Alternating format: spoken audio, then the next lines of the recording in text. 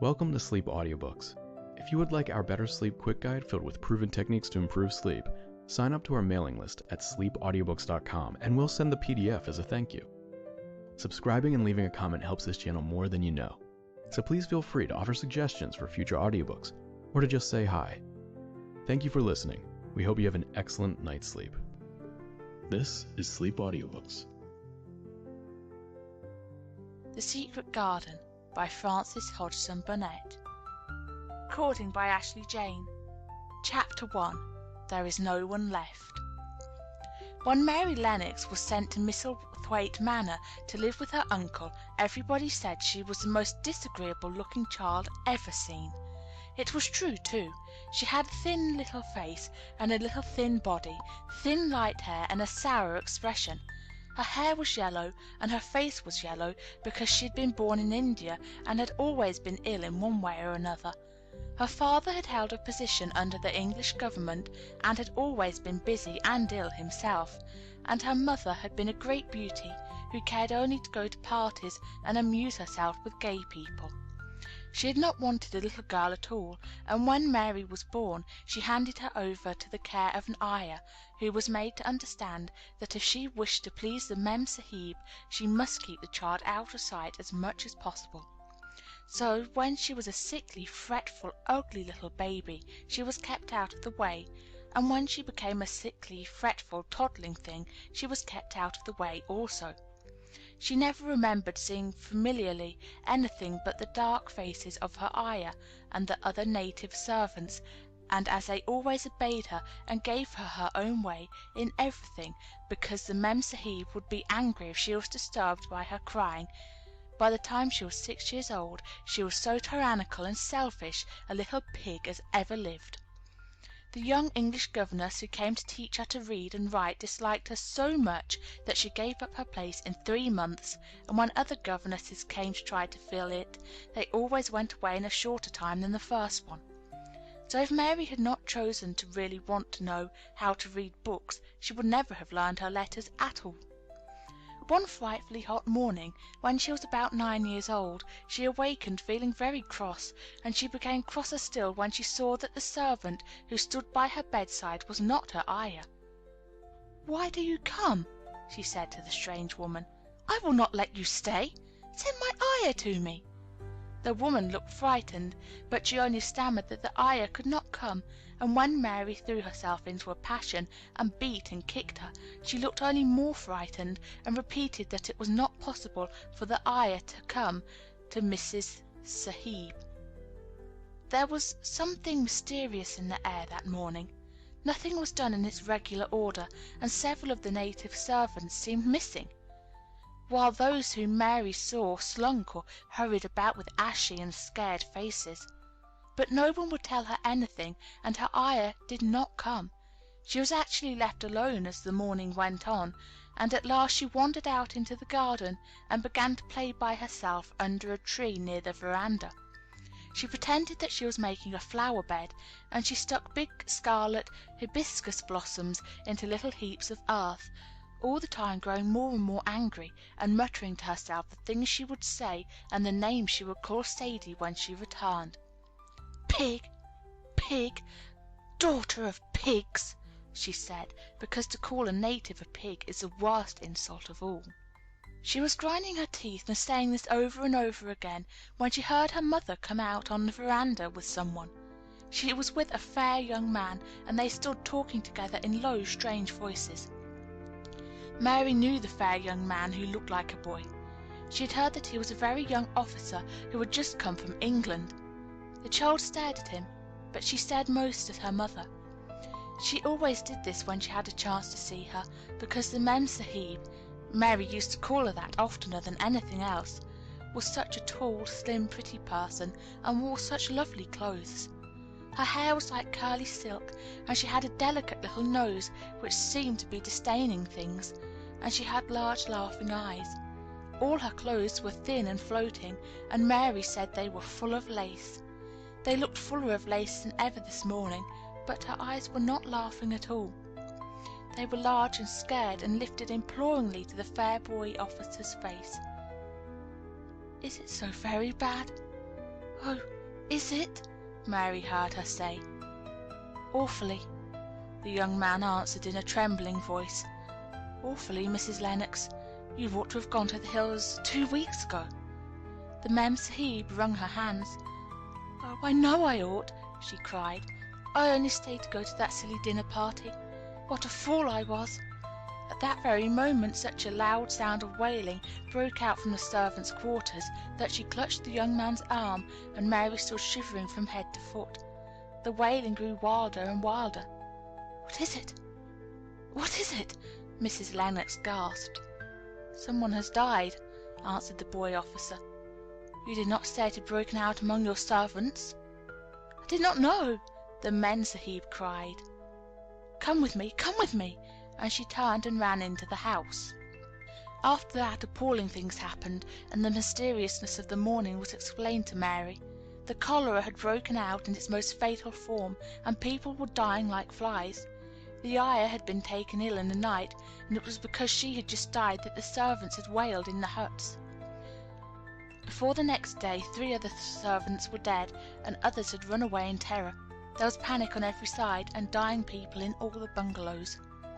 During the confusion and bewilderment of the second day, Mary hid herself in the nursery and was forgotten by everyone. Nobody thought of her, nobody wanted her, and strange things happened of which she knew nothing. Mary alternately cried and slept through the hours. She only knew that people were ill, and that she heard mysterious and frightening sounds. Once she crept into the dining room and found it empty. Though a partly finished meal was on the table, and chairs and plates looked as if they had been hastily pushed back when the diners rose suddenly for some reason. Child ate some fruit and biscuits, and being thirsty, she drank a glass of wine which stood nearly filled. It was sweet, and she did not know how strong it was. Very soon it made her intensely drowsy, and she went back to her nursery and shut herself in again, frightened by the cries she heard in the huts and by the hurrying sound of feet. The wine made her so sleepy that she could scarcely keep her eyes open, and she lay down on her bed and knew nothing more for a long time. Many things happened during the hours in which she slept so heavily, but she was not disturbed by the wails and the sounds of things being carried in and out of the bungalow. When she awakened, she lay and stared at the wall. The house was perfectly still. She had never known it to be so silent before. She heard neither voices nor footsteps, and wondered if everybody had got well of the cholera and all the trouble was over. She wondered also who would take care of her now her ayah was dead. There would be a new ayah, and perhaps she would know some new stories. Mary had been rather tired of the old ones. She did not cry because her nurse had died. She was not an affectionate child, and had never cared much for anyone. The noise and hurrying about and wailing over the cholera had frightened her, and she had been angry because no one seemed to remember that she was alive. Everyone was too panic-stricken to think of a little girl no one was fond of. When people had the cholera, it seemed that they remembered nothing but themselves. If everyone had got well again, surely someone would remember and come to look for her. But no one came, and as she lay waiting, the house seemed to grow more and more silent. She heard something rustling on the matting, and when she looked down she saw a little snake gliding along and watching her with eyes like jaws. She was not frightened, because he was a harmless little thing who would not hurt her, and he seemed in a hurry to get out of the room. He slipped under the door as she watched him. "How queer and quiet it is," she said. "It sounds as if there were no one in the bungalow but me and the snake." Almost the next minute she heard footsteps in the compound, and then on the veranda. They were men's footsteps, and the men entered the bungalow and talked in low voices. No one went to meet or speak to them, and they seemed to open doors and look into rooms. "What desolation!" she heard one voice say. "That pretty, pretty woman! I suppose the child, too. I heard there was a child, though no one ever saw her." Mary was standing in the middle of the nursery when they opened the door a few minutes later. She looked an ugly, cross little thing, and was frowning because she was beginning to be hungry and feel disgracefully neglected. The first man who came in was a large officer she had once seen talking to her father. He looked tired and troubled, but when he saw her, he was so startled that he almost jumped back. "Barney!" he cried out. "There's a child here! A child alone! In a place like this! Mercy on us! Who is she?" "I'm Mary Lennox," the little girl said, drawing herself up stiffly. She thought the man was very rude to call her father's bungalow a place like this. "I fell asleep when every one had the cholera, and I've only just wakened up. Why does nobody come?" "She's a child no one ever saw," exclaimed the man, turning to his companions. "She's actually been forgotten." "Why was I forgotten?" Mary said, stamping her foot. "Why does nobody come?" The young man, whose name was Barney, looked at her very sadly. Mary even thought she saw him wink his eyes as if to wink tears away. "Poor little kid," he said. "There's nobody left to come." It was in that strange and sudden way that Mary found out that she had neither father nor mother left, that they had died and been carried away in the night, and that the few native servants who had not died also had left the house as quickly as they could get out of it, none of them even remembering that there was a Mrs. Sahib. That was why the place was so quiet. It was true that there was no one in the bungalow but herself and the rustling little snake. Chapter 2. Mistress Mary Quite Contrary. Mary had liked to look at her mother from a distance, and she had thought her very pretty, but as she knew very little of her, she could scarcely have been expected to love her or to miss her very much when she was gone. She did not miss her at all, in fact, and as she was a self-absorbed child, she gave her entire thought to herself, as she always had done. If she had been older, she would have no doubt been very anxious at being left alone in the world, but she was very young, and as she had always been taken care of, she supposed she always would be. What she thought was that she'd like to know if she was going to nice people, who would be polite to her and give her her own way, as her ayah and the other native servants had done. She knew that she was not going to stay at the English clergyman's house where she was taken at first. She did not want to stay. The English clergyman was poor and had 5 children nearly all the same age, and they wore shabby clothes and were always quarrelling and snatching toys from each other. Mary hated their untidy bungalow and was so disagreeable to them that after the first day or two nobody would play with her. By the second day they had given her a nickname which made her furious. It was Basil who thought of it first. Basil was a little boy with impudent blue eyes and a turned-up nose, and Mary hated him. She was playing by herself under a tree, just as she had been playing the day the cholera broke out. She was making heaps of earth and paths through a garden, and Basil came and stood near to watch her. Presently he got rather interested and suddenly made a suggestion. "Why don't you put a heap of stones there and pretend it's a rockery?" he said. "There, in the middle." And he leaned over her to point. "Go away!" cried Mary.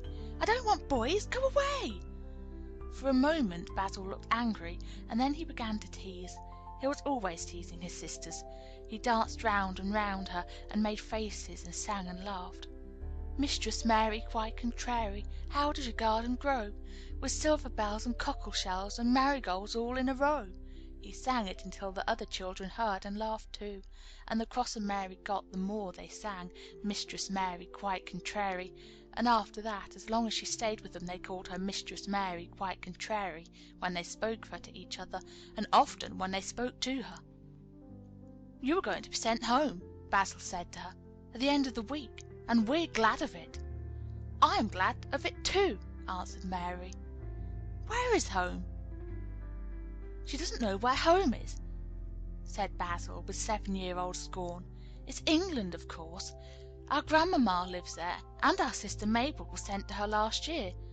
You are not going to your grandmamma. You have none. You're going to your uncle. His name is Mr. Archibald Craven." "I don't know anything about him," snapped Mary. "I know you don't," Basil answered. "You don't know anything. Girls never do. I heard father and mother talking about him. He lives in a great big desolate old house in the country, and no one goes near him.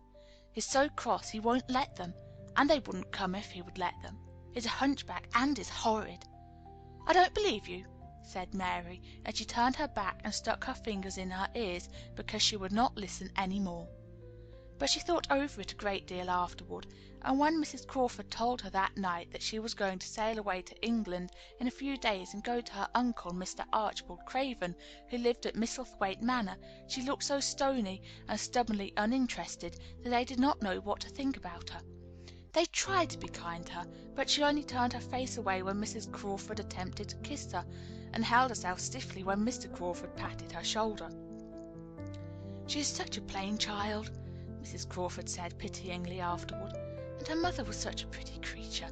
She had a very pretty manner, too, and Mary has the most unattractive ways I ever saw in a child.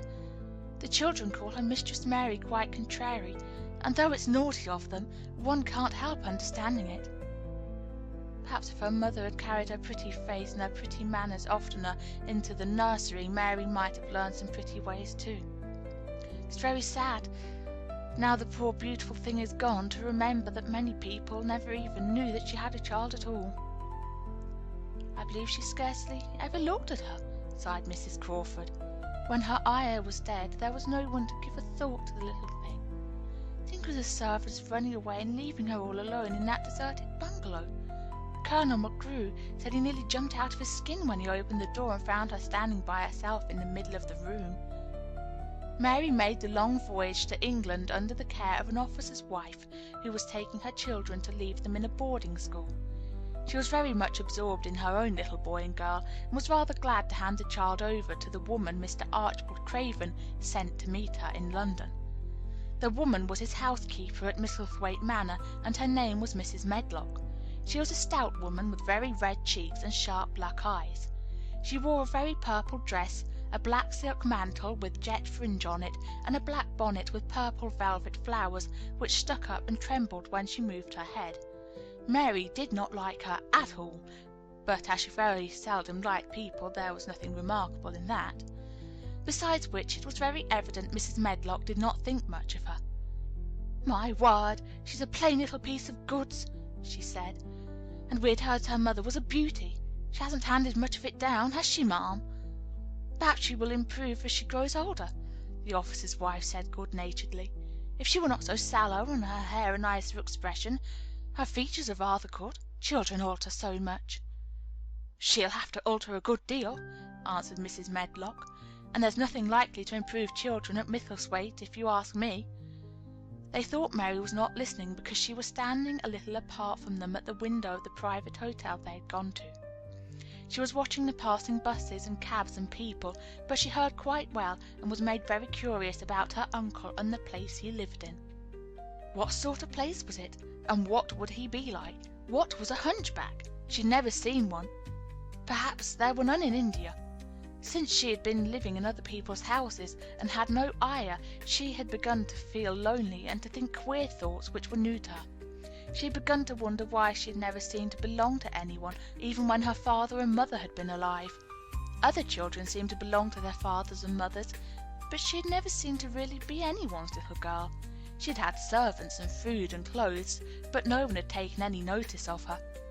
She did not know that this was because she was a disagreeable child, but then, of course, she did not know she was disagreeable. She often thought that other people were, but she did not know that she was so herself. She thought Mrs. Medlock the most disagreeable person she had ever seen, with her common, highly coloured face, and her common, fine bonnet. When the next day they set out on their journey to Yorkshire, she walked through the station to the railway carriage with her head up, trying to keep as far away from her as she could, because she did not want to seem to belong to her. It would have made her angry to think people imagined she was her little girl.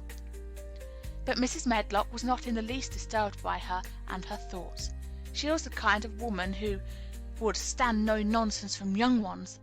At least that is what she would have said if she had been asked. She had not wanted to go to London just when her sister Maria's daughter was going to be married, but she had a comfortable, well-paid place as housekeeper at Misselthwaite Manor, and the only way in which she could keep it was to do at once what Mr. Archibald Craven told her to do. She never dared even to ask a question. "Captain Lennox and his wife died of the cholera," Mr. Craven had said in his short, cold way. "Captain Lennox was my wife's brother, and I'm their daughter's guardian. The child is to be brought here. You must go to London and bring her yourself." So she packed her small trunk and made the journey. Mary sat in her corner of the railway carriage and looked plain and fretful. She had nothing to read or to look at, and she folded her thin little black gloved hands in her lap. Her black dress made her look yellower than ever, and her limp light hair straggled from under her black crape hat. A more marred-looking young one I never saw in my life, Mrs. Medlock thought. Marred is a Yorkshire word, and means spoiled and pettish. She had never seen a child who sat so still without doing anything, and at last she got tired of watching her and began to talk in a brisk, hard voice. "I suppose I may as well tell you something about where you were going to," she said. "Do you know anything about your uncle?" "No," said Mary. "Never heard your father and mother talk about him?" "No," said Mary, frowning.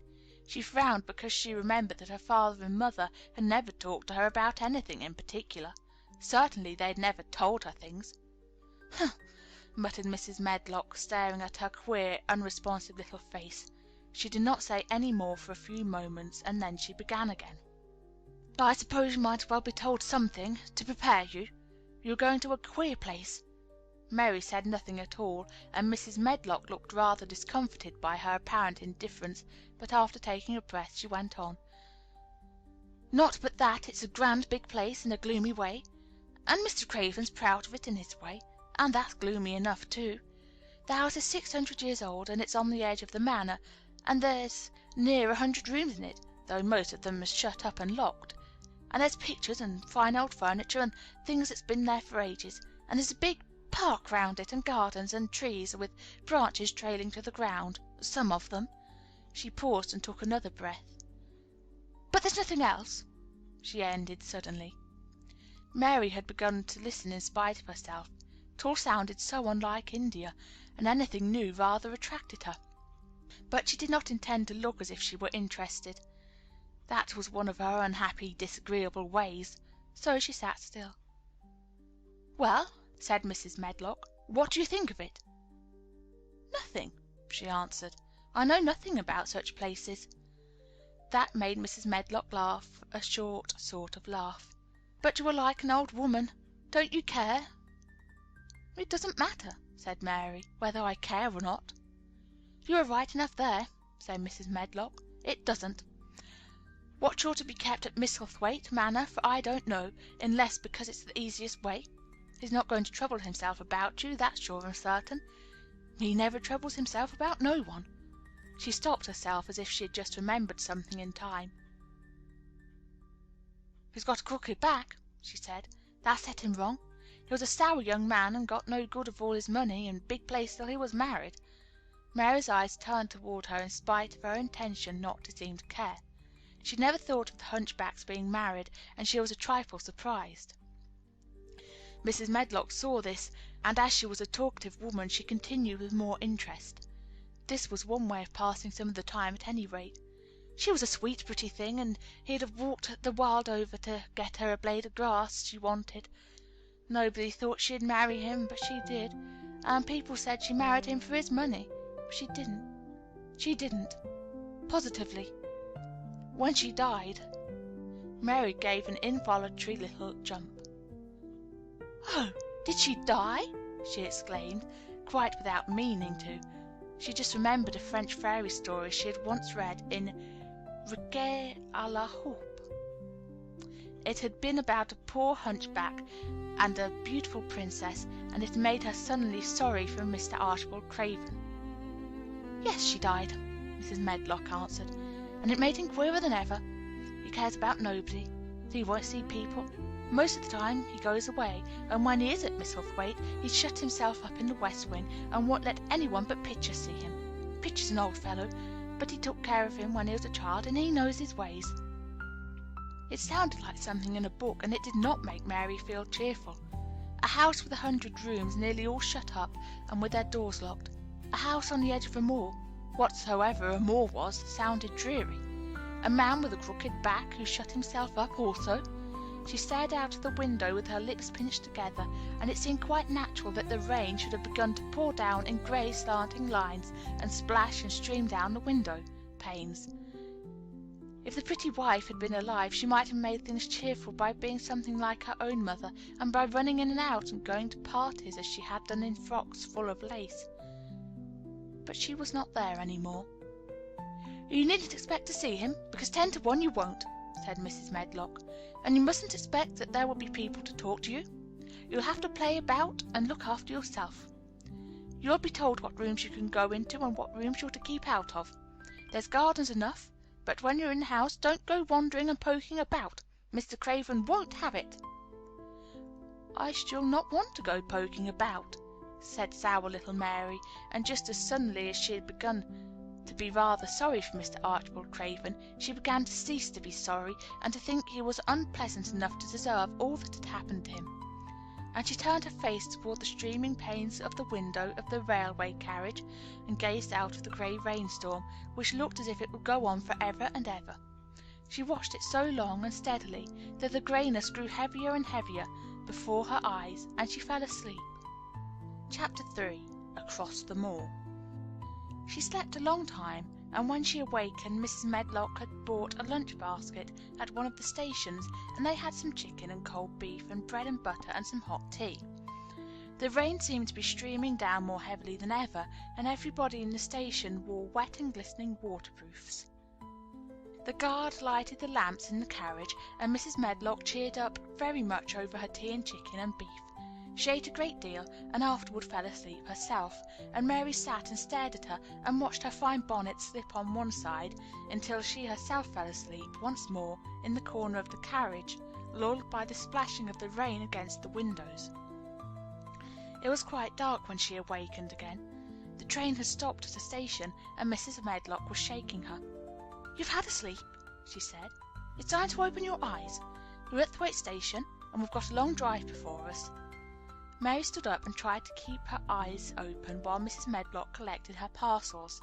The little girl did not offer to help her, because in India native servants always picked up or carried things, and it seemed quite proper that other people should wait on one.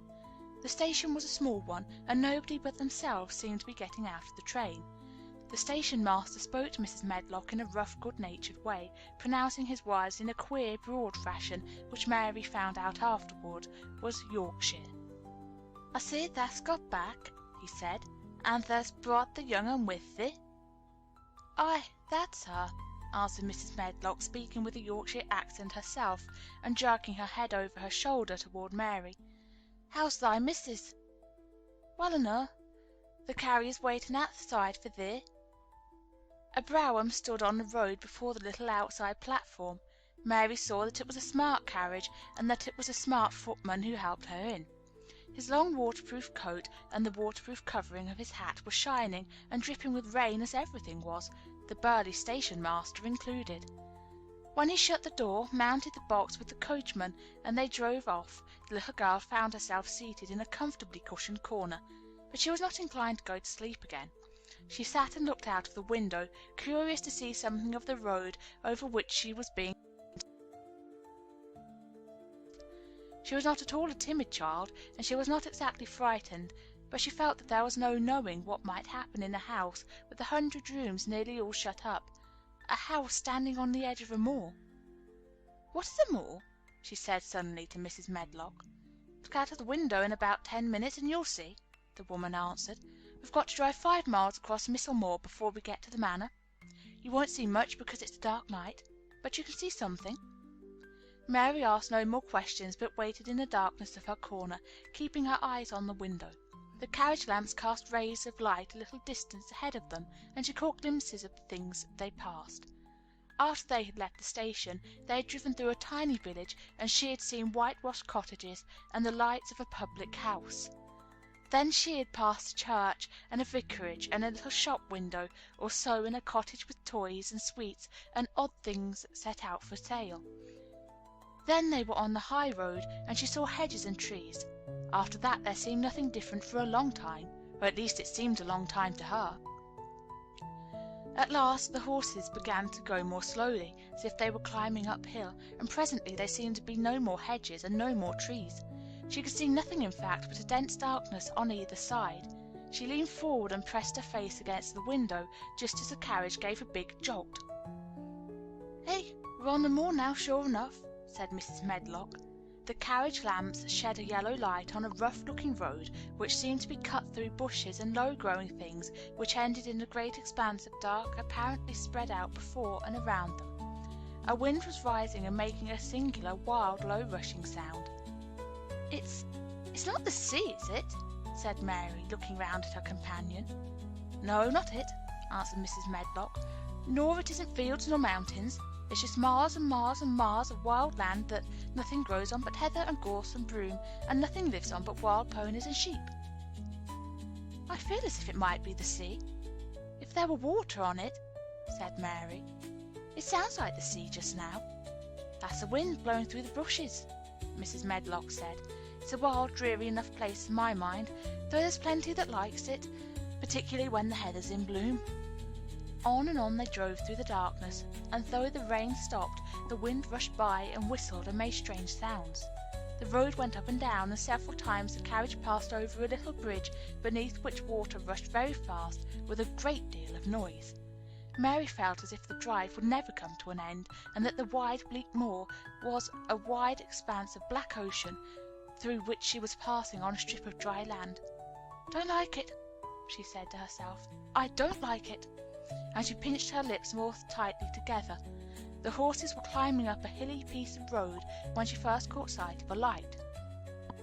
Mrs. Medlock saw it as soon as she did, and drew a long sigh of relief. "I'm glad to see that bit of light twinkling," she exclaimed. "It's the light of the lodge window. We shall get a good cup of tea after a bit, at all events." It was after a bit, as she said, for the carriage passed through the park gates. There was still 2 miles of avenue to drive through, and the trees, which nearly met overhead, made it seem as if they were driving through a long, dark vault. They drove out of the vault into a clear space, and stopped before an immensely long but low-built house, which seemed to ramble round a stone court.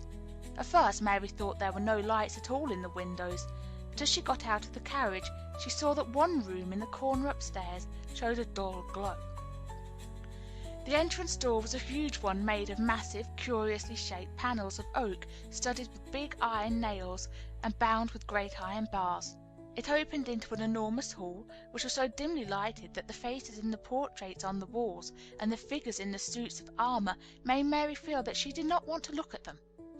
As she stood on the stone floor, she looked a very small, odd little black figure, and she felt as small and lost and odd as she looked. A neat, thin old man stood near the manservant who opened the door for them. "You were to take her to her room?" he said in a husky voice. "He doesn't want to see her. He's going to London in the morning." "Very well, Mr. Pitcher," Mrs. Medlock answered. And then Mary Lennox was led up a broad staircase, and down a long corridor, and up a short flight of steps, and through another corridor and another, until a door opened in a wall, and she found herself in a room with a fire in it and a supper on a table.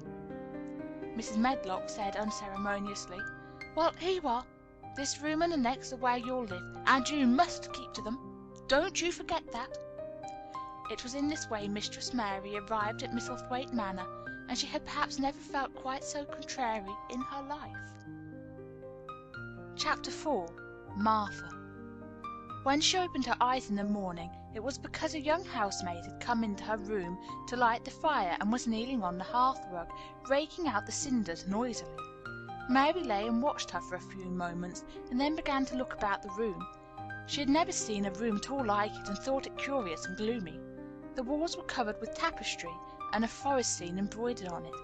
There were fantastically dressed people under the trees, and in the distance there was a glimpse of the turrets of a castle. There were hunters and horses and dogs and ladies. Mary felt as if she were in the forest with them. Out of a deep window she could see a great climbing stretch of land, which seemed to have no trees on it, and to look rather like an endless, dull, purplish sea. "What is that?" she said, pointing out of the window. Martha, the young housemaid, who had just risen to her feet, looked and pointed also. "That there?"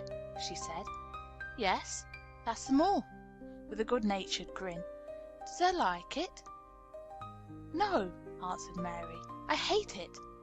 "That's because thou'rt not used to it," Martha said, going back to her hearth. "Thou thinks it too big and bare now, but thou will like it." "Do you?" inquired Mary. "Aye, that I do," answered Martha, cheerfully polishing away at the grate. "I just love it. It's none bare. It's covered with growing things as smells sweet. It's fair lovely in spring and summer, when the gorse and broom and heather's in flower. It smells of honey, and there's such a lot of fresh air, and the sky looks so high, and the bees and skylarks make such a nice noise, humming and singing. I wouldn't live away from the moor for anything." Mary listened to her with a grave, puzzled expression. The native servants she had been used to in India were not in the least like this. They were obsequious and servile, and did not presume to talk to their masters as if they were their equals. They made salaams and called them protector of the poor, and names of that sort. Indian servants were commanded to do things, not asked. It was not the custom to say please and thank you, and Mary had always slapped her Ayah in the face when she was angry. She wondered a little what this girl would do if one slapped her in the face. She was a round, rosy, good-natured looking creature, but she had a sturdy way which made Mistress Mary wonder if she might not even slap back, if the person who slapped her was only a little girl. "You are a strange servant," she said from her pillows rather haughtily. Martha sat up on her heels with her blacking brush in her hand and laughed, without seeming the least out of temper. I know that," she said. "If there's a grand missus of Misselthwaite, I should never have been one of the under housemaids. I might have made let to be scullery maid, but I'd never have been let upstairs. I'm too common, and I talk too much Yorkshire. But this is a funny house, for all it's so grand. Seems like there's neither master nor mistress, except Mr. Pitcher and Mrs. Medlock. Mr. Craven, he won't be troubled about anything when he's here, and is nearly always away. Mrs. Medlock gave me the place out of kindness. She told me she could never have done it if Misselthwaite had been like other big houses." "Are you going to be my servant?" Mary asked, still in her imperious little Indian way. Martha began to rub her grate again. "I'm Mrs. Medlock's servant," she said stoutly, "and she's Mr. Craven's. But I'm to do the housemaid's work up here, and wait on you a bit. But you won't need much waiting on." "Who is going to dress me?" demanded Mary. Martha sat up on her heels again and stared. She spoke in broad Yorkshire in her amazement. "Canna they dress the sen?" she said. "What do you mean? I don't understand your language," said Mary. I forgot," Martha said. "Mrs. Medlock told me I'd have to be careful, or you wouldn't know what I was saying. I mean, can't you put on your own clothes?" "No," answered Mary, quite indignantly. "I never did in my life. My Ayah dressed me, of course." "Well," said Martha, evidently not in the least aware that she was impudent, "it's time they should learn. They cannot begin younger. It'll do thee good to wait on thysen a bit. My mother always said she couldn't see why grand people's children didn't turn out fair fools, what were nurses and being washed and dressed and took out to walk as if they was puppies." "'Tis different in India," said Mistress Mary disdainfully. She could scarcely stand this. But Martha was not at all crushed.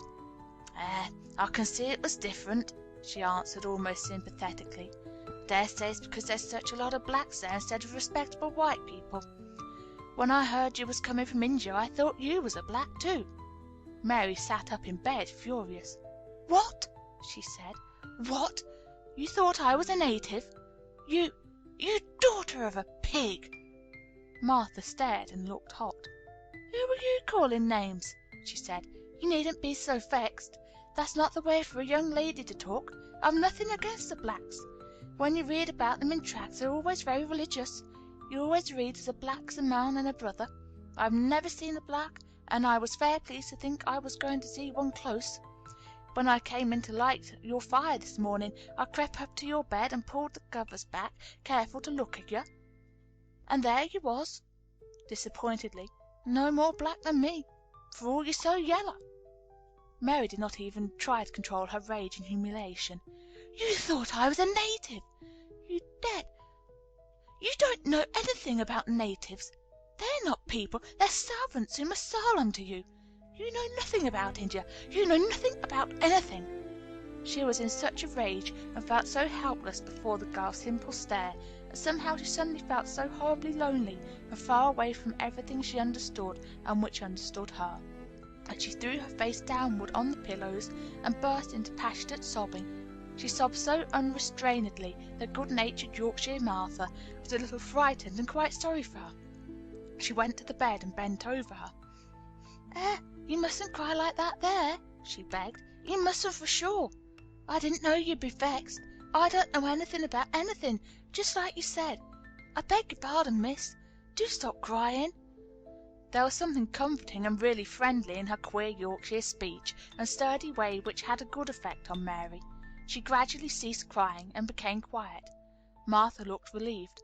"It's time for thee to get up now," she said. "Mrs. Medlock said I was to carry the breakfast and tea and dinner into the room next to this.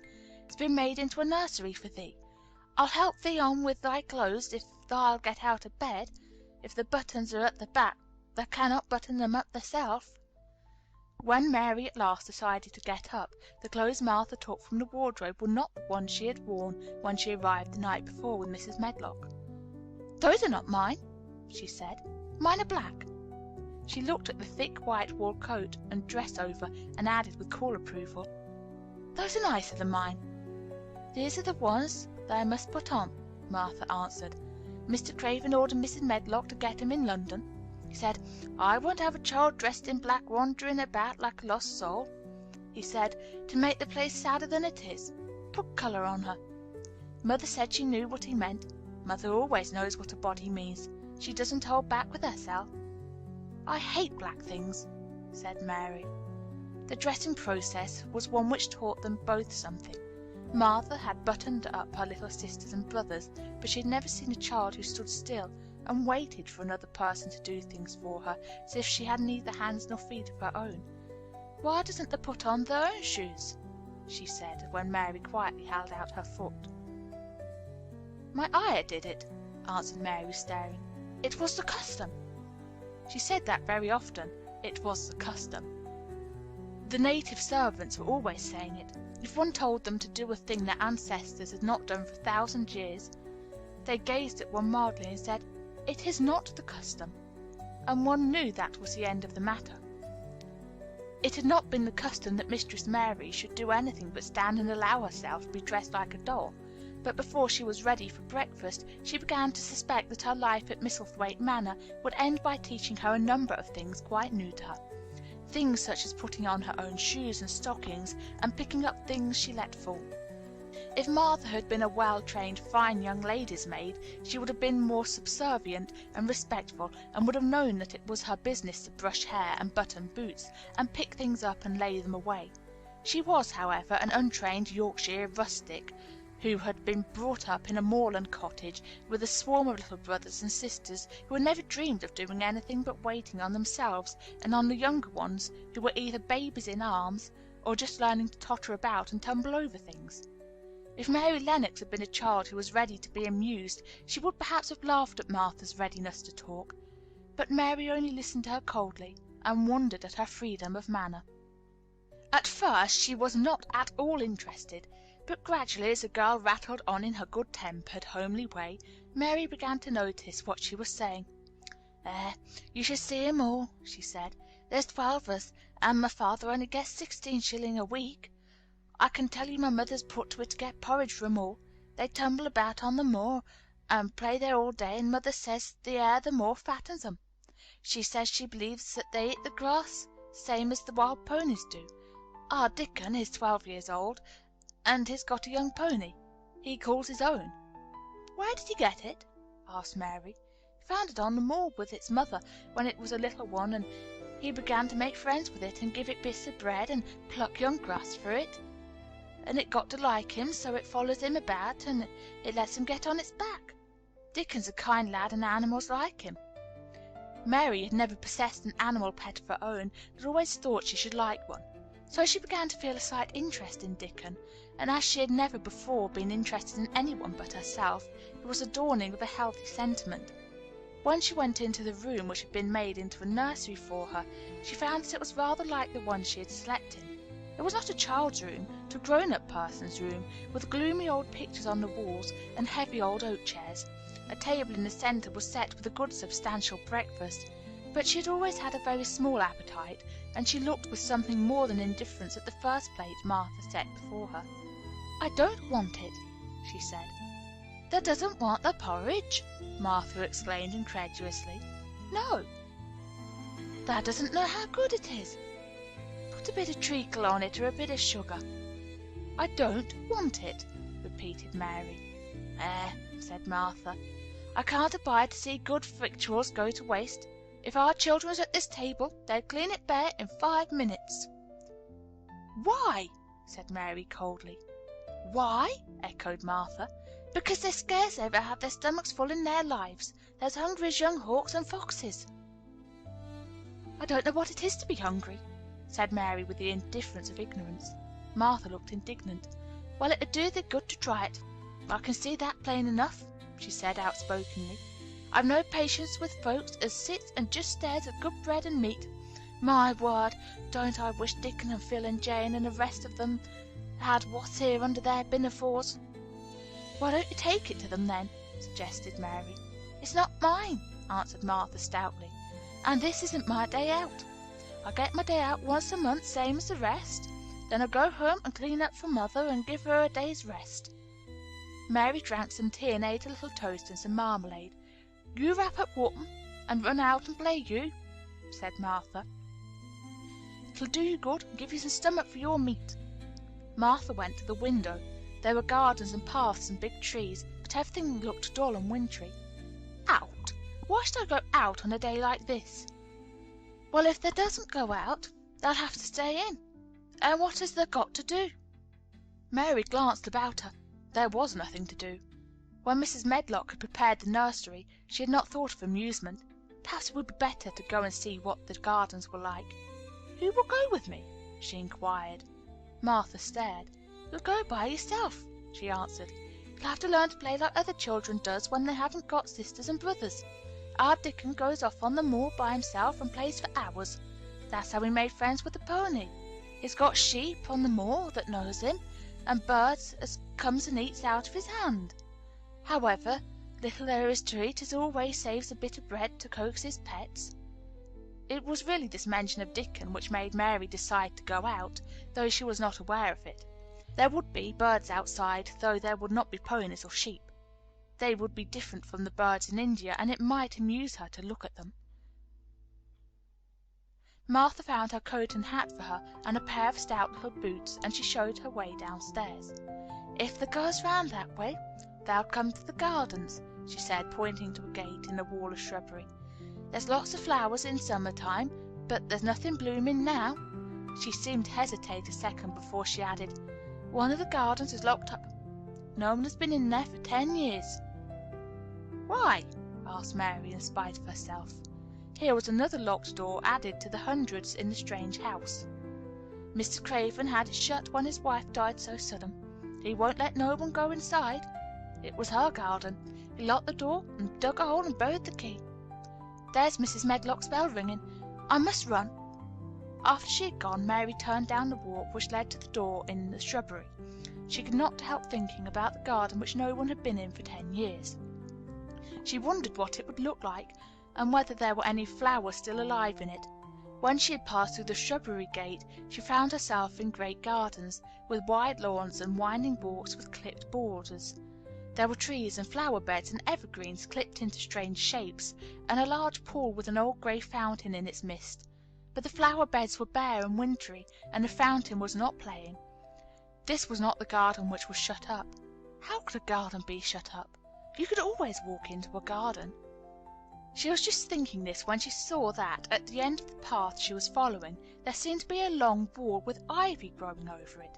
She was not familiar enough with England to know that she was coming upon the kitchen gardens where the vegetables and fruit were growing.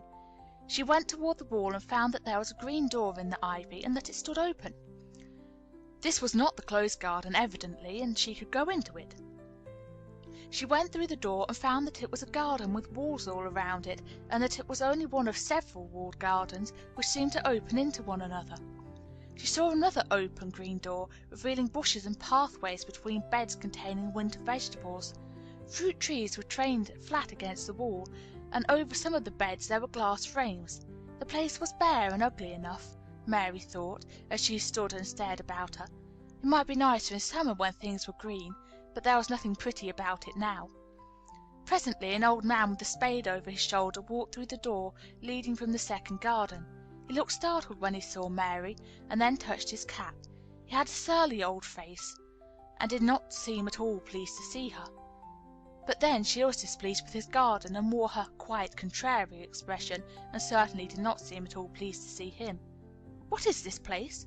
she asked. "One of the kitchen gardens," he answered.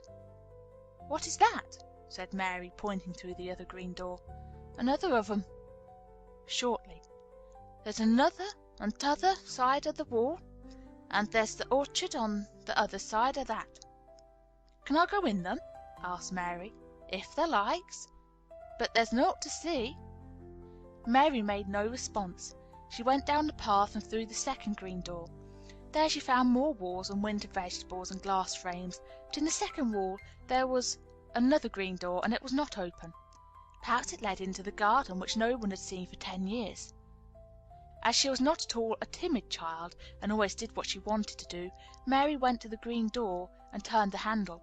She hoped that the door would not open, because she wanted to be sure she had found the mysterious garden. But it did open quite easily, and she walked through it and found herself in an orchard.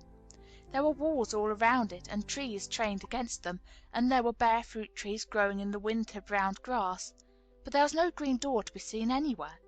Mary looked for it, and yet when she had entered the upper end of the garden, she noticed that the wall did not seem to end with the orchard, but to extend beyond it, as if it enclosed the place on the other side. She could see the tops of trees above the wall, and when she stood still she saw a bird with a bright red breast sitting on the topmost branch of one of them, and suddenly he burst into his winter song, almost as if he had caught sight of her and was calling to her. She stopped and listened to him, and somehow his cheerful, friendly little whistle gave her a pleased feeling. Even a disagreeable little girl may be lonely, and the big closed house and big bare moor and big bare gardens had made this one feel as though there was nothing left in the world but herself. If she had been an affectionate child who had been used to being loved, she would have broken her heart. But even though she was Mistress Mary quite contrary, she was desolate, and the bright-breasted little bird brought a look into her sour little face which was almost a smile. She listened to him until he flew away. He was not like an Indian bird, and she liked him, and wondered if she should ever see him again. Perhaps he lived in a mysterious garden and knew all about it. Perhaps it was because she had nothing whatever to do that she thought so much of the deserted garden. She was curious about it, and wanted to see what it was like. Why had Mr. Archibald Craven buried the key? If he liked his wife so much, why did he hate her garden? She wondered if she should ever see him, but she knew that if she did, she should not like him, and he would not like her, and that she would only stand and stare at him and say nothing, though she should be wanting dreadfully to ask him why he had done such a queer thing. "People never like me, and I never like people," she thought, "and I can never talk as the Crawford children could. They were always talking and laughing and making noises." She thought of the robin and of the way he seemed to sing his song at her, and as she remembered the tree-top he perched on, she stopped rather suddenly on the path. "I believe that tree was in the secret garden.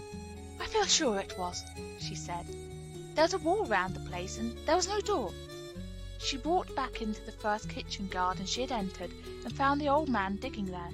She went and stood beside him and watched him a few moments in her cold little way.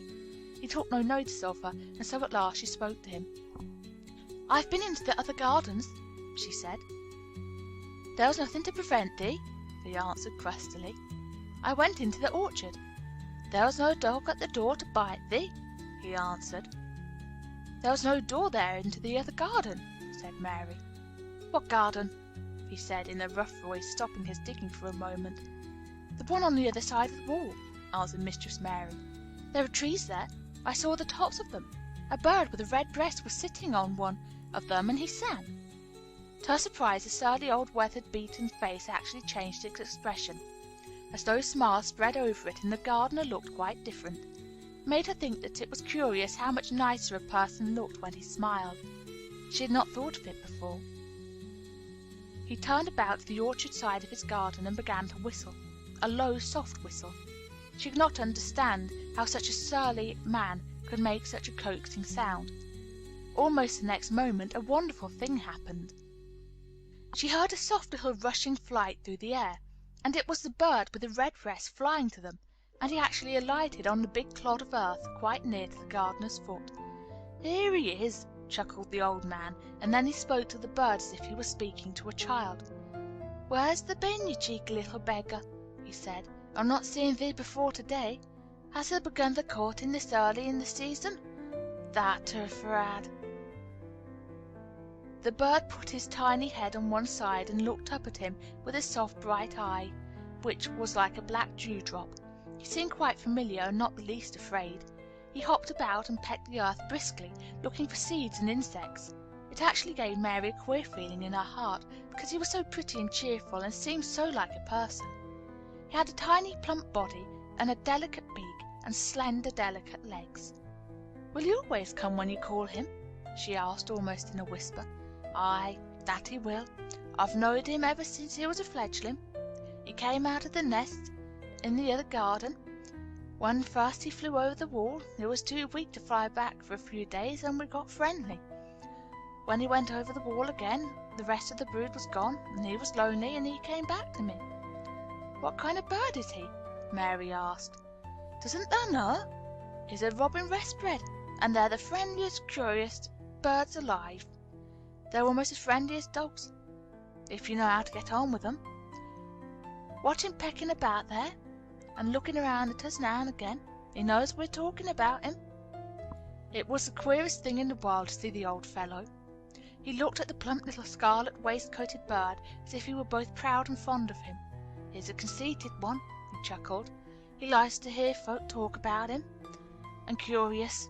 Bless me, there never was like for curiosity and meddling. He's always coming to see what I'm planting. He knows all the things Mr. Craven never troubles himself to find out. He's the head gardener, he is." The robin hopped about busily pecking the soil, and now and then stopped and looked at them a little. Mary thought his black dewdrop eyes gazed at her with great curiosity. It really seemed as if he were finding out all about her. The queer feeling in her heart increased. "Where did the rest of the brood fly to?" she asked. "There's no knowing. The old ones turn 'em out of their nest and make 'em fly away, and they're scattered before you know it. This one was a knowing one, and he knew he was lonely." Mistress Mary went a step nearer to the robin and looked at him very hard.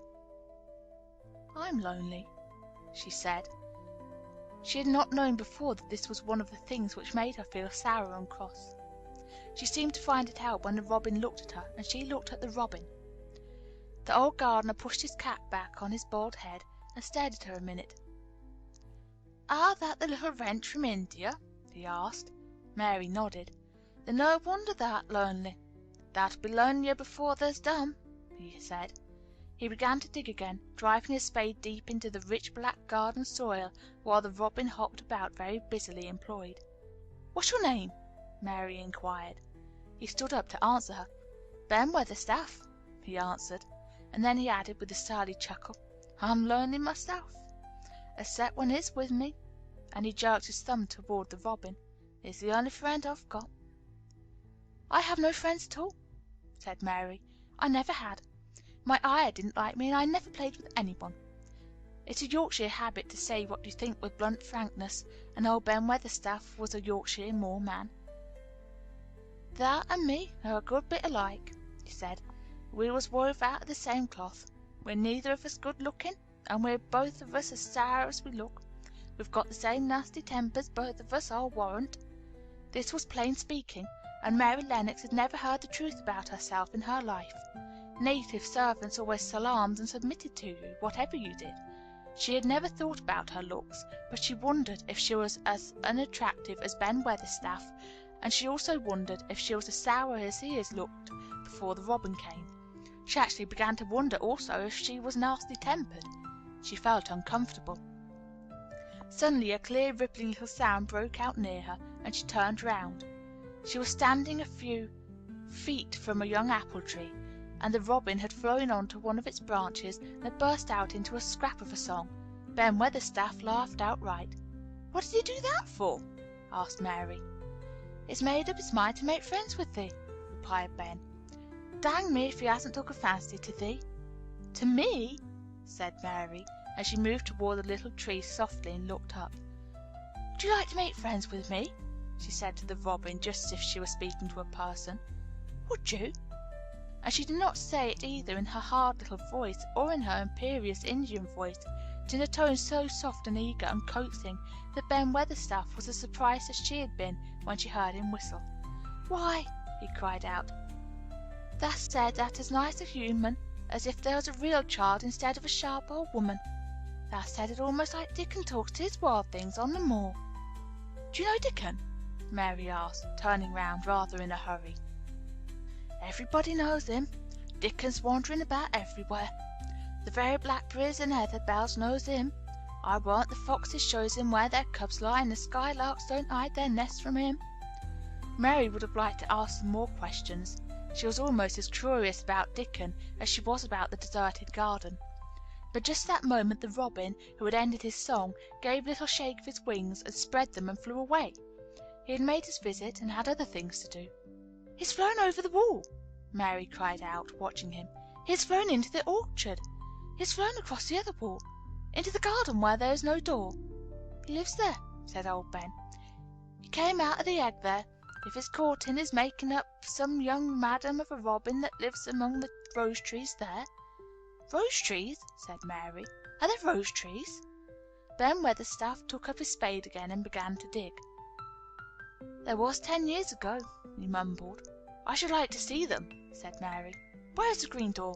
There must be a door somewhere." Ben drove his spade deeper and looked as uncompanionable as he had looked when she first saw him. "There was 10 years ago, but there isn't now," he said. "No door?" cried Mary. "There must be. None as any one can find, and none as any one's business. Don't you be a meddlesome wench, and poke your nose where it's no cause to go. Here, I must go on with my work. Get you gone and play you. I've no more time." And he actually stopped digging, threw his spade over his shoulder, and walked off without even glancing at her or saying good-bye. Chapter 5. The Cry in the Corridor. At first, each day which passed by for Mary Lennox was exactly like the others. Every morning she awoke in her tapestried room and found Martha kneeling upon the hearth building her fire. Every morning she ate her breakfast in the nursery, which had nothing amusing in it, and after each breakfast she gazed out of the window across the huge moor, which seemed to spread out on all sides and climb up to the sky. And after she had stared for a while, she realized that if she did not go out, she would have to stay in and do nothing, and so she went out. She did not know that this was the best thing she could have done, and she did not know that, when she began to walk quickly or even run along the paths and down the avenue, she was stirring her slow blood and making herself stronger by fighting with the wind which swept down from the moor. She ran only to make herself warm, and she hated the wind which rushed at her face and roared and held her back as if it were some giant she could not see.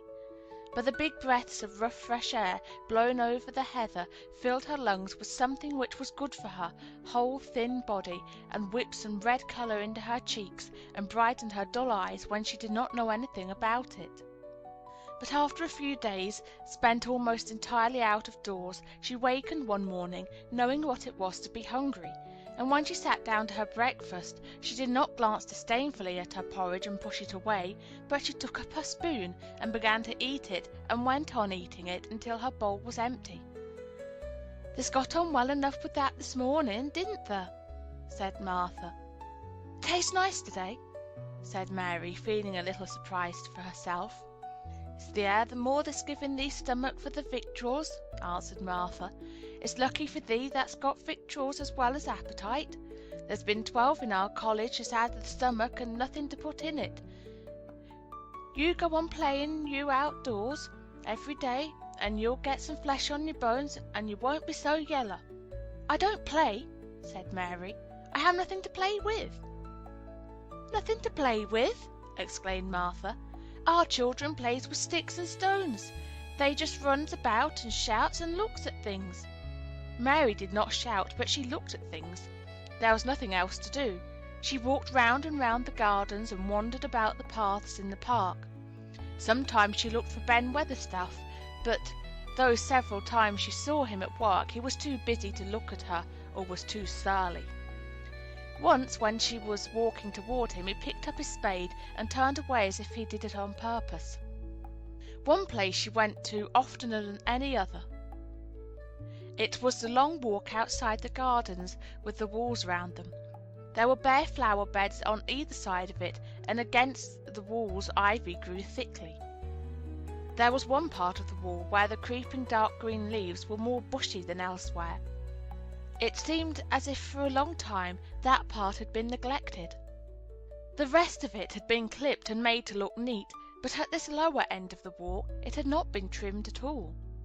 A few days after, she had talked to Ben Weatherstaff. Mary stopped to notice this and wondered why it was so. She had just paused and was looking up at a long spray of ivy swinging in the wind when she saw a gleam of scarlet and heard a brilliant chirp, and there, on the top of the wall, forward perched Ben Weatherstaff's robin redbreast, tilting forward to look at her with his small head on one side. "Oh!" she cried out. "Is it you? Is it you?"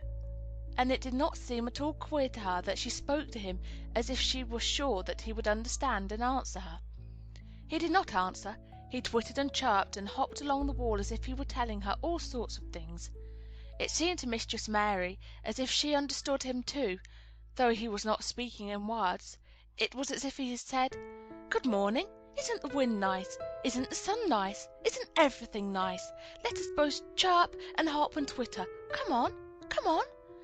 Mary began to laugh, and as he hopped and took little flights along the wall, she ran after him. Poor little thin, sallow, ugly Mary. She actually looked almost pretty for a moment. "I like you. I like you," she cried out, pattering down the walk, and she chirped and tried to whistle, which last she did not know how to do in the least. But the robin seemed to be quite satisfied and chirped and whistled back at her. At last he spread his wings and made a darting flight to the top of a tree, where he perched and sang loudly. That reminded Mary of the first time she had seen him. He had been swinging on a tree top then, and she had been standing in the orchard. Now she was on the other side of the orchard and standing in the path outside a wall, much lower down, and there was the same tree inside. "It's a garden no one can go into," she said to herself. "It's a garden without a door. He lives in there. How I wish I could see what it is like." She ran up the walk to the green door she had entered the first morning. Then she ran down the path through the other door and then into the orchard, and when she stood and looked up, there was the tree on the other side of the wall, and there was the robin just finishing his song and beginning to preen his feathers with his beak. "It is the garden," she said. "I'm sure it is." She walked round and looked closely at the side of the orchard wall, but she only found what she had found before, that there was no door in it. Then she ran through the kitchen gardens again and out into the walk outside the long ivy-covered wall, and she walked to the end of it and looked at it, but there was no door, and then she walked to the other end looking again, but there was no door. "It's very queer," she said. "Ben Weatherstaff said there was no door, and there is no door. But there must have been one 10 years ago, because Mr. Craven buried the key." This gave her so much to think about that she began to be quite interested and feel that she was not sorry that she had come to Misselthwaite Manor. In India she had always felt hot and too languid to care much about anything. The fact was that the fresh wind from the moor had begun to blow the cobwebs out of her young brain and to waken her up a little. She stayed out of the doors nearly all day, and when she sat down to her supper at night she felt hungry and drowsy and comfortable. She did not feel cross when Martha chatted away. She felt as if she rather liked to hear her, and at last she thought she would ask her a question. She asked if, after she had finished her supper and had sat down on the hearth-rug before a fire, "Why did Mr. Craven hate the garden?" she said. She had made Martha stay with her, and Martha had not objected at all. She was very young, and used to a crowded cottage full of brothers and sisters, and she found it dull in the great servants' hall downstairs, where the footman and other housemaids made fun of her Yorkshire speech, and looked upon her as a common little thing, and sat and whispered among themselves. Martha liked to talk, and the strange child who had lived in India and been waited upon by blacks was novelty enough to attract her. She sat down on the hearth herself without waiting to be asked. "Art thou thinking about that garden yet?" she said. "I knew thou would. That was just the way with me when I first heard about it." "Why did he hate it?" Mary persisted. Martha tucked her feet under her and made herself quite comfortable. "Listen to the wind wuthering round the house," she said. "You could bear stand up on the moor if you was out on it tonight." Mary did not know what wuthering meant until she listened, and then she understood. It meant that hollow, shuddering sort of roar which rushed round the house as if the giant no one could see were buffeting it and beating at the walls and windows to try to break in. But one knew he could not get in, and somehow it made one feel very safe and warm inside a room with a red coal fire. "But why did he hate it so?" she asked after she had listened. She intended to know if Martha did. Then Martha gave up her store of knowledge. "Mind," she said, "Mrs. Medlock said it's not to be talked about. There's a lot of things in this place that's not to be talked over. That's Mr. Craven's orders. His troubles are none servant's business, he says. But for the garden he wouldn't be like he is. It was Mrs. Craven's garden that she made when they first married, and she just loved it, and they used to tend the flowers themselves, and none of the gardeners was ever let to go in. Him and her used to go in and shut the door and stay there for hours and hours, reading and talking. And she was just a bit of a girl, and there was an old tree with a branch bent like a seat on it, and she made roses grow over it, and she used to sit there. But one day, when she was sitting there, the branch broke, and she fell on the ground and was hurt so bad that the next day she died. The doctors thought he'd go out of his mind and die too. That's why he hates it. No one's never gone in since, and he won't let anyone talk about it." Mary did not ask any more questions. She looked at the red fire and listened to the wind wuthering. It seemed to be wuthering louder than ever. At that moment a very good thing was happening to her. 4 good things had happened to her, in fact, since she came to Misselthwaite Manor. She had felt as if she had understood a robin, and that he had understood her. She had run in the wind until her blood had grown warm. She had been healthily hungry for the first time in her life, and she had found out what it was to be sorry for someone. But as she was listening to the wind, she began to listen to something else. She did not know what it was, because at first she could scarcely distinguish it from the wind itself. It was a curious sound. It seemed almost as if a child were crying somewhere. Sometimes the wind sounded rather like a child crying, but presently Mistress Mary felt sure this sound was inside the house, not outside. It was far away, but it was inside. She turned round and looked at Martha. "Do you hear anyone crying?" she said. Martha suddenly looked confused. "No," she answered. "It's the wind.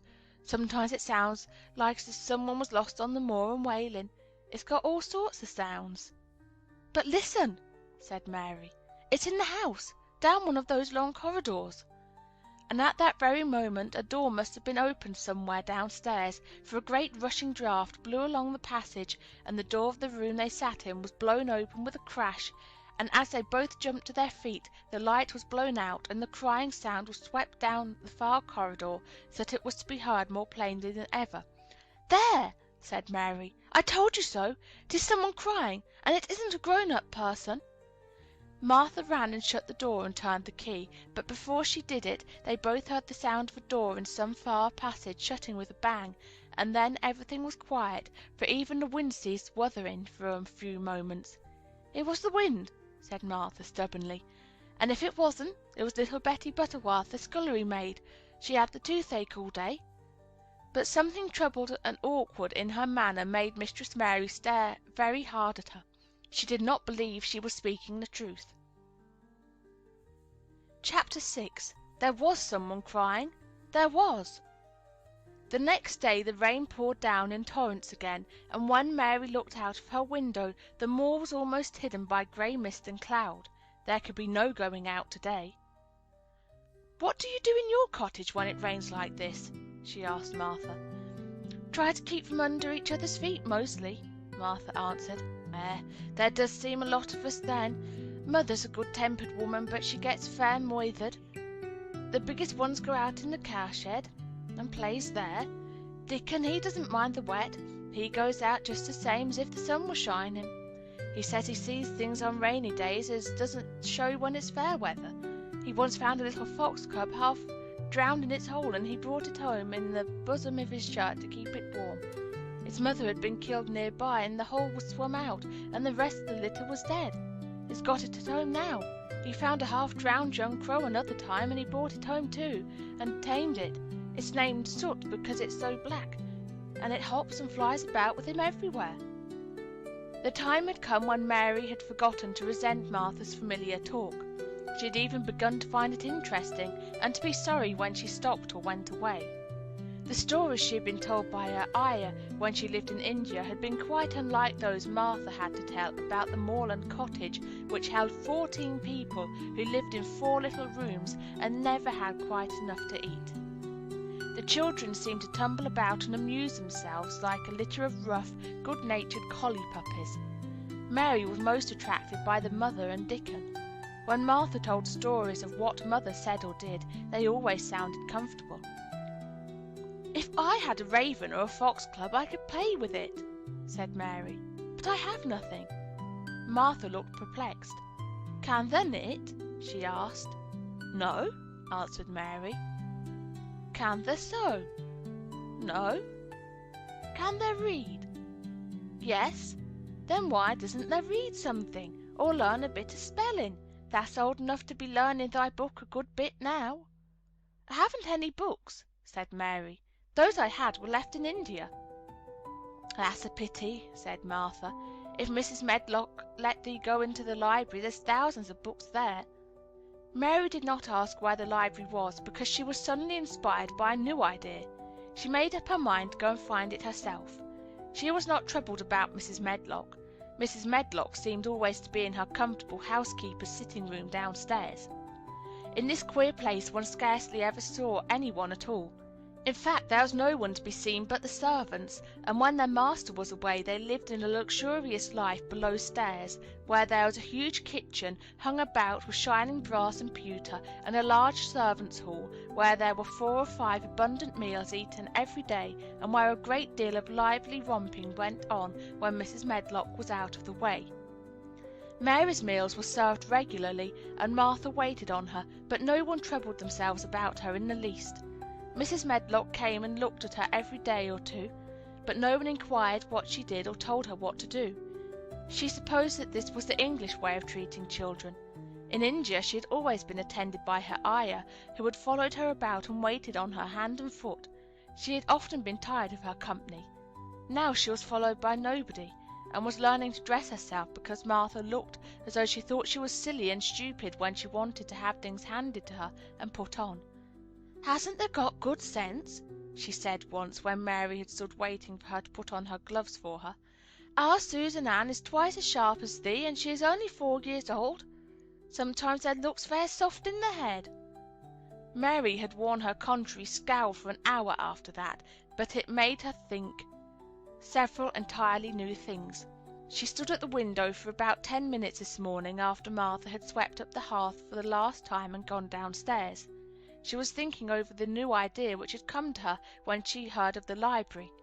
She did not care very much about the library itself, because she had read very few books, but to hear of it brought back to her mind the 100 rooms with closed doors. She wondered if they were all really locked, and what she would find if she could get into any of them. Were there 100 really? Why shouldn't she go and see how many doors she could count? It would be something to do on this morning when she could not go out. She had never been taught to ask permission to do things, and she knew nothing at all about authority, so she would not have thought it necessary to ask Mrs. Medlock if she might walk about the house, even if she had seen her. She opened the door of the room and went into the corridor, and then she began her wanderings. It was a long corridor, and it branched into the other corridors, and it led her up short flights of steps which mounted to others again. There were doors, and there were pictures on the walls. Sometimes there were pictures of dark, curious landscapes, but oftenest they were portraits of men and women in queer, grand costumes made of satin and velvet. She found herself in one long gallery whose walls were covered with those portraits. She had never thought there could be so many in any house. She walked slowly down this place and stared at the faces, which also seemed to stare at her. She felt as if they were wondering what a little girl from India was doing in their house. Some were pictures of children, little girls in thick satin frocks which reached to their feet and stood out about them, and boys with puffed sleeves and lace collars and long hair, and with big ruffs around their necks. She always stopped to look at the children, and wondered what their names were, and where they had gone, and why they wore such odd clothes. There was a stiff, plain little girl rather like herself. She wore a green brocade dress, and held a green parrot on her finger. Her eyes had a sharp, curious look. "Where do you live now?" Mary said aloud to her. "I wish you were here." Surely no other little girl ever spent such a queer morning. It seemed as if there was no one in all the huge rambling house but her own small self, wandering about upstairs and down, through narrow passages and wide ones, where it seemed to her that no one but herself had ever walked. Since so many rooms had been built, people must have lived in them, but it all seemed so empty that she could not quite believe it true. It was not until she climbed to the second floor that she thought of turning the handle of a door.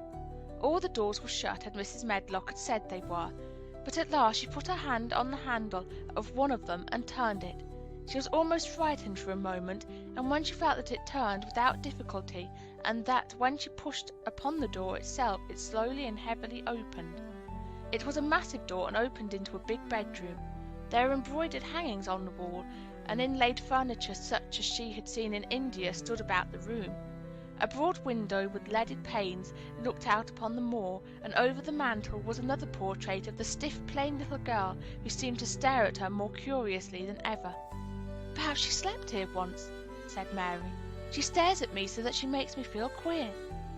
After that she opened more doors and more. She saw so many rooms that she became quite tired, and began to think that there must be 100, though she had not counted them.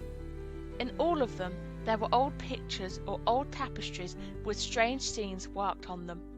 There were curious pieces of furniture and curious ornaments in nearly all of them. In one room, which looked like a lady's sitting room, the hangings were all embroidered velvet, and in a cabinet were about 100 little elephants made of ivory. They were of different sizes, and some had their mahouts or palanquins on their backs. Some were much bigger than the others, and some were so tiny that they seemed only babies. Mary had seen carved ivory in India, and she knew all about elephants. She opened the door of the cabinet and stood on a footstool and played with these for quite a long time. When she got tired, she set the elephants in order and shut the door of the cabinet. In all her wanderings through the long corridors and the empty rooms, she had seen nothing alive, but in this room she saw something.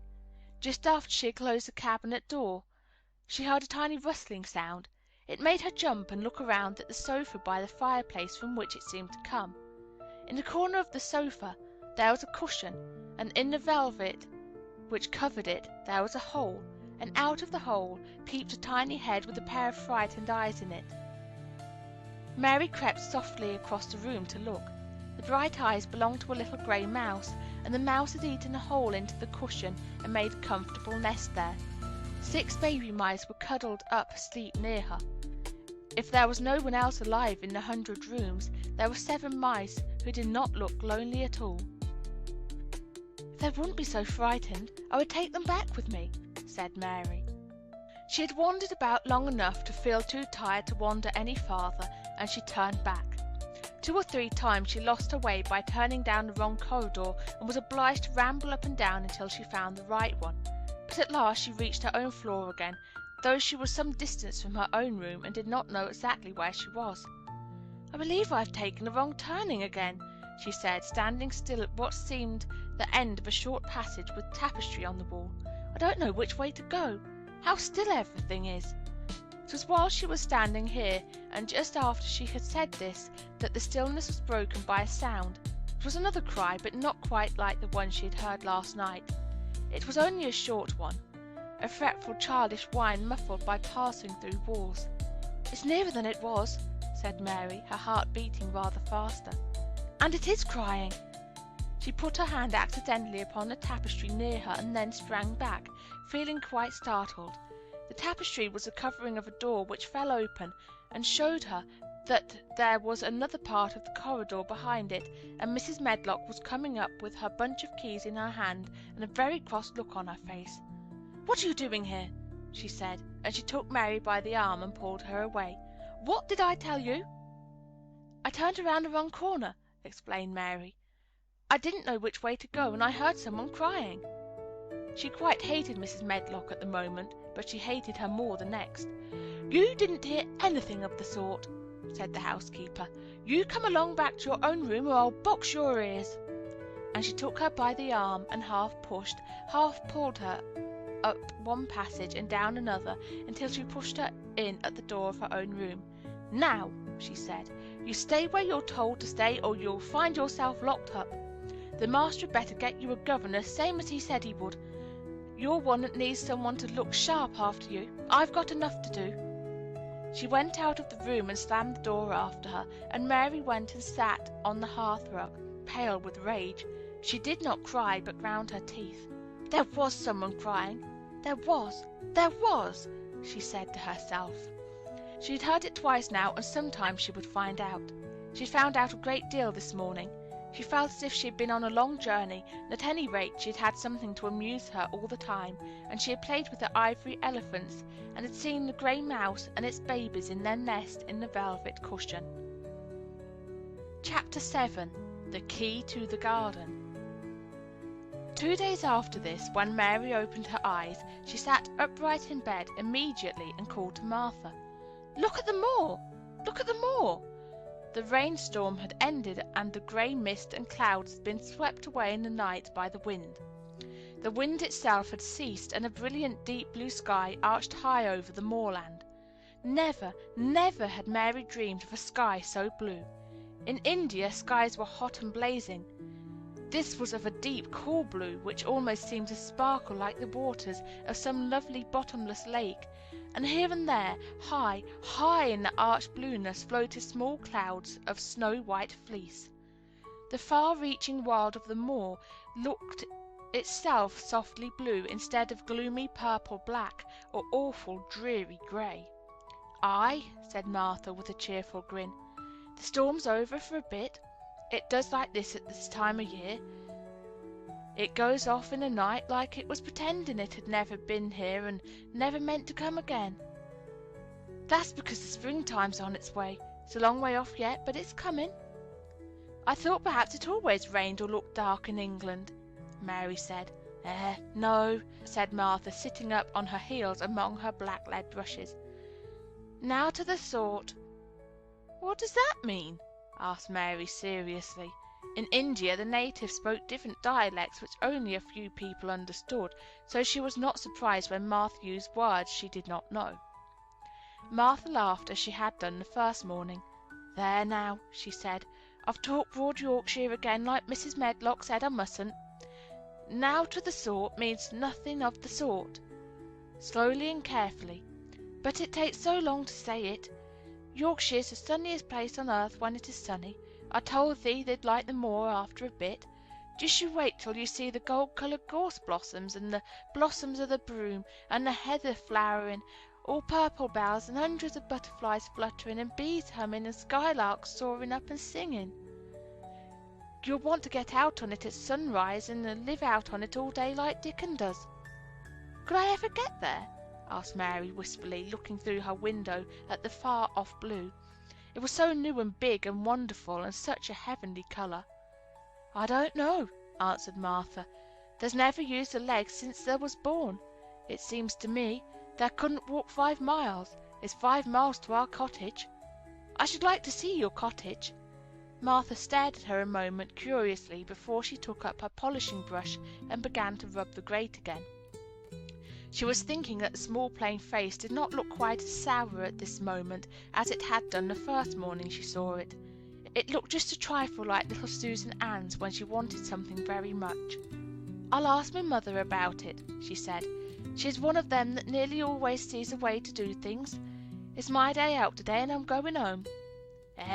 I'm glad. Mrs. Medlock thinks a lot of my mother. Perhaps she could talk to her." "I like your mother," said Mary. "I should think there did," agreed Martha, polishing away. "I've never seen her," said Mary. "No, there hasn't," replied Martha. She sat up on her heels again and rubbed the end of her nose with the back of her hand as if puzzled for a moment, but she ended quite positively. "Well, she's that sensible and hard-working and good-natured and clean that no one could help liking her whether they'd seen her or not. When I'm going home to her on my day out, I just jump for joy when I'm crossing the moor." "I like Dickon," said Mary, "and I've never seen him." "Well," said Martha stoutly, "I've told thee that the very birds like him, and the rabbits and wild sheep and ponies and the foxes themselves. I wonder," staring at her reflectively, "what Dickon would think of thee." "He wouldn't like me," said Mary in her stiff, cold little way. "No one does." Martha looked reflective again. "How does thou like thyself?" she inquired, really quite as if she were curious to know. Mary hesitated a moment and thought it over. "Not at all, really," she answered, "but I never thought of that before." Martha grinned a little as if at some homely recollection. "Mother said that to me once," she said. "She was at her wash tub, and I was in a bad temper and talking ill of folk, and she turns round on me and says, 'There young vixen, there stands, saying there doesn't like this one and there doesn't like that one. How does thou like thyself?' It made me laugh, and it brought me back to my senses in a minute." She went away in high spirits as soon as she had given Mary her breakfast. She was going to walk 5 miles across the moor to the cottage, and she was going to help her mother with the washing and do the week's baking and enjoy herself thoroughly. Mary felt lonelier than ever when she knew she was no longer in the house. She went out into the garden as quickly as possible, and the first thing she did was to run round and round the fountain flower garden 10 times. She counted the times carefully, and when she had finished she felt in better spirits. The sunshine made the whole place look different. The high, deep blue sky arched over Misselthwaite as well as over the moor, and she kept lifting her face and looking up into it, trying to imagine what it would be like to lie down on one of the little snow-white clouds and float about. She went into the first kitchen garden and found Ben Weatherstaff working there with 2 other gardeners. The change in the weather seemed to have done him good. He spoke to her of his own accord. "Springtime's coming," he said. "Cannot thou smell it?" Mary sniffed and thought she could. "I smell something nice and fresh and damp," she said. "That's the good rich earth," he answered, digging away. "It's in a good humour making ready to grow things. It's glad when planting time comes. It's dull in the winter when it's got naught to do. In the flower gardens out there things will be stirring down below in the dark. The sun's warming them. You'll see bits of spikes sticking out of that black earth after a bit." "What will they be?" asked Mary. "Crocuses and snowdrops and daffodillies. Hast thou never seen them?" "No, everything is hot and wet and green after the rains in India," said Mary, "and I think things grow up in a night." "These won't grow up in a night," said Weatherstaff. "They'll have to wait for 'em. They'll poke up a bit higher here, and push out a spike more there, and uncurl a leaf this day and another that. You watch 'em." "I'm going to," answered Mary. Very soon she heard the soft rustling flight of wings again, and she knew at once that the robin had come again. He was very pert and lively, and hopped about so close to her feet, and put this head on one side and looked at her so slyly that she asked Ben Weatherstaff a question. "Do you think he remembers me?" she said. "Remembers thee?" said Weatherstaff indignantly. "He knows every cabbage stump in the gardens, let alone the people. He's never seen a little wench here before, and he's bent on finding out all about thee.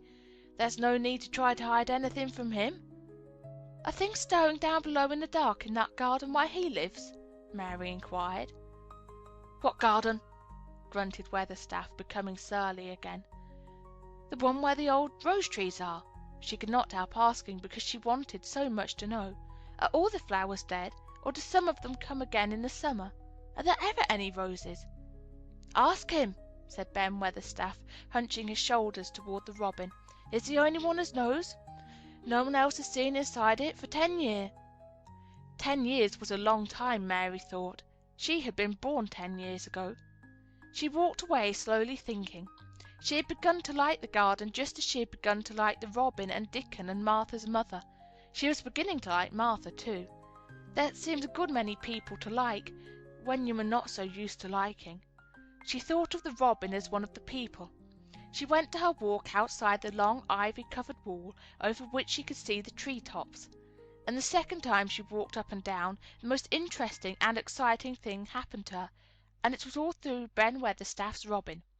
She heard a chirp and a twitter, and when she looked at the bare flower bed at her left side, there he was hopping about and pretending to peck things out of the earth to persuade her that he had not followed her. But she knew he had followed her, and the surprise so filled her with delight that she almost trembled a little. "You do remember me," she cried out. "You do. You are prettier than anything else in the world." She chirped and talked and coaxed, and he hopped and flirted his tail and twittered. It was as if he were talking. His red waistcoat was like satin, and he puffed his tiny breast out, and was so fine and so grand and so pretty that it wasn't really as if he was showing her how important and like a human person a robin could be. Mistress Mary forgot that she had ever been contrary in her life when he allowed her to draw closer and closer to him and bend down and talk and try to make something like robin sounds. Oh, to think that he should actually let her come as near to him as that! He knew nothing in the world would make her put out her hand toward him, or startle him in the least tiniest way. He knew it because he was a real person, only nicer than any other person in the world. She was so happy that she scarcely dared to breathe. The flower bed was not quite bare. It was bare of flowers because the perennial plants had been cut down for the winter rest. But there were tall shrubs and low ones which grew together at the back of the bed, and as the robin hopped about under them, she saw him hop over a small pile of freshly turned up earth. He stopped on it to look for a worm. The earth had been turned up because a dog had been trying to dig up a mole, and he had scratched quite a deep hole. Mary looked at it, not really knowing why the hole was there, and as she looked she saw something almost buried in the newly turned soil. It was something like a ring of rusty iron or brass, and when the robin flew up into a tree near by, she put out her hand and picked the ring up. It was more than a ring, however. It was an old key which looked as if it had been buried a long time. Mistress Mary stood up and looked at it with an almost frightened face as it hung from her finger. "Perhaps it has been buried for 10 years," she said in a whisper. "Perhaps it is the key to the garden." Chapter 8. The Robin Who Showed the Way. She looked at the key quite a long time. She turned it over and over and thought about it. As I have said before, she was not a child who had been trained to ask permission or consult her elders about things. All she thought about the key was that if it was the key to the closed garden, and she could find out where the door was, she could perhaps open it and see what was inside the walls, and what had happened to the old rose trees. It was because it had been shut up so long that she wanted to see it. It seemed as if it must be different from other places, and that something strange must have happened to it during 10 years. Besides that, if she liked it, she could go into it every day and shut the door behind her, and she could make up some play of her own and play it quite alone, because nobody would ever know where she was, but would think the door was still locked and the key buried in the earth. The thought of that pleased her very much. Living, as it were, all by herself in a house with 100 mysteriously closed rooms, and having nothing whatever to do to amuse herself, had set her inactive brain to working, and was actually awakening her imagination. There is no doubt that the fresh, strong, pure air from the moor had a great deal to do with it. Just as it had given her an appetite, and fighting with the wind had stirred her blood, so the same things had stirred her mind. In India she had always been too hot and languid and weak to care much about anything, but in this place she was beginning to care and to want to do new things. Already she felt less contrary, though she did not know why. She put the key in her pocket and walked up and down her walk. No one but herself ever seemed to come there, so she could walk slowly and look at the wall, or rather at the ivy growing on it. The ivy was a baffling thing. Howsoever carefully she looked, she could see nothing but thickly growing, glossy, dark green leaves. She was very much disappointed. Something of her contrariness came back to her as she paced the walk and looked over at the tree-tops inside.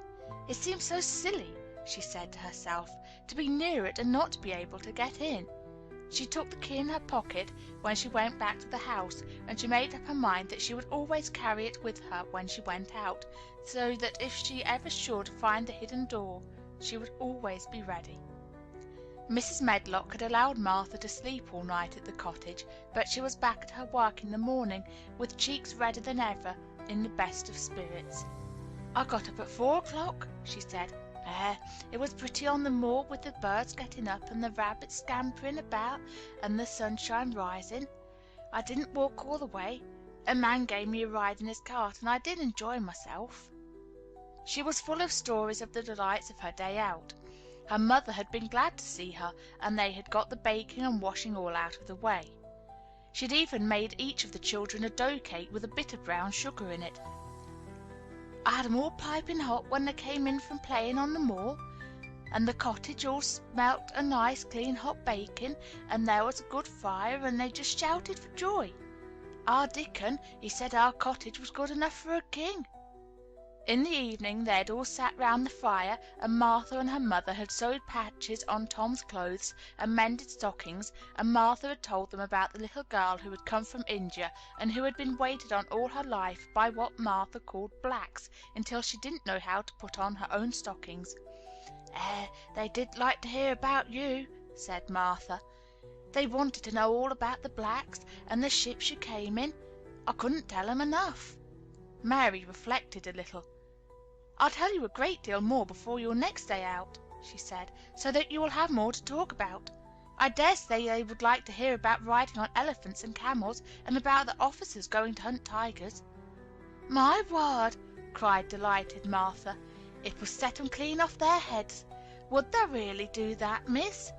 It would be same as a wild beast show like we heard they had in York once."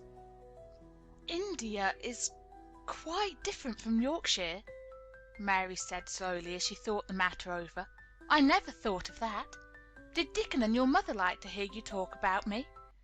"Why, our Dickon's eyes nearly started out of his head, they got that round," answered Martha. "But mother, she was put out about your seeming to be all by yourself like.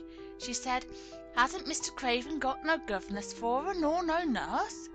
And I said, 'No, he hasn't, though Mrs. Medlock says he will when he thinks of it, but she says he mayn't think of it for 2 or 3 years. "I don't want a governess," said Mary sharply. "But mother says you ought to be learning your book by this time, and you ought to have a woman to look after you, and she says, 'Now, Martha, you just think how you'd feel yourself in a big place like that, wandering about all alone and no mother. You do your best to cheer her up,' she says. And I said I would." Mary gave her a long, steady look. "You do cheer me up," she said. "I like to hear you talk." Presently Martha went out of the room and came back with something held in her hands under her apron. "What does thee think?" she said with a cheerful grin. "I brought thee a present." "A present!" exclaimed Mistress Mary. "How could a cottage full of 14 hungry people give any one a present?" "A man was driving across the moor peddling," Martha explained, "and he stopped his cart at our door. He had pots and pans and odds and ends, but mother had no money to buy anything. Just as he was going away, our Lisbeth Ellen called out, 'Mother, he's got skipping ropes with red and blue handles.' And mother, she calls out quite sudden, 'Here, stop now, mister. How much are they?' And he says 'Tuppence.' And mother, she began fumbling in her pocket, and she says to me, 'Martha, thou'st brought me thy wages like a good lass, and I've got 4 places to put every penny, so I'm just going to take 2pence out of it to buy that child a skipping rope.' And she bought one, and here it is." She brought it out from under her apron and exhibited it quite proudly. It was a strong, slender rope with a striped red and blue handle at each end, but Mary Lennox had never seen a skipping rope before. She gazed at it with a mystified expression. "What is it for?" she asked curiously. "For?" cried out Martha. "Does that mean that they've not got skipping ropes in India, for they've got elephants and tigers and camels? No wonder most of them's black. This is what it's for. Just watch me.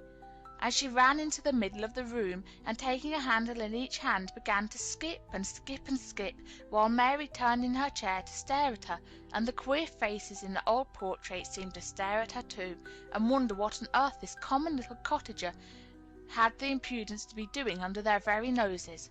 But Martha did not even see them. The interest and curiosity in Mistress Mary's face delighted her, and she went on skipping, and counted as she skipped until she had reached 100. "I could skip longer than that," she said when she stopped. "I've skipped as much as 500 when I was 12, but I wasn't as fat then as I am now when I was in practice." Mary got up from her chair, beginning to feel excited herself. "It looks nice," she said. "Your mother is a kind woman. Do you think I could ever skip like that?" "You just try it," urged Martha, handing her the skipping rope. "You can't skip 100 at first, but if you practice you'll mount up. That's what Mother said. She says nothing will do her more good than a skipping rope. It's the sensiblest toy a child can have. Let her play out in the fresh air, skipping, and it'll stretch her legs and arms and give her some strength in 'em." It was plain that there was not a great deal of strength in Mistress Mary's arms and legs when she first began to skip. She was not very clever at it, but she liked it so much that she did not want to stop. "Put on the things and run and skip out of doors," said Martha. "Mother said I must tell you to keep out of doors as much as you could, even when it rains a bit, so as the wraps up warm." Mary put on her coat and hat and took her skipping rope over her arm. She opened the door to go out, and then suddenly thought of something and turned back rather slowly. "Martha," she said, "they were your wages. It was your 2 pence, really. Thank you." She said it stiffly because she was not used to thanking people or noticing that they did things for her. "Thank you," she said, and held out her hand because she did not know what else to do. Martha gave her hand a clumsy little shake, as if she was not accustomed to this sort of thing either. Then she laughed. Thou'rt a queer, old womanish thing," she said. "If that had been our Elizabeth Ellen, they'd have given me a kiss." Mary looked stiffer than ever. "Do you want me to kiss you?" Martha laughed again. "Nay, not me," she answered. "If thou was different, perhaps thou'd want to thyself, but thou isn't. Run off and play with thy rope." Mistress Mary felt a little awkward as she went out of the room. Yorkshire people seemed strange, and Martha was always rather a puzzle to her. At first she had disliked her very much, but now she did not. The skipping rope was a wonderful thing. She counted and skipped and skipped and counted until her cheeks were quite red, and she was more interested than she had ever been since she was born. The sun was shining, and a little wind was blowing. Not a rough wind, but one which came in delightful little gusts and brought a fresh scent of newly turned earth with it. She skipped round the fountain garden, and up one walk and down another. She skipped at last into the kitchen garden, and saw Ben Weatherstaff digging and talking to his robin, which was hopping about him. She skipped down the walk toward him, and he lifted his head and looked at her with a curious expression. She had wondered if he would notice her. She wanted him to see her skip. "Well," he exclaimed, "'pon my word, perhaps thou'rt a young un after all. Perhaps thou'st got child's blood in thy veins instead of sour buttermilk. Thou skipped red in thy cheeks, as sure as my name's Ben Weatherstaff. I wouldn't have believed thou could do it." "I never skipped before," Mary said. "I'm just beginning. I can only go up to 20. "Thou keep on," said Ben. "Thou shapes well enough at it for a young un that's lived with heathen. Just see how he's watching thee," jerking his head toward the robin. "He followed after thee yesterday. He'll be at it again today. He'll be bound to find out what the skipping rope is. He's never seen one. Shaking his head at the bird, "that's curiosity will be the death of thee sometime if thou doesn't look sharp." Mary skipped round all the gardens and round the orchard, resting every few minutes. At length she went to her own special walk, and made up her mind to try if she could skip the whole length of it. It was a good long skip, and she began slowly, but before she had gone halfway down the path she was so hot and breathless that she was obliged to stop. She did not mind much, because she had already counted up to 30. She stopped with a little laugh of pleasure, and there, lo and behold, was the robin swaying on a long branch of ivy. He'd followed her, and he greeted her with a chirp. As Mary had skipped toward him, she felt something heavy in her pocket strike against her at each jump, and when she saw the robin she laughed again. "You showed me where the key was yesterday," she said. "You ought to show me the door today, but I don't believe you know." The robin flew from his swinging spray of ivy onto the top of the wall, and he opened his beak and sang a loud, lovely trill merely to show off. Nothing in the world is quite as adorably lovely as a robin when he shows off, and they are nearly always doing it. Mary Lennox had heard a great deal about magic in her Ayah stories, and she always said that what happened almost at that moment was magic. One of the nice little gusts of wind rushed down the walk, and it was a stronger one than the rest. It was strong enough to wave the branches of the trees, and it was more than strong enough to sway the trailing sprays of untrimmed ivy hanging from the wall. Mary had stepped close to the robin, and suddenly the gusts of wind swung aside some loose ivy trails, and more suddenly still she jumped toward it and caught it in her hand. This she did because she had seen something under it, a round doorknob which had been covered by the leaves hanging over it. It was the knob of a door. She put her hands under the leaves and began to pull and push them aside. Thick as the ivy hung, it nearly all was a loose and swinging curtain, though some had crept over wood and iron. Mary's heart began to thump, and her hands began to shake a little in her delight and excitement. The robin kept singing and twittering away and tilting his head on one side as if he were as excited as she was. What was this under her hands, which was square and made of iron, and which her fingers found a hole in? It was the lock of the door, which had been closed 10 years, and she put her hand in her pocket, drew out the key, and found it fitted the keyhole. She put the key in and turned it. It took her 2 hands to do it, but it did turn. And then she took a long breath, and looked behind her up the long walk to see if anyone was coming. No one was coming. No one ever did come, it seemed, and she took another long breath, because she could not help it, and she held back the swinging curtain of ivy and pushed back the door, which opened slowly, slowly. Then she slipped through it and shut it behind her, and stood with her back against it, looking about her and breathing quite fast with excitement and wonder and delight. She was standing inside the secret garden. Chapter 9. The Strangest House Anyone Ever Lived In. It was the sweetest, most mysterious-looking place anyone could imagine. The high walls which shut it in were covered with the leafless stems of climbing roses, which were so thick that they were matted together. Mary Lennox knew they were roses because she had seen a great many roses in India.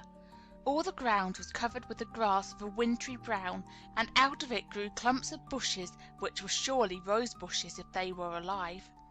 There were numbers of standard roses which had so spread their branches that they were like little trees.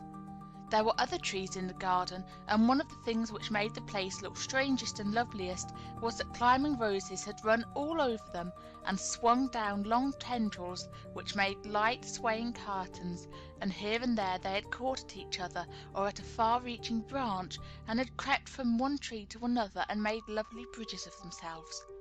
There were neither leaves nor roses on them now, and Mary did not know whether they were dead or alive, but their thin grey or brown branches and sprays looked like a sort of hazy mantle spreading over everything, walls and trees and even brown grass, where they had fallen from their fastenings and run along the ground. It was this hazy tangle from tree to tree which made it all look so mysterious. Mary had thought it must be different from other gardens which had not been left all by themselves so long, and indeed it was different from any other place she had ever seen in her life. "How still it is!" she whispered. "How still!" Then she waited a moment and listened at the stillness. The robin who had flown to his tree-top was still as all the rest. He did not even flutter his wings. He sat without stirring and looked at Mary. "No wonder it is still," she whispered again. "I am the first person who has spoken here for 10 years. She moved away from the door, stepping as softly as if she were afraid of awakening someone. She was glad that there was grass under her feet and that her steps made no sounds. She walked under one of the fairy-like grey arches between the trees and looked up at the sprays and tendrils which formed them. "I wonder if they are all quite dead," she said. "Is it all a quite dead garden?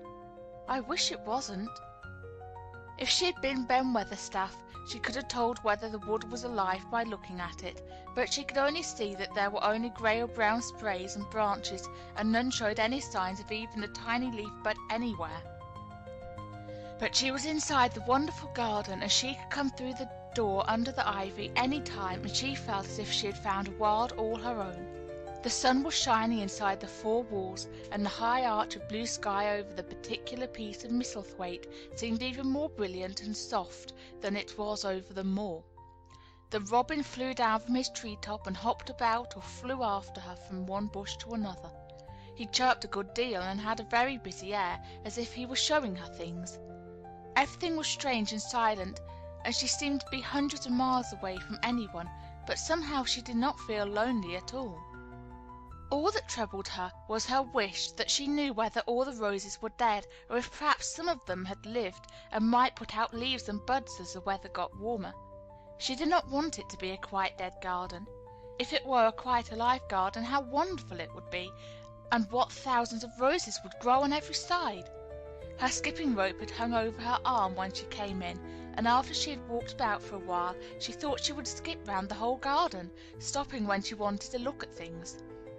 There seemed to have been grass paths here and there, and in one or two corners there were alcoves of evergreen, with stone seats or tall moss-covered flower urns in them. As she came near the second of these alcoves, she stopped skipping. There had once been a flower bed in it, and she thought she saw something sticking out of the black earth, some sharp little pale green points. She remembered what Ben Weatherstaff had said, and she knelt down to look at them. "Yes, they are tiny growing things, and they might be crocuses or snowdrops or daffodils," she whispered. She bent very close to them and sniffed the fresh scent of the damp earth. She liked it very much. "Perhaps there are some other ones coming up in other places," she said. "I will go all over the garden and look." She did not skip, but walked. She went slowly and kept her eyes on the ground. She looked in the old border beds and among the grass, and after she had gone round, trying to miss nothing, she had found ever so many more sharp, pale green points, and she had become quite excited again. "It isn't a quite dead garden," she cried out softly to herself. "Even if the roses are dead, there are other things alive." She did not know anything about gardening, but the grass seemed so thick in some places where the green points were pushing their way through that she thought they did not seem to have room enough to grow. She searched about until she found a rather sharp piece of wood, and knelt down and dug and weeded out the weeds and grass until she made nice little clear patches around them. "Now they look as if they could breathe," she said after she had finished with the first ones. "I'm going to do ever so many more. I'll do all I can see. If I haven't time today, I can come tomorrow." She went from place to place, and dug and weeded, and enjoyed herself so immensely that she was led on from bed to bed and into the grass under the trees. The exercise made her so warm that she first threw her coat off, and then her hat, and without knowing it she was smiling down onto the grass and the pale green points all the time. The robin was tremendously busy. He was very much pleased to see gardening begun on his own estate. He had often wondered at Ben Weatherstaff. Where gardening is done, all sorts of delightful things to eat are turned up with the soil. Now here was this new kind of creature, who was not half Ben's size, and yet had had the sense to come into his garden and begin at once. Mistress Mary worked in her garden until it was time to go to her midday dinner. In fact, she was rather late in remembering, and when she put on her coat and hat and picked up her skipping rope, she could not believe that she had worked 2 or 3 hours. She had been actually happy all the time, and dozens of the tiny pale green points were to be seen in cleared places, looking twice as cheerful as they had looked before when the grass and weeds had been smothering them. "I shall come back in the afternoon," she said, looking all round at her new kingdom, and speaking to the trees and the rose bushes as if they heard her. Then she ran lightly across the grass, pushed open the slow old door, and slipped through it under the ivy. She had such red cheeks and such bright eyes, and ate such a dinner, that Martha was delighted. 2 pieces of meat and 2 whelps of rice pudding, she said.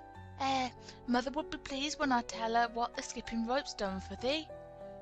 In the course of her digging with her pointed stick, Mistress Mary had found herself digging up a sort of white root rather like an onion.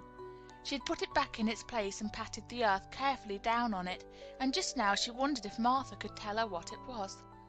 "Martha," she said, "what are those white roots that look like onions?" "They're bulbs," answered Martha. "Lots of spring flowers grow from 'em. The very little ones are snowdrops and crocuses, and the big ones are narcissuses and jonquils and daffodillies. The biggest of all is lilies and purple flags. They are nice. Dickon's got a whole lot of 'em planted in our bit of garden." "Does Dickon know all about them?" asked Mary, a new idea taking possession of her.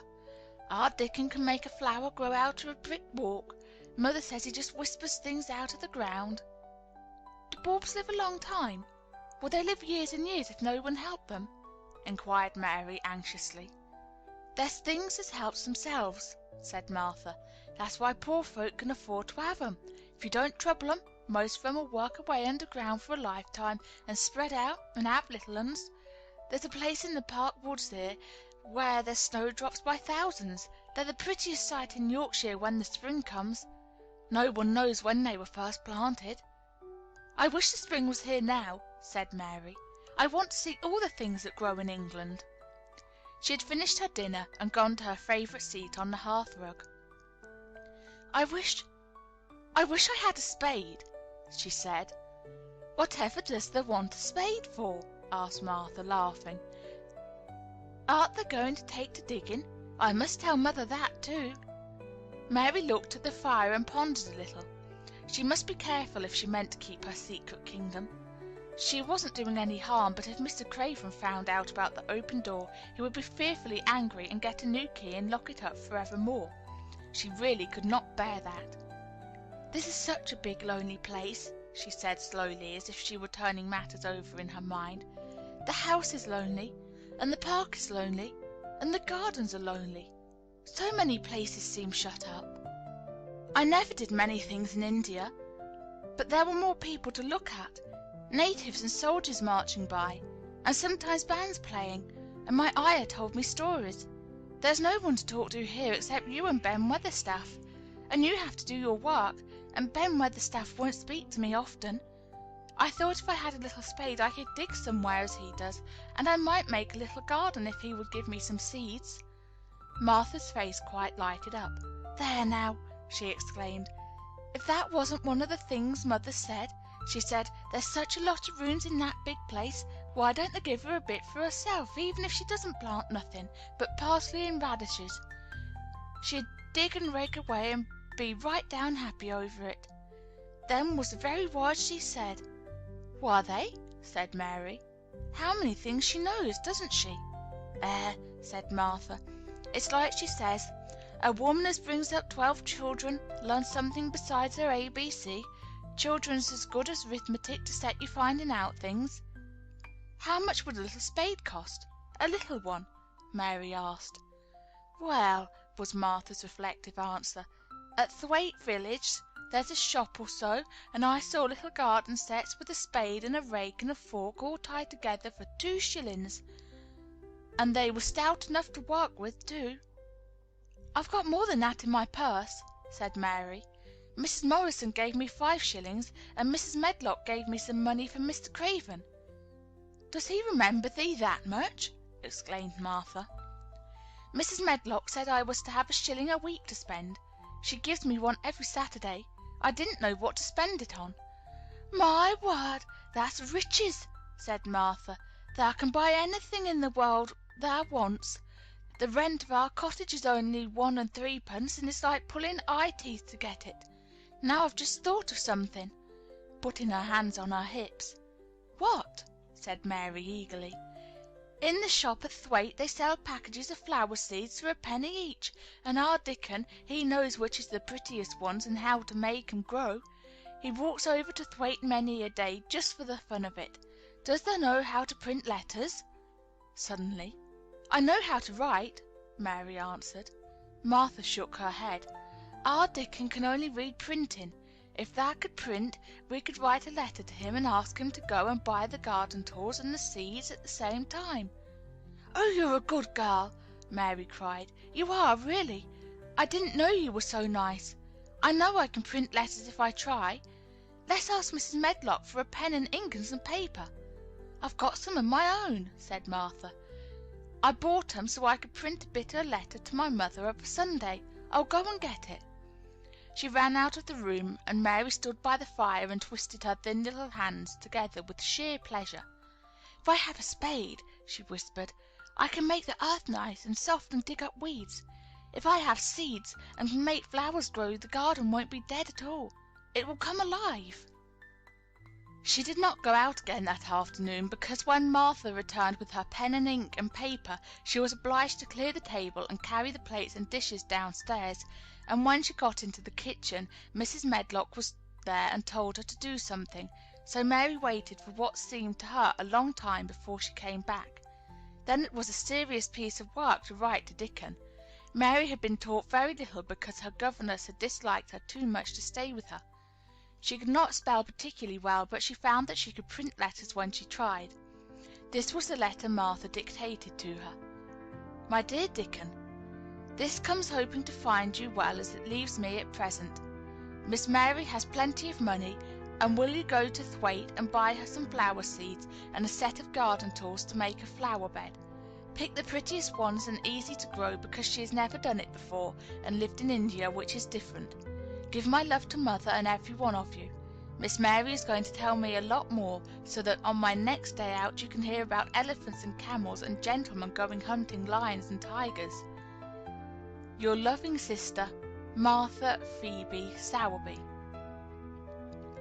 We'll put the money in the envelope, and I'll get the butcher boy to take it in his cart. It's a great friend of Dickon's, said Martha. How shall I get the things when Dickon buys them? He'll bring 'em to you himself. He'll like to walk over this way. Oh, exclaimed Mary, then I shall see him. I never thought I should see Dickon. Does thou want to see him? Asked Martha suddenly, for Mary had looked so pleased. Yes, I do. I never saw a boy foxes and crows loved. I want to see him very much. Martha gave a little start, as if she remembered something. Now to think, she broke out, to think of me forgetting that there, and I thought I was going to tell you first thing this morning. I asked Mother, and she said she'd ask Mrs. Medlock her own self. Do you mean, Mary began. What I said Tuesday. Ask her if she might be driven out to our cottage some day and have a bit of Mother's hot oat cake and butter and a glass of milk. It seemed as if all the interesting things were happening in one day. To think of going over the moor in daylight and when the sky was blue. To think of going into the cottage which had 12 children. Does she think Mrs. Medlock would let me go? She asked quite anxiously. Aye, she thinks she would. She knows what a tidy woman Mother is and how clean she keeps the cottage.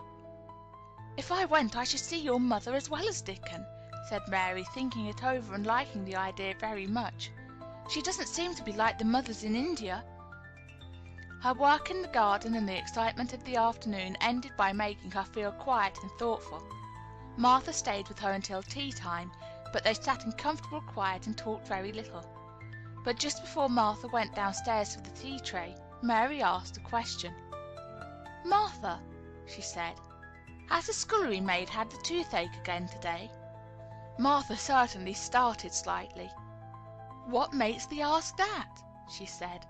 Because when I waited so long for you to come back, I opened the door and walked down the corridor to see if you were coming, and I heard that far-off crying again, just as we heard it the other night. There isn't a wind today, so you see it couldn't have been the wind. Said Martha restlessly. Thou mustn't go walking about the corridors and listening. Mr. Craven would be that there angry, there's no knowing what he'd do. I wasn't listening, said Mary. I was just waiting for you, and I heard it. That's 3 times. My word, there's Mrs. Medlock's bell, said Martha, and she almost ran out of the room. "It's the strangest house anyone ever lived in," said Mary drowsily, as she dropped her head on the cushioned seat of the armchair near her.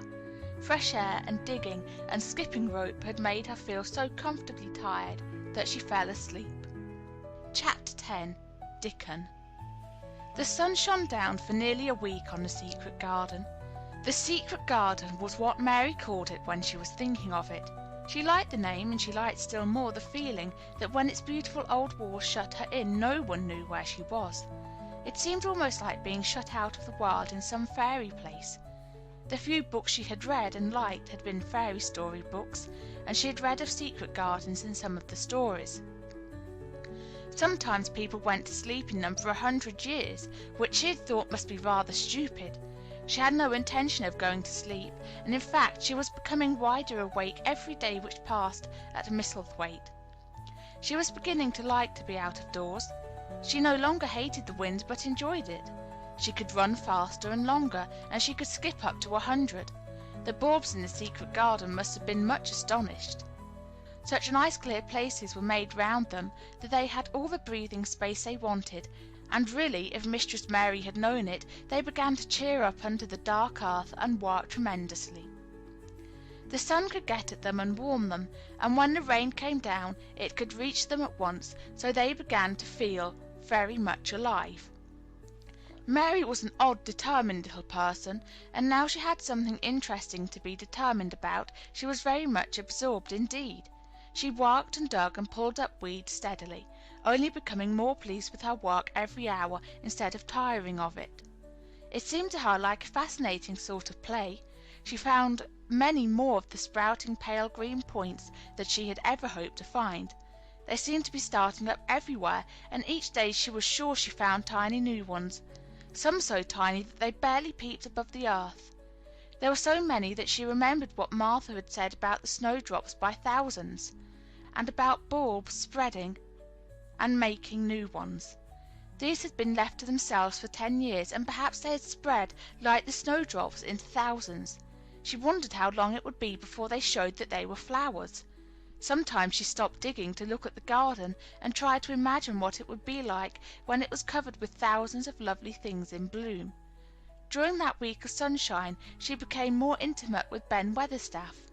She surprised him several times by seeming to start up beside him as if she sprang out of the earth. The truth was that she was afraid that he would pick up his tools and go away if he saw her coming, so she always walked toward him as silently as possible. But in fact he did not object to her as strongly as he had at first. Perhaps he was secretly rather flattered by her evident desire for his elderly company. Then, also, she was more civil than she had been. He did not know that when she first saw him she spoke to him as if she would have spoken to a native, and had not known that a cross, sturdy old Yorkshire man was not accustomed to salaam to his masters and be merely commanded by them to do things. "Thou'rt like the robin," he said to her one morning when he lifted his head and saw her standing by him. "I never knows when I shall see thee, or which side thou'll come from." "He's friends with me now," said Mary. "That's like him," snapped Ben Weatherstaff. "Making up the women folk just for vanity and flightiness. There's nothing he wouldn't do for the sake of showing off and flighting his tail feathers. He's as full of pride as an egg's full of meat." He very seldom talked much, and sometimes did not even answer Mary's questions except by a grunt, but this morning he said more than usual. He stood up and rested one hobnailed boot on the top of his spade while he looked her over. "How long has thou been here?" he jerked out. "I think it's about a month," she answered. "Thou's beginning to do Misselthwaite credit," he said. "Thou's a bit fatter than thou was. Then thou's not quite so yeller. Thou looked like a young plucked crow when thou first came into this garden. Thinks I to myself, I never set eyes on an uglier, sourer-faced young un." Mary was not vain, and she had never thought much of her looks. She was not greatly disturbed. "I know I'm fatter," she said. "My stockings are getting tighter. They used to make wrinkles. There's the robin, Ben Weatherstaff." There indeed was the robin, and she thought he looked nicer than ever. His red waistcoat was as glossy as satin, and he flirted his wings and tail, and tilted his head and hopped about with all sorts of lively graces. He seemed determined to make Ben Weatherstaff admire him. But Ben was sarcastic. "Aye, there thou art," he said. "Thou can put up with me for a bit sometimes when there's got no one's better. Thou's been reddening up thy waistcoat and polishing thy feathers this 2 weeks. I know what there's up to. There's courting some bold young madam somewhere, telling thy lies about being the finest cock robin on Missel Moor and ready to fight all the rest of 'em." "Oh, look at him!" exclaimed Mary. The robin was evidently in a fascinating, bold mood. He hopped closer and closer, and looked at Ben Weatherstaff more and more engagingly. He flew on to the nearest currant bush, and tilted his head and sang a little song right at him. "Thou think'st thou'lt get over me by doing that?" said Ben, wrinkling his face up in such a way that Mary felt sure he was trying not to look pleased. "Thou think'st no one can stand out against thee, that's what thou think'st." The robin spread his wings. Mary could scarcely believe her eyes. He flew right up to the handle of Ben Weatherstaff's spade and alighted on the top of it. Then the old man's face wrinkled itself slowly into a new expression. He stood as if he were afraid to breathe, as if he would not have stirred for the world, lest his robin should start away. He spoke in quite a whisper. "Well, I'm danged," he said, as softly as if he were saying something quite different. "Thou does know how to get at a chap, thou does. That's fair unearthly. Thou's so knowing." And he stood without stirring, almost without drawing his breath, until the robin gave another flirt to his wings and flew away.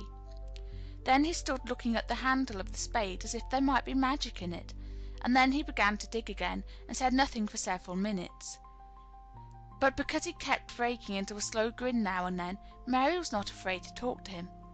"Have you a garden of your own?" she asked. "No, I'm bachelor and lodge with Martin at the gate." "If you had one," said Mary, "what would you plant?" "Cabbages and taters and onions." "But you wanted to make a flower garden," persisted Mary. "What would you plant?" "Bulbs and sweet-smelling things, but mostly roses." Mary's face lighted up. "Do you like roses?" she said.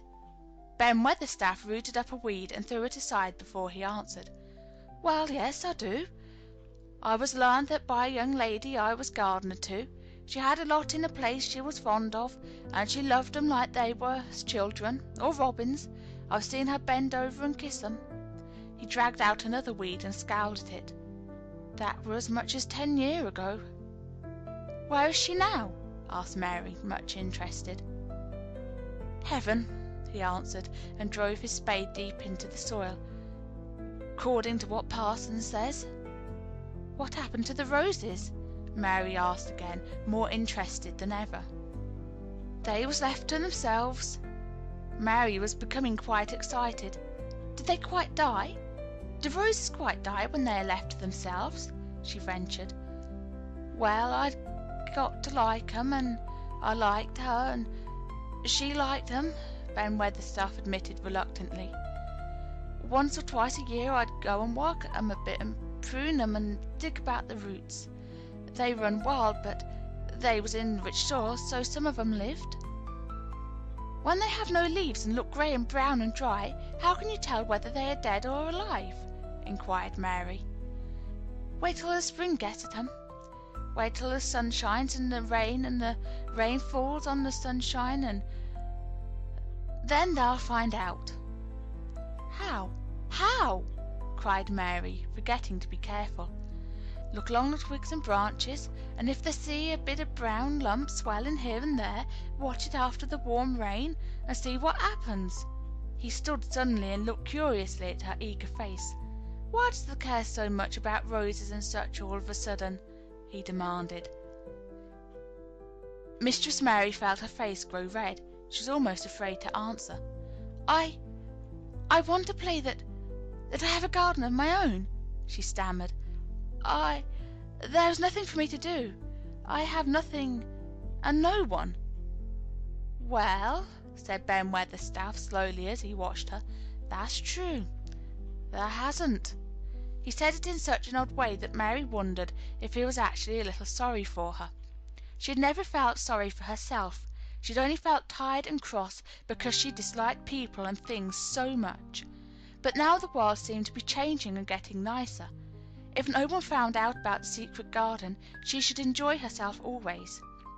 She stayed with him for 10 or 15 minutes longer and asked him as many questions as she dared. He answered every one of them in his queer, grunting way, and he did not seem really cross, and did not pick up his spade and leave her. He said something about roses just as she was going away, and it reminded her of the ones he had said he had been fond of. "Do you go and see those other roses now?" she asked. "Not been this year. My rheumatics has made me too stiff in the joints," he said in his grumbling voice, and then quite suddenly he seemed to get angry with her, though she did not see why he should. "Now look here," he said sharply, "don't there ask so many questions. Thou'rt the worst wrench for asking question I've ever come across. Get thee gone and play thee. I've done talking for today." And he said it so crossly that she knew that there was not the least use in staying another minute. She went skipping slowly down the outside walk, thinking him over and saying to herself that, queer as it was, here was another person whom she liked in spite of his crossness. She liked old Ben Weatherstaff. Yes, she did like him.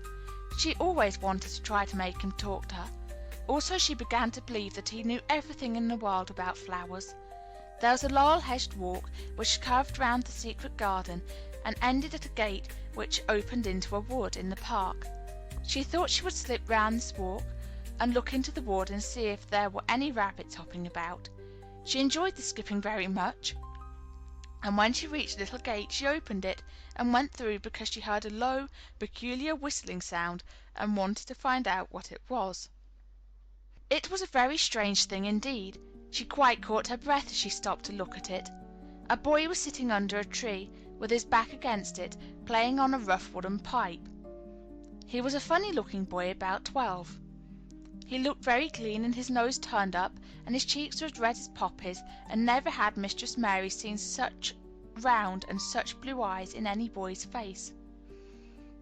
And on the trunk of the tree he leaned against, a brown squirrel was clinging and watching him, and from behind a bush near by a cock pheasant was delicately stretching his neck to peep out, and quite near him were 2 rabbits sitting up and sniffing with tremulous noses, and actually it appeared as if they were all drawing near to watch him and listen to the strange little low call his pipe seemed to make.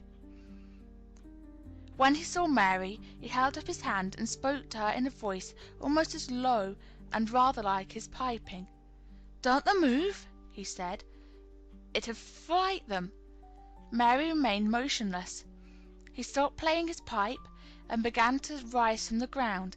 He moved so slowly that it scarcely seemed as though he were moving at all, but at last he stood on his feet, and then the squirrel scampered back up into the branches of his tree, the pheasant withdrew his head, and the rabbits dropped on all fours and began to hop away, though not at all as if they were frightened. "I'm Dickon," the boy said. "I know thou'rt Miss Mary." Then Mary realized that somehow she had known at first that he was Dickon. Who else could have been charming rabbits and pheasants as the natives charm snakes in India? He had a wide, red, curving mouth, and his smile spread all over his face. "I got up slow," he explained, "because if thou makes a quick move it startles them. A body has to move gentle and speak low when wild things is about." He did not speak to her as if they had never seen each other before, but as if he knew her quite well. Mary knew nothing about boys, and she spoke to him a little stiffly because she felt rather shy. "Did you get Martha's letter?" she asked. He nodded his curly, rust-colored head. "That's why I come." He stood to pick up something which had been lying on the ground beside him when he piped. "I've got the garden tools. There's a little spade and rake and a fork and hoe. They're good uns.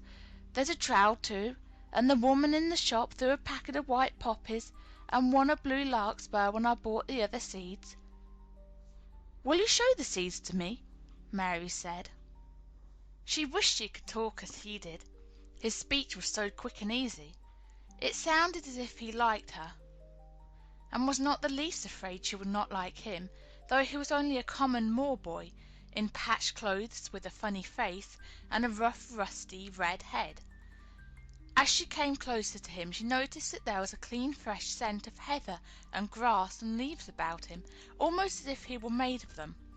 She liked it very much, and when she looked into his funny face with the red cheeks and round blue eyes, she forgot that she had felt shy. "Let us sit down on this log and look at them," she said. They sat down, and he took a clumsy little brown paper package out of his coat pocket. He untied the string, and inside there were ever so many neater and smaller packages with a picture of a flower on each one. "There's a lot of mignonettes and poppies," he said. "Mignonette's the sweetest smelling thing as grows, and it'll grow wherever you cast it, same as poppies will. Thems'll come up and bloom if you just whistle to 'em. Them's the nicest of all." He stopped and turned his head quickly, his poppy-cheeked face lighting up. "Why's that robin as is calling us?" he said. The chirp came from a thick holly bush, bright with scarlet berries, and Mary thought she knew whose it was. "Is it really calling us?" she asked. "Aye," said Dickon, as if it was the most natural thing in the world. "He's calling some of his friends with. That's same as saying, 'Here I am, look at me, I wants a bit of a chat.' There he is in the bush. Whose is he?" "He's Ben Weatherstaff's, but I think he knows me a little," answered Mary. "Aye, he knows thee," said Dickon in his low voice again, "and he likes thee. He's took thee on. He'll tell me all about thee in a minute." He moved quite close to the bush with the slow movement Mary had noticed before, and then he made a sound almost like the robin's own twitter. The robin listened a few seconds intently, and then answered quite as if he were replying to a question. "Aye, he's a friend of yours," chuckled Dickon. "Do you think he is?" cried Mary eagerly. She did so want to know. "Do you think he really likes me?" "He wouldn't come near thee if he didn't," answered Dickon.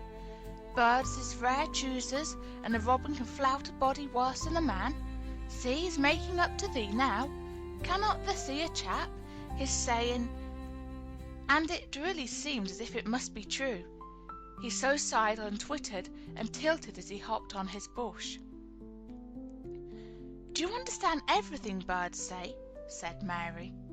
Dickon's grin spread until he seemed all wide, red, curving mouth, and rubbed his rough head. "I think I do, and they think I do," he said. "I've lived on the moor with them so long. I've watched 'em break shell and come out and fledge and learn to fly and begin to sing, till I think I'm one of 'em. Sometimes I think perhaps I'm a bird or a fox or a rabbit or a squirrel or even a beetle, and I don't know it." He laughed and came back to the log and began to talk about the flower seeds again. He told her what they looked like and when they were flowers. He told her how to plant them and watch them and feed and water them. "See here," he said suddenly, turning round to look at her. "I'll plant them for thee myself. Where's the garden?" Mary's thin hands clutched each other as they lay in her lap. She did not know what to say, so for a whole minute she said nothing. She had never thought of this. She felt miserable, and she felt as if she went red and then pale. "There's got a bit of garden, hasn't there?" Dickon said. It was true that she had turned red and then pale. Dickon saw her do it, and as she still said nothing, he began to be puzzled. "Wouldn't they give thee a bit?" he asked. "Hasn't there got any yet?" She held her hands tighter and turned her eyes toward him.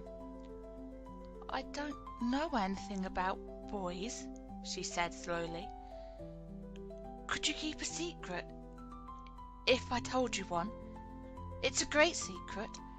I don't know what I should do if anyone found it out. I believe I should die." She said the last sentence quite fiercely.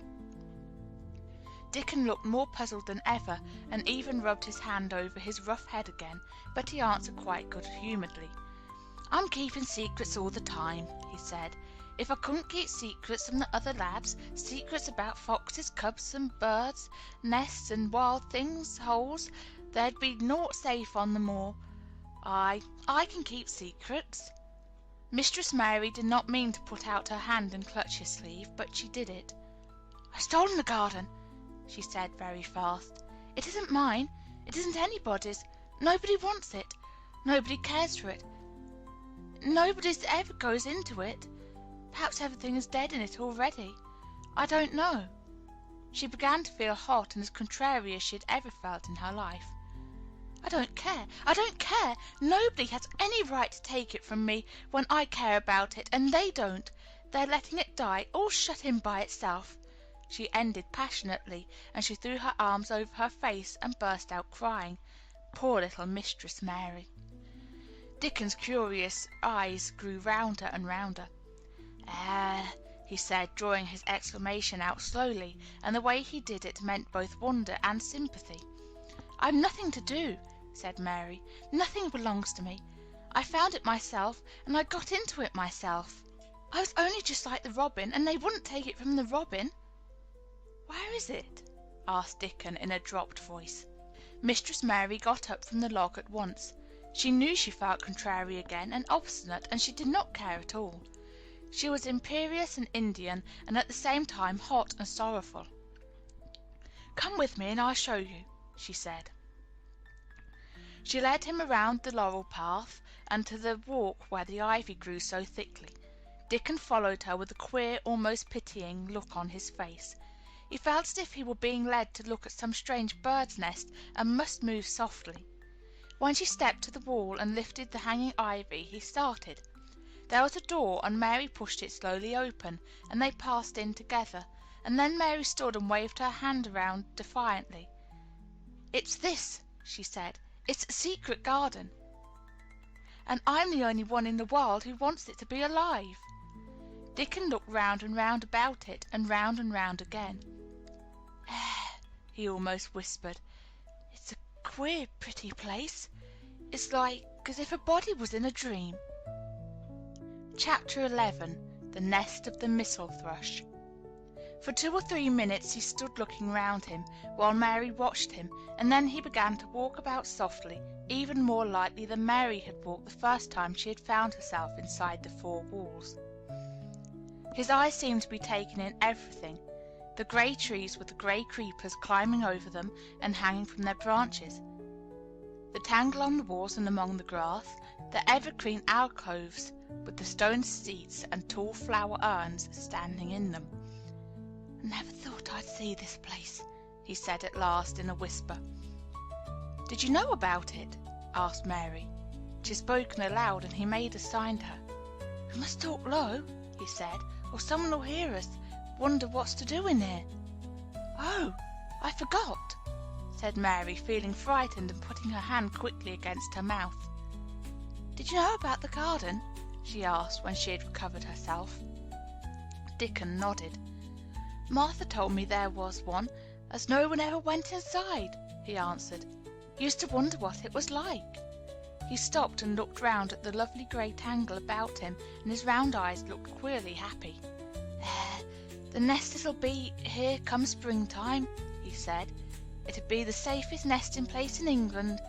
No one never coming near, and tangles of trees and roses to build in. I wonder all the birds on the moor don't build here." Mistress Mary put her hand on his arm again without knowing it. "Will there be roses?" she whispered. "Can you tell? I thought perhaps they were all dead." No, not them, not all of them," he answered. "Look here." He stepped over to the nearest tree, an old, old one with grey lichen all over its bark, but upholding a curtain of tangled sprays and branches. He took out a thick knife from his pocket and opened one of its blades. "There's a lot of dead wood as ought to be cut out," he said, "and there's a lot of old wood, but it made some new last year. This here's a new bit," and he touched a shoot which looked brownish green instead of hard, dry grey. Mary touched it herself in an eager, reverent way. "That one," she said. "Is that one quite alive, quite?" Dickon curved his wide, smiling mouth. "It's as wick as you or me," he added, and Mary remembered that Martha had told her that wick meant alive or lively. "I'm glad it's wick," she cried out in her whisper. "I want them all to be wick. Let us go round the garden and count how many wick ones there are." She quite panted with eagerness, and Dickon was as eager as she was. They went from tree to tree and from bush to bush. Dickon carried his knife in his hand and showed her things which she thought wonderful. "They've run wild," he said, "but the strongest ones have fair thrived on it. The delicatest ones have died out, but the others have growed and spread till there's a wonder. See here," and he pulled down a thick, grey, dry-looking branch. "A body might think this was dead wood, but I don't believe it is, down to the root. I'll cut it low down and see." He knelt and with his knife cut the lifeless-looking branch through, not far above the earth. "There," he said exultantly, "I told thee so. There's green in that wood yet. Look at it." Mary was down on her knees before he spoke, gazing with all her might. "When it looks a bit greenish and juicy like that, it's wick," he explained. "When the inside is dry and breaks easy, like this piece I've cut off, it's done for. There's a big root here as all this live wood sprung out of, and if the old wood's cut off and it's dug round and took care of, there'll be—" He stopped and lifted his face to look up at the climbing and hanging sprays above him. "There'll be a fountain of roses here this summer." They went from bush to bush and from tree to tree. He was very strong and clever with his knife, and knew how to cut the dry and dead wood away, and could tell when an unpromising bough or twig had still green life in it. In the course of half an hour Mary thought she could tell too, and when he cut through a lifeless-looking branch, she would cry out joyfully under her breath when she caught sight of the least shade of moist green. The spade and hoe and fork were very useful. He showed her how to use the fork while he dug about roots with the spade and stirred the earth and let the air in. They were working industriously round one of the biggest standard roses when he caught sight of something which made him utter an exclamation of surprise. "Why," he cried, pointing to the grass a few feet away, "who did that there?" It was one of Mary's own little clearings round the pale green points. "I did it," said Mary. "Why, I thought they didn't know nothing about gardening," he exclaimed. "I don't," she answered, "but they were so little and the grass was so thick and strong, and they looked as if they had no room to breathe, so I made a place for them. I don't even know what they are." Dickon went and knelt down by them, smiling his wide smile. "Thou was right," he said. "A gardener couldn't have told thee better. They'll grow now like Jack's beanstalk. They're crocuses and snowdrops, and these here is narcissuses," turning to another patch, "and here's daffodillies. They will be a sight." He ran from one clearing to another. "Thou's done a good lot of work for such a little wench," he said, looking her over. "I'm growing fatter," said Mary, "and I'm growing stronger. I used always to be tired. When I dig, I'm not tired at all. I like to smell the earth when it's turned up." "It's rare good for thee," he said, nodding his head wisely. "There's naught as nice as the smell of good clean earth, except the smell of fresh growing things when the rain falls on them. I get out on the moor many a day when it's raining, and I lie under a bush and listen to the soft swish of drops on the heather, and I just sniff and sniff. My nose end fair quivers like a rabbit's, mother says." "Do you never catch a cold?" inquired Mary, gazing at him wonderingly. She'd never seen such a funny boy, or such a nice one. "Not me," he said, grinning. "I never ketched cold since I was born. I wasn't brought up nesh enough. I've chased about the moor in all weathers, same as the rabbits does. Mother says I've sniffed up too much fair air for 12 year to ever get to sniffing with cold. I'm as tough as a white thorn knobstick."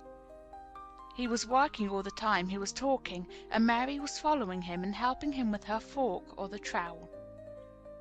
"There's a lot of work to do here," he said once, looking about quite exultantly. "Will you come again and help me to do it?" Mary begged. "I'm sure I can help too. I can dig and pull up weeds and do whatever you tell me. Oh, do come, Dickon." "I'll come every day if they wants me, rain or shine," he answered stoutly. "It's the best fun I ever had in my life, shut in here and wakening up a garden." "If you will come," said Mary, "if you will help me to make it alive, I don't know what I'll do," she ended helplessly. What could you do for a boy like that? "I'll tell thee what they'll do," said Dickon with his happy grin. "They'll get fat, and they'll get as hungry as a young fox, and they'll learn how to talk to the robins same as I do. We'll have a lot of fun." He began to walk about, looking up in the trees and at the walls and bushes with a thoughtful expression. "I wouldn't want to make it look like a gardener's garden, all clipped and spick and span, would you?" he said. It's nicer like this, with things running wild and swinging and catching hold of each other." "Don't let us make it tidy," said Mary anxiously. "It wouldn't seem like a secret garden if it was tidy." Dickon stood rubbing his rusty head with a rather puzzled look. "It's a secret garden, sure enough," he said, "but seems like some one besides the robin must have been in it since it was shut up 10 years ago." "But the door was locked and the key was buried," said Mary. "No one could get in." "That's true," he answered. "It's a queer place. Seems to me as if there'd been a bit of pruning done here and there later than 10 years ago." "But how could it have been done?" said Mary. He was examining a branch of a standard rose, and he shook his head. "Aye, how could it?" he murmured, "with the door locked and the key buried?" Mistress Mary always felt that however many years she lived, she could never forget that first morning when her garden began to grow. Of course it did seem to begin to grow for her that morning. When Dickon began to clear places to plant seeds, she remembered what Basil had sung at her when he wanted to tease her. "Are there any flowers that look like bells?" she inquired. "Lilies of the Raleigh does," he answered, digging away with the trowel, "and there's Canterbury bells and campanulas." "Let's plant some," said Mary. "There's lilies of the valley here already. I saw 'em. They'll have growed too close and we'll have to separate them, but there's plenty. The other ones take 2 years to bloom from seed, but I can bring you some bits of plants from our cottage garden. Why does thee want 'em?" Then Mary told him about Basil and his brothers and sisters in India, and of how she had hated them, and of their calling her Mistress Mary quite contrary. "They used to dance round and sing at me. They sang, 'Mistress Mary quite contrary, how does your garden grow? With silver bells and cockle shells and marigolds all in a row.' I just remembered it, and it made me wonder if there were really flowers like silver bells." She frowned a little and gave her trowel a rather spiteful dig into the earth. "I wasn't as contrary as they were." But Dickon laughed. He said, and as he crumbled the rich black soil, he saw he was sniffing up the scent of it. "There doesn't seem to be no need for one to be contrary when there's flowers and such like, and such lots of friendly wild things running about making homes for themselves, or building nests and singing and whistling, does there?" Mary, kneeling by him, holding the seeds, looked at him and stopped frowning. "Dickon," she said, "you're as nice as Martha said you were. I like you, and you make the 5th person. I never thought I should like 5 people." Dickon sat on his heels, as Martha did when she was polishing the grate. He did look funny and delightful, Mary thought, with his round blue eyes and red cheeks and happy-looking turned-up nose. "Only 5 folks thou likes?" he said. "Who is the other 4? "Your mother and Martha," Mary checked them off on her fingers, "and the robin and Ben Weatherstaff." Dickon laughed so that he was obliged to stifle the sound by putting his arm over his mouth. "I know thou thinks I'm a queer lad," he said, "but I thinks thou'rt the queerest little lass I ever saw." Then Mary did a strange thing. She leaned forward and asked him a question she'd never dreamed of asking any one before. And she tried to ask it in Yorkshire, because that was his language, and in India a native was always pleased if he knew his speech. "Does thou like me?" she asked. He answered heartily, "that I does. I likes thee wonderful, and so does the robin, I do believe." "That's 2 then," said Mary. "That's 2 for me." And then they began to work harder than ever and more joyfully. Mary was startled and sorry when she heard the big clock in the courtyard strike the hour of her midday dinner. "I shall have to go," she said mournfully, "and you will have to go too, won't you?" Dickon grinned. "My dinner's easy to carry about with me," he said. "Mother always lets me put a bit of something in my pocket." He picked up his coat from the grass and brought out of a pocket a lumpy little bundle tied up in a quite clean coarse blue and white handkerchief. It held 2 thick pieces of bread with a slice of something laid between them. "It's often as naught but bread," he said, "but I've got a fine slice of fat bacon with it today." Mary thought it looked a queer dinner, but he seemed ready to enjoy it. "Run on and get thy victuals," he said. "I'll be done with mine first. I'll get some more work done before I start back home." He sat down with his back against a tree. "I'll call the robin up," he said, "and give 'em the rind of bacon to peck at. They likes a bit of fat wonderful." Mary could scarcely bear to leave him. Suddenly it seemed as if he might be a sort of wood fairy who might be gone when she came into the garden again. He seemed too good to be true. She went slowly halfway to the door in the wall, and then she stopped and went back. "Whatever happens, you would never tell?" she asked. His poppy-coloured cheeks were distended with his first big bite of bread and bacon, but he managed to smile encouragingly.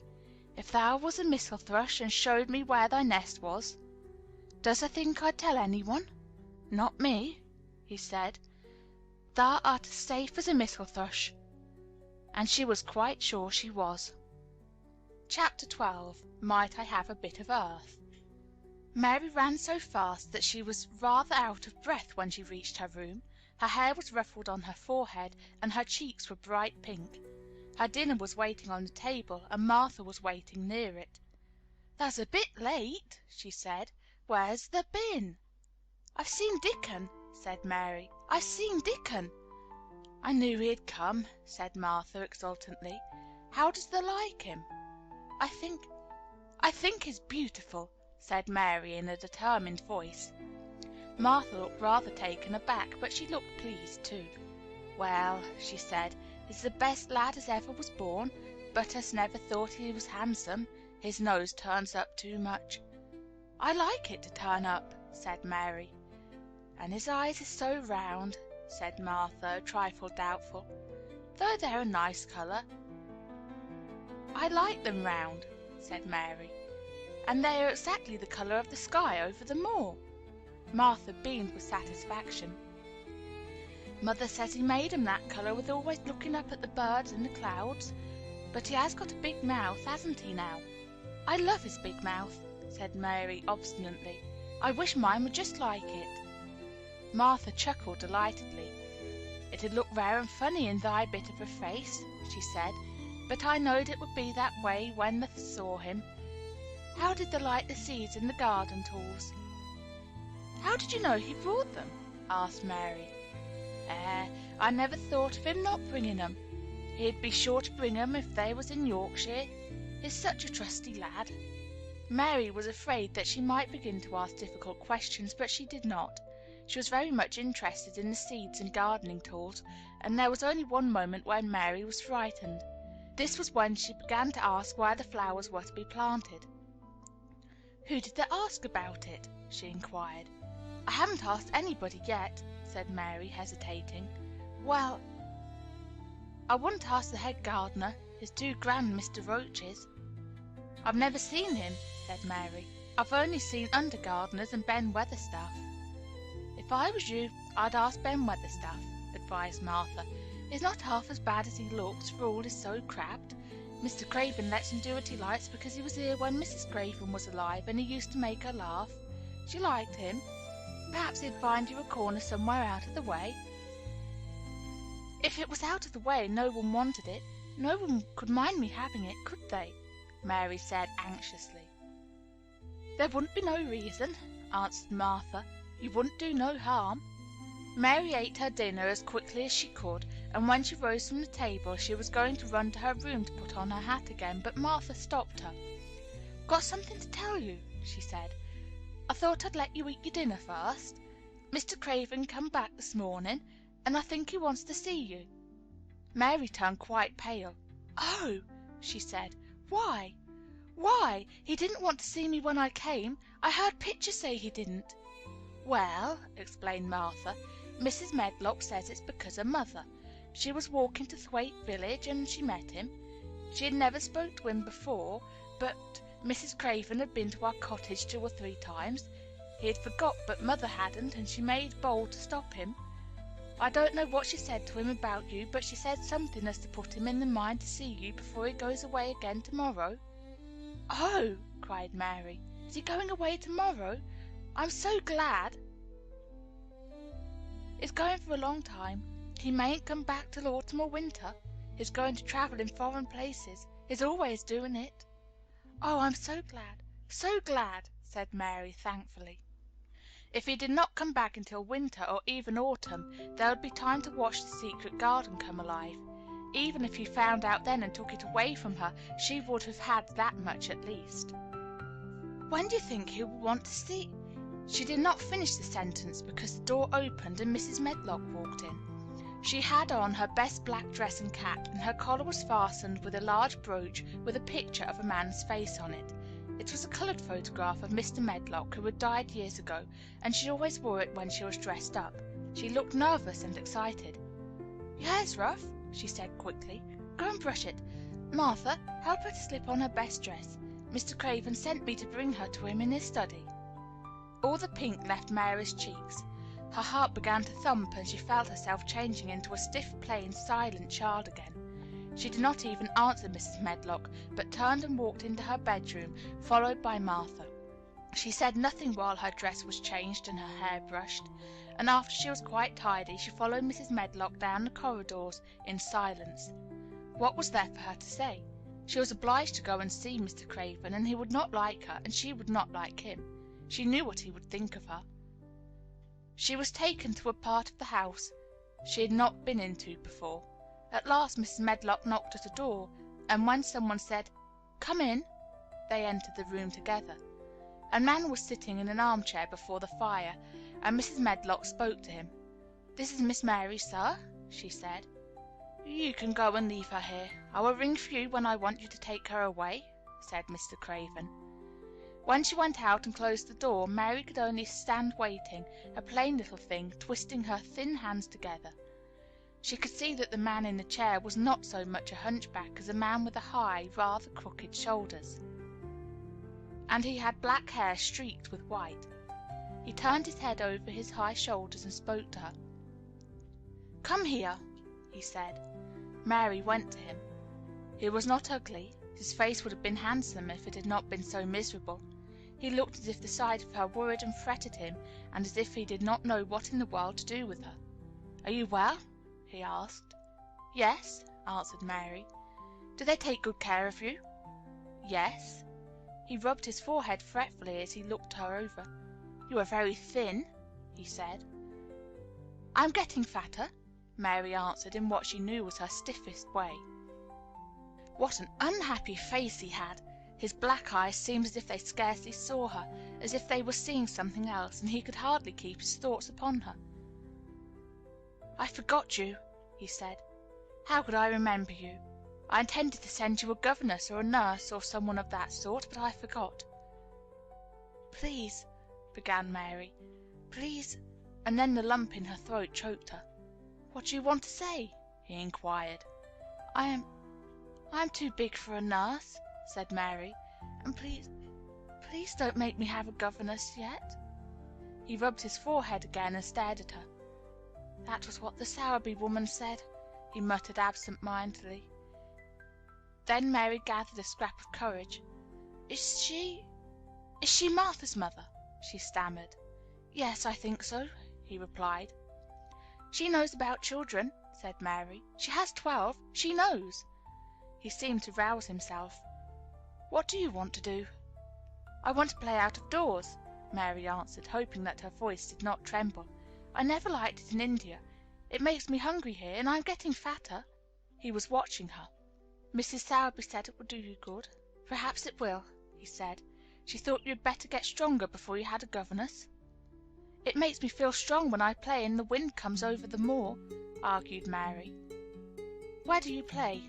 he asked next. "Everywhere," gasped Mary. "Martha's mother sent me a skipping rope. I skip and run, and I look about to see if things are beginning to stick up out of the earth. I don't do any harm." "Don't look so frightened," he said in a worried voice. "You could not do any harm, a child like you. You may do what you like." Mary put her hand up to her throat because she was afraid he might see the excited lump which she felt jump into it. She came a step nearer to him. "May I?" she said tremulously. Her anxious little face seemed to worry him more than ever. "Don't look so frightened," he exclaimed. "Of course you may. I am your guardian, though I am a poor one for any child. I cannot give you time or attention. I am too ill and wretched and distracted. But I wish you to be happy and comfortable. I don't know anything about children, but Mrs. Medlock is to see that you have all you need. I sent for you today because Mrs. Sowerby said I ought to see you. Her daughter had talked about you. She thought you needed fresh air and freedom and running about. She knows all about children, Mary said again in spite of herself. She ought to, said Mr. Craven. I thought her rather bold to stop me in the mall, but she said Mrs. Craven had been kind to her. It seemed hard for him to speak his dead wife's name. She is a respectable woman. Now I've seen you, I think she said sensible things. Play out of doors as much as you like. It's a big place, and you may go where you like and amuse yourself as you like. Is there anything you want? As if a sudden thought had struck him. Do you want toys, books, dolls? Might I, quavered Mary, might I have a bit of earth? In her eagerness she did not realize how queer the words would sound, and that they were not the ones she had meant to say. Mr. Craven looked quite startled. Earth? He repeated. What do you mean? To plant seeds in, to make things grow, to see them come alive? Mary faltered. He gazed at her a moment and then passed his hand quickly over his eyes. Do you care about gardens so much? He said slowly. I didn't know about them in India, said Mary. I was always ill and tired, and it was too hot. I sometimes made little beds in the sand and stuck flowers in them, but here it is different. Mr. Craven got up and began to walk slowly across the room. A bit of earth, he said to himself, and Mary thought that somehow she must have reminded him of something. When he stopped and spoke to her, his dark eyes looked almost soft and kind. You can have as much earth as you want, he said. You remind me of someone else who loved the earth and things that grow. When you see a bit of earth you want, with something like a smile, take it, child, and make it come alive. May I take it from anywhere, if it's not wanted? Anywhere, he answered. There, you must go now. I am tired. He touched the bell to call Mrs. Medlock. Goodbye. I shall be away all summer. Mrs. Medlock came so quickly that Mary thought she must have been waiting in the corridor. Mrs. Medlock, Mr. Craven said to her, now I have seen the child, I understand what Mrs. Sowerby meant. She must be less delicate before she begins lessons. Give her simple, healthy food. Let her run wild in the garden. Don't look after her too much. She needs liberty and fresh air and romping about. Mrs. Sowerby is to come and see her now and then, and she may sometimes go to the cottage. Mrs. Medlock looked pleased. She was relieved to hear that she need not look after Mary too much. She had felt her a tiresome charge, and had indeed seen as little of her as she dared. In addition to this, she was fond of Martha's mother. Thank you, sir, she said. Susan Sowerby and me went to school together, and she's as sensible and good-hearted a woman as you'd find in a day's walk. I never had any children myself, and she's had 12, and there never was healthier or better ones. Miss Mary can get no harm from them. I'd always take Susan Sowerby's advice about children myself. She's what you might call healthy-minded, if you understand me. I understand, Mr. Craven answered. Take Miss Mary away now and send Pitcher to me. When Mrs. Medlock left her at the end of her own corridor, Mary flew back to her room. She found Martha waiting there. Martha had, in fact, hurried back after she had removed the dinner service. I can have my garden, cried Mary. I may have it where I like. I'm not going to have a governess for a long time. Your mother is coming to see me, and I may go to your cottage. He says a little girl like me could not do any harm, and I may do what I like. Anywhere. Said Martha delightedly. That was nice of him, wasn't it? Martha, said Mary solemnly, he is really a nice man, only his face is so miserable and his forehead is all drawn together. She ran as quickly as she could to the garden.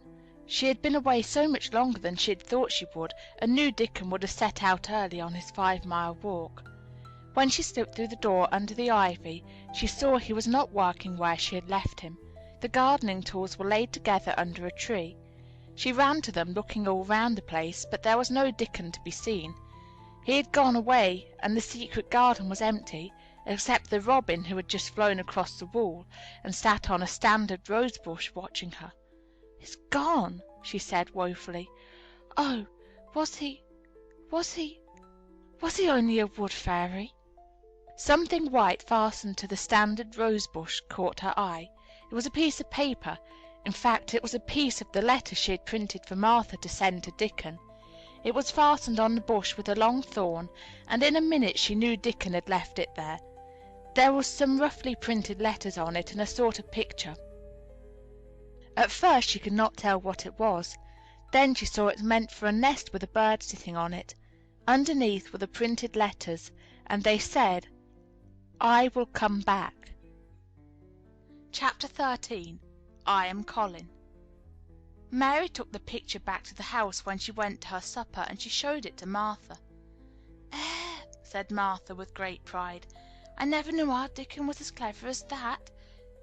There's a picture of a missel thrush on her nest, as large as life and twice as natural." Then Mary knew Dickon had meant the picture to be a message. He meant that she might be sure he would keep her secret.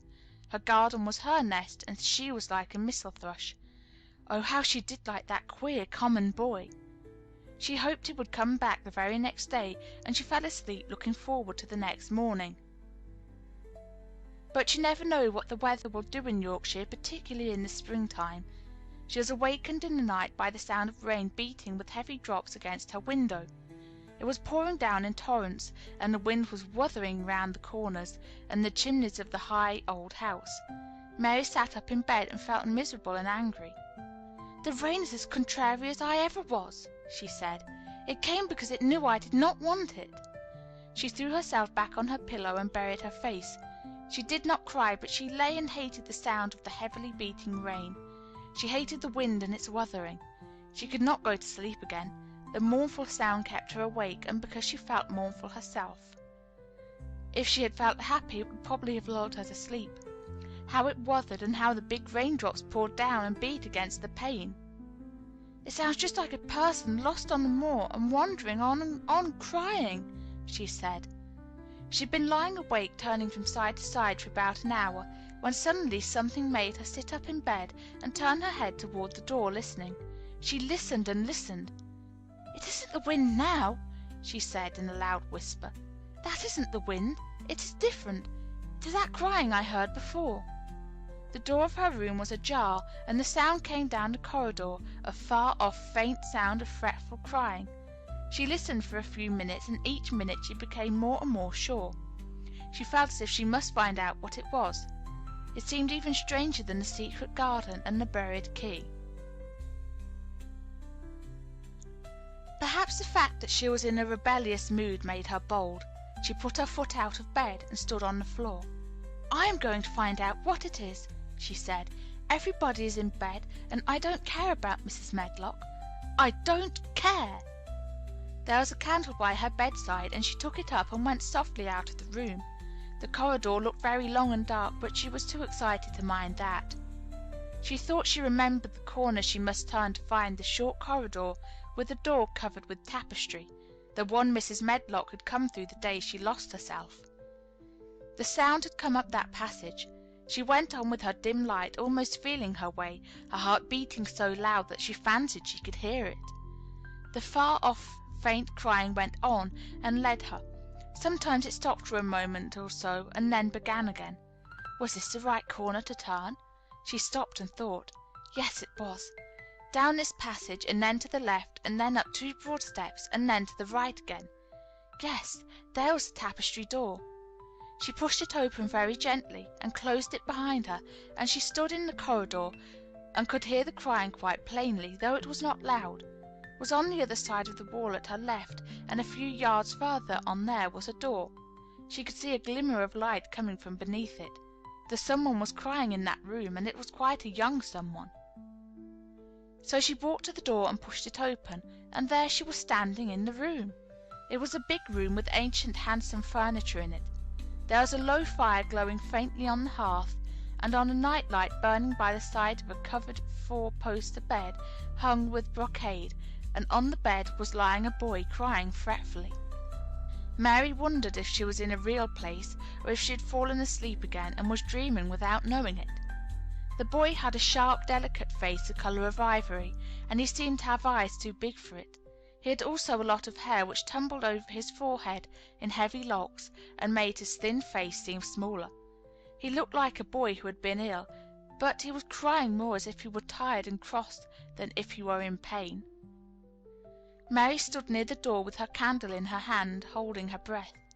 Then she crept across the room, and as she drew nearer, the light attracted the boy's attention, and he turned his head on his pillow and stared at her, his grey eyes opening so wide that they seemed immense. "Who are you?" he said at last in a half-frightened whisper. "Are you a ghost?" "No, I'm not," Mary answered, her own whisper sounding half-frightened. "Are you one?"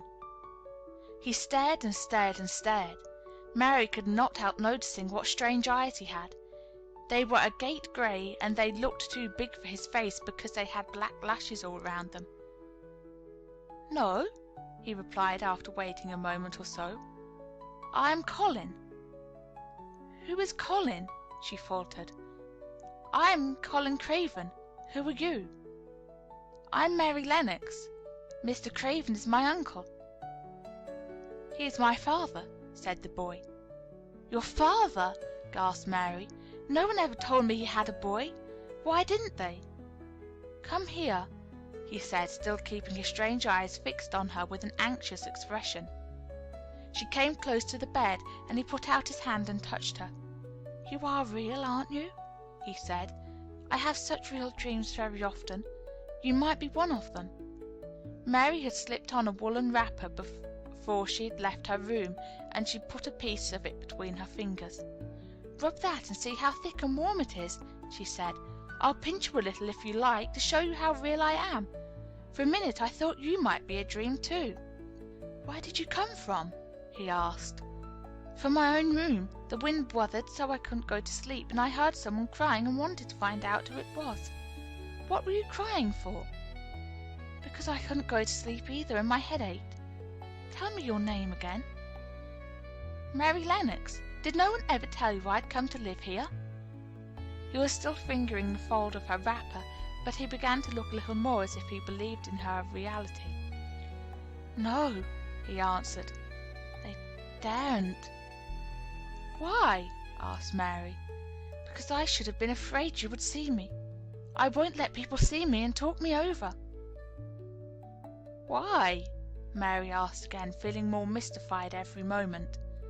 "Because I am like this always, ill and having to lie down. My father won't let people talk me over either.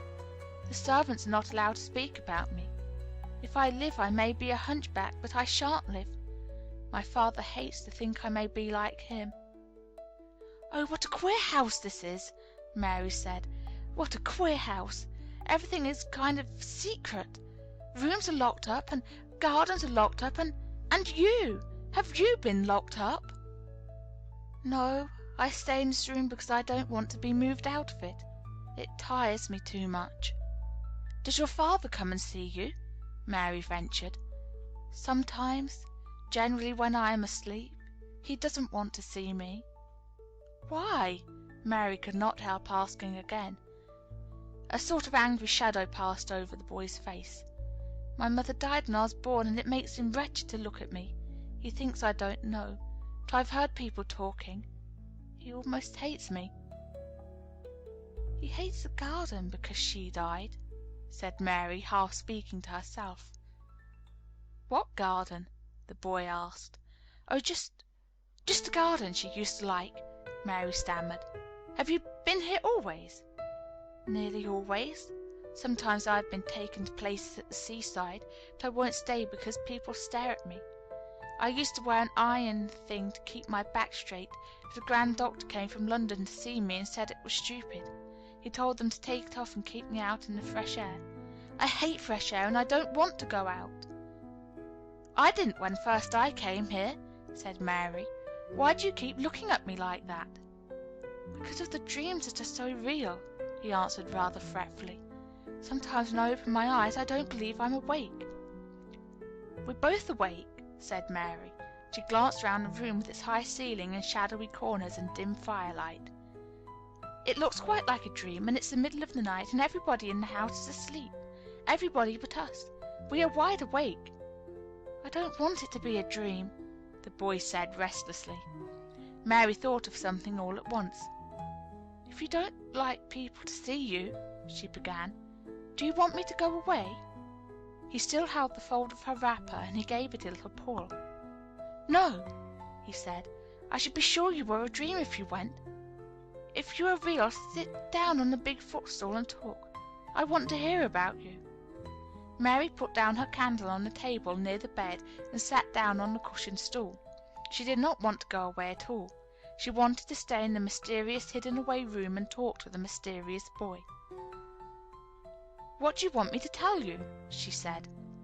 He wanted to know how long she had been at Misselthwaite. He wanted to know which corridor her room was on. He wanted to know what she had been doing, if she disliked the moor as he disliked it, where she had lived before she came to Yorkshire. She answered all these questions and many more, and he lay back on his pillow and listened. He made her tell him a great deal about India and about her voyage across the ocean. She found out that because he had been an invalid he had not learned things as other children had. One of his nurses had taught him to read when he was quite little, and he was always reading and looking at pictures in splendid books. Though his father rarely saw him when he was awake, he was given all sorts of wonderful things to amuse himself. He never seemed to have been amused, however. He could have anything he asked for, and was never made to do anything he did not like to do. "Everyone is obliged to do what pleases me," he said indifferently. "It makes me ill to be angry. No one believes I shall live to grow up." He said it as if he were so accustomed to the idea that it had ceased to matter to him at all. He seemed to like the sound of Mary's voice. As she went on talking he listened in a drowsy, interested way. Once or twice she wondered if he was not gradually falling into a doze, but at last he asked a question which opened up a new subject. "How old are you?" he asked. "I am 10, answered Mary, forgetting herself for the moment. "And so are you." "How do you know that?" he demanded in a surprised voice. "Because when you were born the garden door was locked and the key was buried, and it has been locked up for 10 years.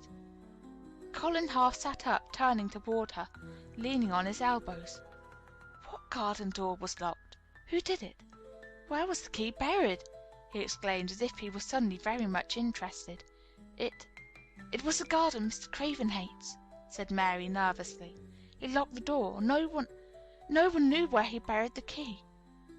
"What sort of garden is it?" Colin persisted eagerly. "No one has been allowed to go into it for 10 years," was Mary's careful answer. But it was too late to be careful. He was too much like herself. He too had nothing to think about, and the idea of a hidden garden attracted him as it had attracted her. He asked question after question. Where was it? Had she never looked for the door? Had she never asked the gardeners? "They won't talk about it," said Mary. "I think they've been told not to answer questions." "I would make them," said Colin. "Could you?" Mary faltered, beginning to feel frightened. If he could make people answer questions, who knew what might happen? "Everyone is obliged to please me. I told you that," he said. "If I were to live, this place would some time belong to me. They all know that. I would make them tell me." Mary had not known that she herself had been spoiled, but she could see quite plainly that this mysterious boy had been. He thought that the whole world belonged to him. How peculiar he was, and how coolly he spoke of not living. "Do you think you won't live?" she asked, partly because she was curious, and partly in hope of making him forget the garden. "I don't suppose I shall," he answered as indifferently as he had spoken before. "Ever since I remember anything, I have heard people say I shan't. At first I thought I was too little to understand, and now they think I don't hear. But I do. My doctor is my father's cousin. He's quite poor, and if I die, we'll have all Misselthwaite when my father is dead. I should think he wouldn't want me to live." "Do you want to live?" inquired Mary. "No," he answered in a cross, tired fashion. "But I don't want to die. When I feel ill I lie here and think about it till I cry and cry." "I've heard you crying 3 times," Mary said, "but I did not know who it was. Were you crying about that?" She did so want him to forget the garden. "I dare say," he answered. "Let us talk about something else. Talk about the garden. Don't you want to see it?" "Yes," answered Mary in quite a low voice. "I do," he went on persistently. "I don't think I ever really wanted to see anything before, but I want to see that garden. I want the key dug up. I want the door unlocked. I would let them take me in my chair. That would be getting fresh air. I'm going to make them open the door." He had become quite excited, and his strange eyes began to shine like stars and looking more immense than ever. "They have to please me," he said. "I will make them take me there, and I will let you go too." Mary's hands clutched each other. Everything would be spoiled, everything. Dickon would never come back. She would never again feel like a missel thrush with a safe hidden nest. "Oh, don't do that!" she cried out. He stared as if he thought she had gone crazy. "Why?" he exclaimed. "You said you wanted to see it." "I do," she answered, almost with a sob in her throat. "But if you make them open the door and take you in like that, it will never be a secret again." He leaned still farther forward. "A secret?" he said. "What do you mean? Tell me." Mary's words almost tumbled over one another. You see," she panted, "if no one knows but ourselves, if there was a door, hidden somewhere under the ivy, if there was, and we could find it, and we could slip through it together and shut it behind us, and no one knew any one was inside, and we called it our garden and pretended that we were missel thrushes and it was our nest, and if we played there almost every day and dug and planted seeds and made it all come alive—" "Is it dead?" he interrupted her. "It will be soon if no one cares for it," she went on. "The bulbs will live, but the roses—" He stopped her again, as excited as she was herself. "What are bulbs?" he put in quickly. "They're daffodils and lilies and snowdrops. They are working in the earth now, pushing up pale green points because the spring is coming." "Is the spring coming?" he said. "What is it like?" "You don't see it in rooms if you are ill." "It is the sun shining on the rain, and the rain falling on the sunshine, and things pushing up and working under the earth," said Mary. "If the garden was a secret and we could get into it, we could watch the things grow bigger every day and see how many roses are alive. Don't you see? Oh, don't you see how much nicer it would be if it was a secret?" He dropped back on his pillow and lay there with an odd expression on his face. "I never had a secret," he said, "except that one about not living to grow up. They don't know I know that, so it is sort of a secret. But I like this kind better."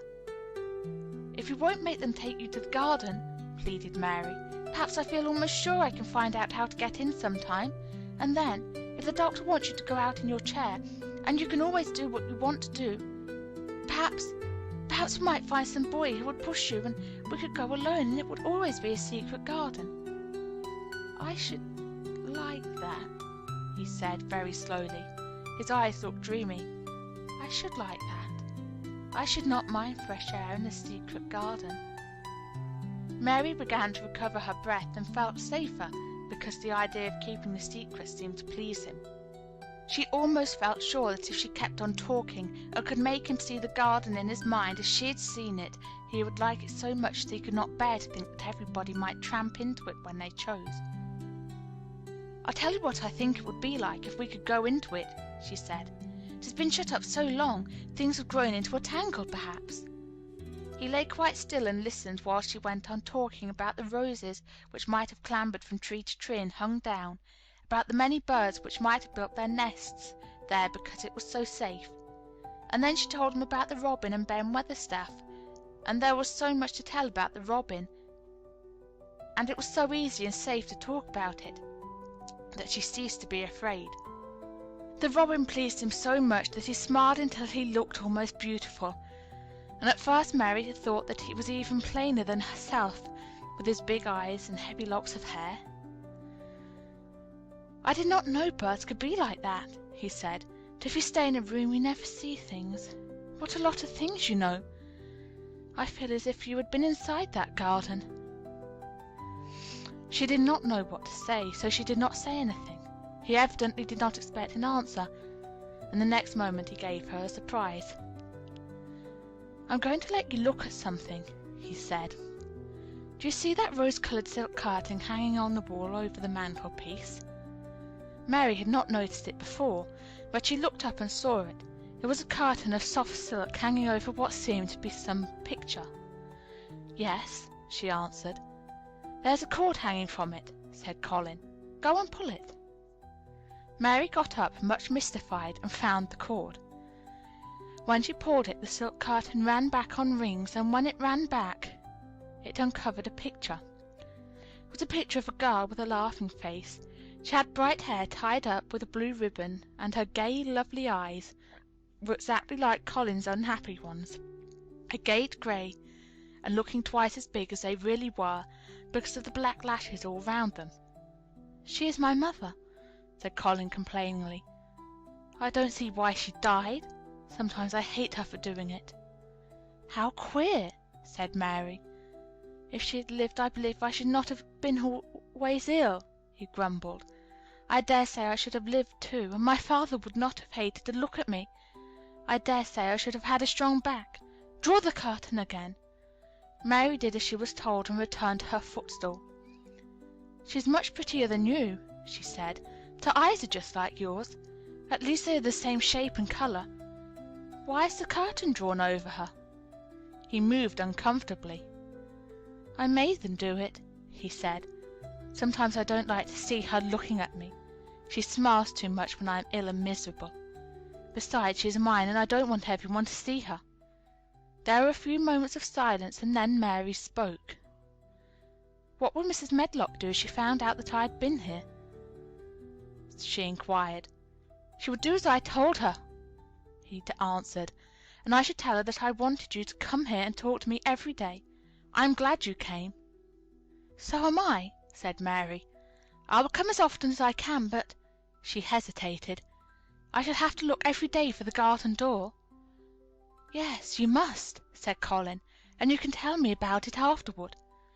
He lay thinking a few minutes, as he had done before, and then he spoke again. "I think you shall be a secret too," he said. "I will not tell them until they find out. I can always send a nurse out of the room and say that I want to be by myself. Do you know Martha?" "Yes, I know her very well," said Mary. "She waits on me." He nodded his head toward the outer corridor. "She is the one who is asleep in the other room. The nurse went away yesterday to stay all night with her sister, and she always makes Martha attend to me when she wants to go out. Martha shall tell you when to come here." Then Mary understood Martha's troubled look when she had asked questions about the crying. "Martha knew about you all the time?" she said. "Yes, she often attends to me. The nurse likes to get away from me, and then Martha comes." "I've been here a long time," said Mary. "Shall I go away? Your eyes look sleepy." "I wish I could go to sleep before you leave me," he said rather shyly. "Shut your eyes," said Mary, drawing her foot closer, "and I will do what my ayah used to do in India. I will pat your hand and stroke it and sing something quite low." "I should like that, perhaps," he said drowsily. Somehow she was very sorry for him and did not want him to lie awake, so she leaned against the bed and began to stroke and pat his hand and sing a very low chanting song in Hindustani. "That is nice," he said more drowsily still, and she went on chanting and stroking, but when she looked at him again his black lashes were lying close against his cheeks, for his eyes were shut and he was fast asleep. So she got up softly, took her candle, and crept away without making a sound. Chapter 14. A Young Rajah. The moor was hidden in mist when the morning came, and the rain had not stopped pouring down. There could be no going out of doors. Martha was so busy that Mary had no opportunity of talking to her, but in the afternoon she asked her to come and sit with her in the nursery. She came, bringing the stocking she was always knitting when she was doing nothing else. "What's the matter with thee?" she asked as soon as they sat down. "Thou looks as if thou'd something to say." "I have. I found out what the crying was," said Mary. Martha let her knitting drop on her knee and gazed at her with startled eyes. "Thou hasn't!" she exclaimed. "Never!" "I heard it in the night," Mary went on, "and I got up and went to see where it came from. It was Colin. I found him." Martha's face became red with fright. Miss Mary, she said, half crying. "They shouldn't have done it. They shouldn't. They'll get me in trouble. I never told thee nothing about him, but they'll get me in trouble. I shall lose my place, and what'll mother do?" "You won't lose your place," said Mary. "He was glad I came. We talked and talked, and he said he was glad I came." "Was he?" cried Martha. "Art thou sure? Thou doesn't know what he's like when anything vexes him. It's a big lad to cry like a baby, but when he's in a passion he'll fair scream just to frighten us. He knows us daren't call our souls our own." "He wasn't vexed," said Mary. "I asked him if I should go away, and he made me stay. He asked me questions, and I sat on a big footstool and talked to him about India and about the robin and gardens. He wouldn't let me go. He let me see his mother's picture. Before I left him, I sang him to sleep." Martha fairly gasped with amazement. "I can scarcely believe thee," she protested. "It's as if they'd walked straight into a lion's den. If he'd been like he is most times, he'd have thrown himself into one of his tantrums and roused the house. He won't let strangers look at him." "He let me look at him. I looked at him all the time, and he looked at me. We stared," said Mary. "I don't know what to do," cried agitated Martha. "If Mrs. Medlock finds out, she'll think I broke orders and told thee, and I shall be packed back to mother." "He's not going to tell Mrs. Medlock anything about it yet. It's to be a sort of secret just at first," said Mary firmly. "And he says everybody is obliged to do as he pleases." "Aye, that's true enough. The bad lad," sighed Martha, wiping her forehead with her apron. "He says Mrs. Medlock must, and he wants me to come and talk to him every day, and you to tell me when he wants me." "Me?" said Martha. "I shall lose my place. I shall, for sure." "You can't if you are doing what he wants you to do, and everybody is ordered to obey him," Mary argued. "Does that mean to say," cried Martha with wide-open eyes, "that he was nice to thee?" "I think he almost liked me," Mary answered. "Then thou must have bewitched him," decided Martha, drawing a long breath. "Do you mean magic?" inquired Mary. "I've heard about magic in India, but I can't make it. I just went into his room, and I was surprised to see him. I stood and stared, and then he turned round and stared at me. And he thought I was a ghost or a dream, and I thought perhaps he was. And it was so queer being there alone together in the middle of the night and not knowing each other, and we began to ask each other questions. And when I asked him if I must go away, he said I must not." "The world's coming to an end," gasped Martha. "What is the matter with him?" asked Mary. "Nobody knows for certain," said Martha. "Mrs. Craven went off his head like when he was born. The doctors thought he'd have to be put in an asylum. It was because Mrs. Craven died, like I told you. He wouldn't set eyes on the baby. He just raved and said it'd be another hunchback like him, and it'd better die." "Is Colin a hunchback?" Mary asked. "He didn't look like one." "He isn't yet," said Martha, "but he began all wrong. Mother said there was enough trouble and raging in the house to set any child wrong. They was afraid his back was weak, and they've always been taking care of it, keeping him lying down and not letting him walk. Once they made him wear a brace, but he fretted so he was downright ill. Then a big doctor came to see him and made them take it off. He talked to the other doctor quite rough, in a polite way. He said there'd been too much medicine and too much letting him have his own way." "I think he's a very spoiled boy," said Mary. "He's the worst young note as ever was," said Martha. "I won't say as he hasn't been ill a good bit. He's had coughs and colds that's nearly killed him 2 or 3 times. Once he had rheumatic fever, and once he had typhoid. Mrs. Medlock did get a fright then. He'd been out of his head, and she was talking to the nurse, thinking he didn't know nothing, and she said, 'He'll die this time, sure enough, and best thing for him and for everybody.' And she looked at him, and there he was with his big eyes open, staring at her as sensible as she was herself. She didn't know what had happened, but he just stared at her and says, 'You give me some water and stop talking.'" "Do you think he'll die?" asked Mary. "Mother says there's no reason why any child should live that gets no fresh air and doesn't do nothing but lie on his back and read picture books and take medicine. He's weak and hates the trouble of being taken outdoors.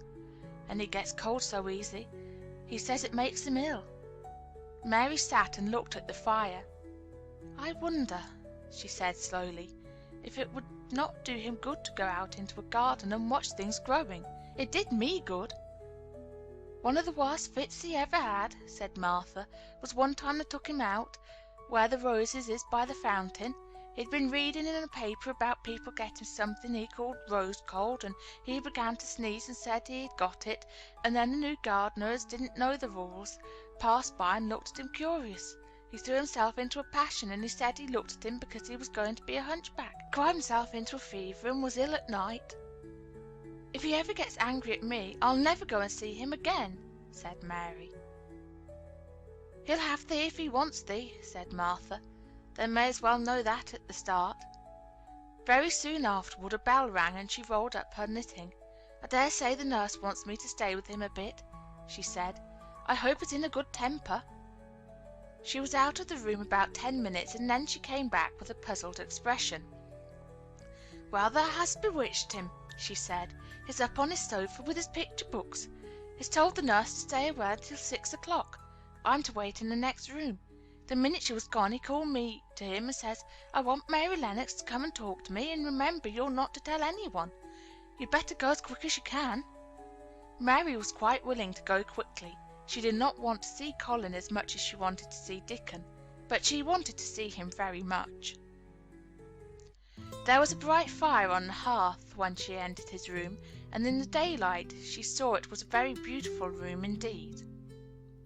There were rich colours in the rugs and hangings, and pictures and books on the walls, which made it look glowing and comfortable even in spite of the grey sky and falling rain. Colin looked rather like a picture himself. He was wrapped in a velvet dressing gown and against a big brocaded cushion. He had a red spot on each cheek. "Come in," he said. "I've been thinking about you all morning." "I've been thinking about you too," answered Mary. "You don't know how frightened Martha is. She says Mrs. Medlock will think she told me about you, and then she will be sent away."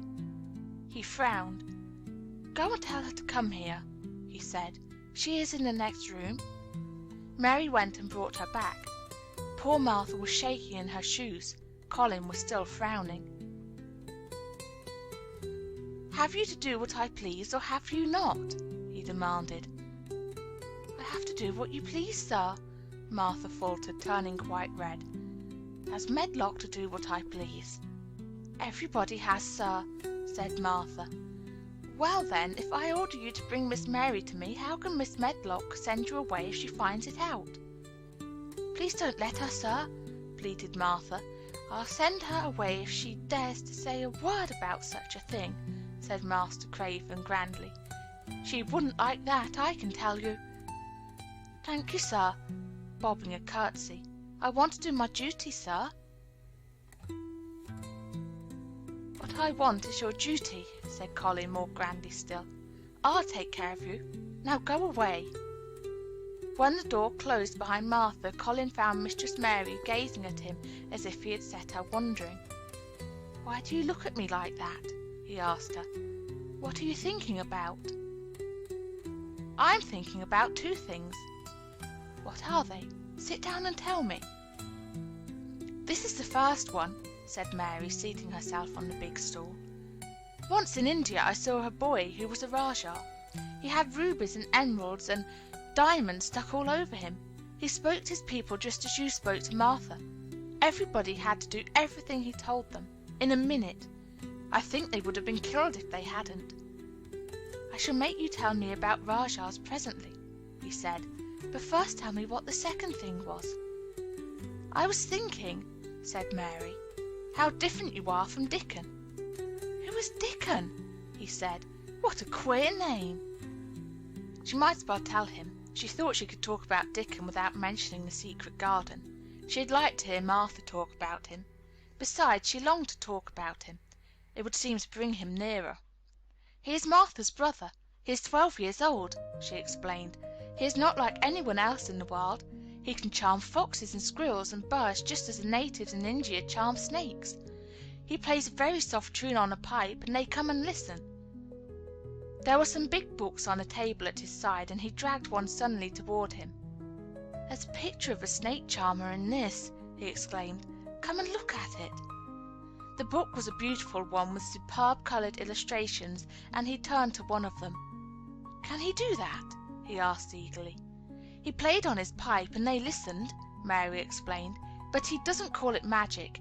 He says it's because he lives on the moor so much, and he knows their ways. He says he feels sometimes as if he was a bird or a rabbit himself, he likes them so. I think he asks the robin questions. It seems as if they talk to each other in soft chirps." Colin lay back on his cushion, and his eyes grew larger and larger, and the spots on his cheeks burned.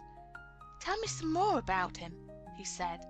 "He knows all about eggs and nests," Mary went on, "and he knows where foxes and badgers and otters live.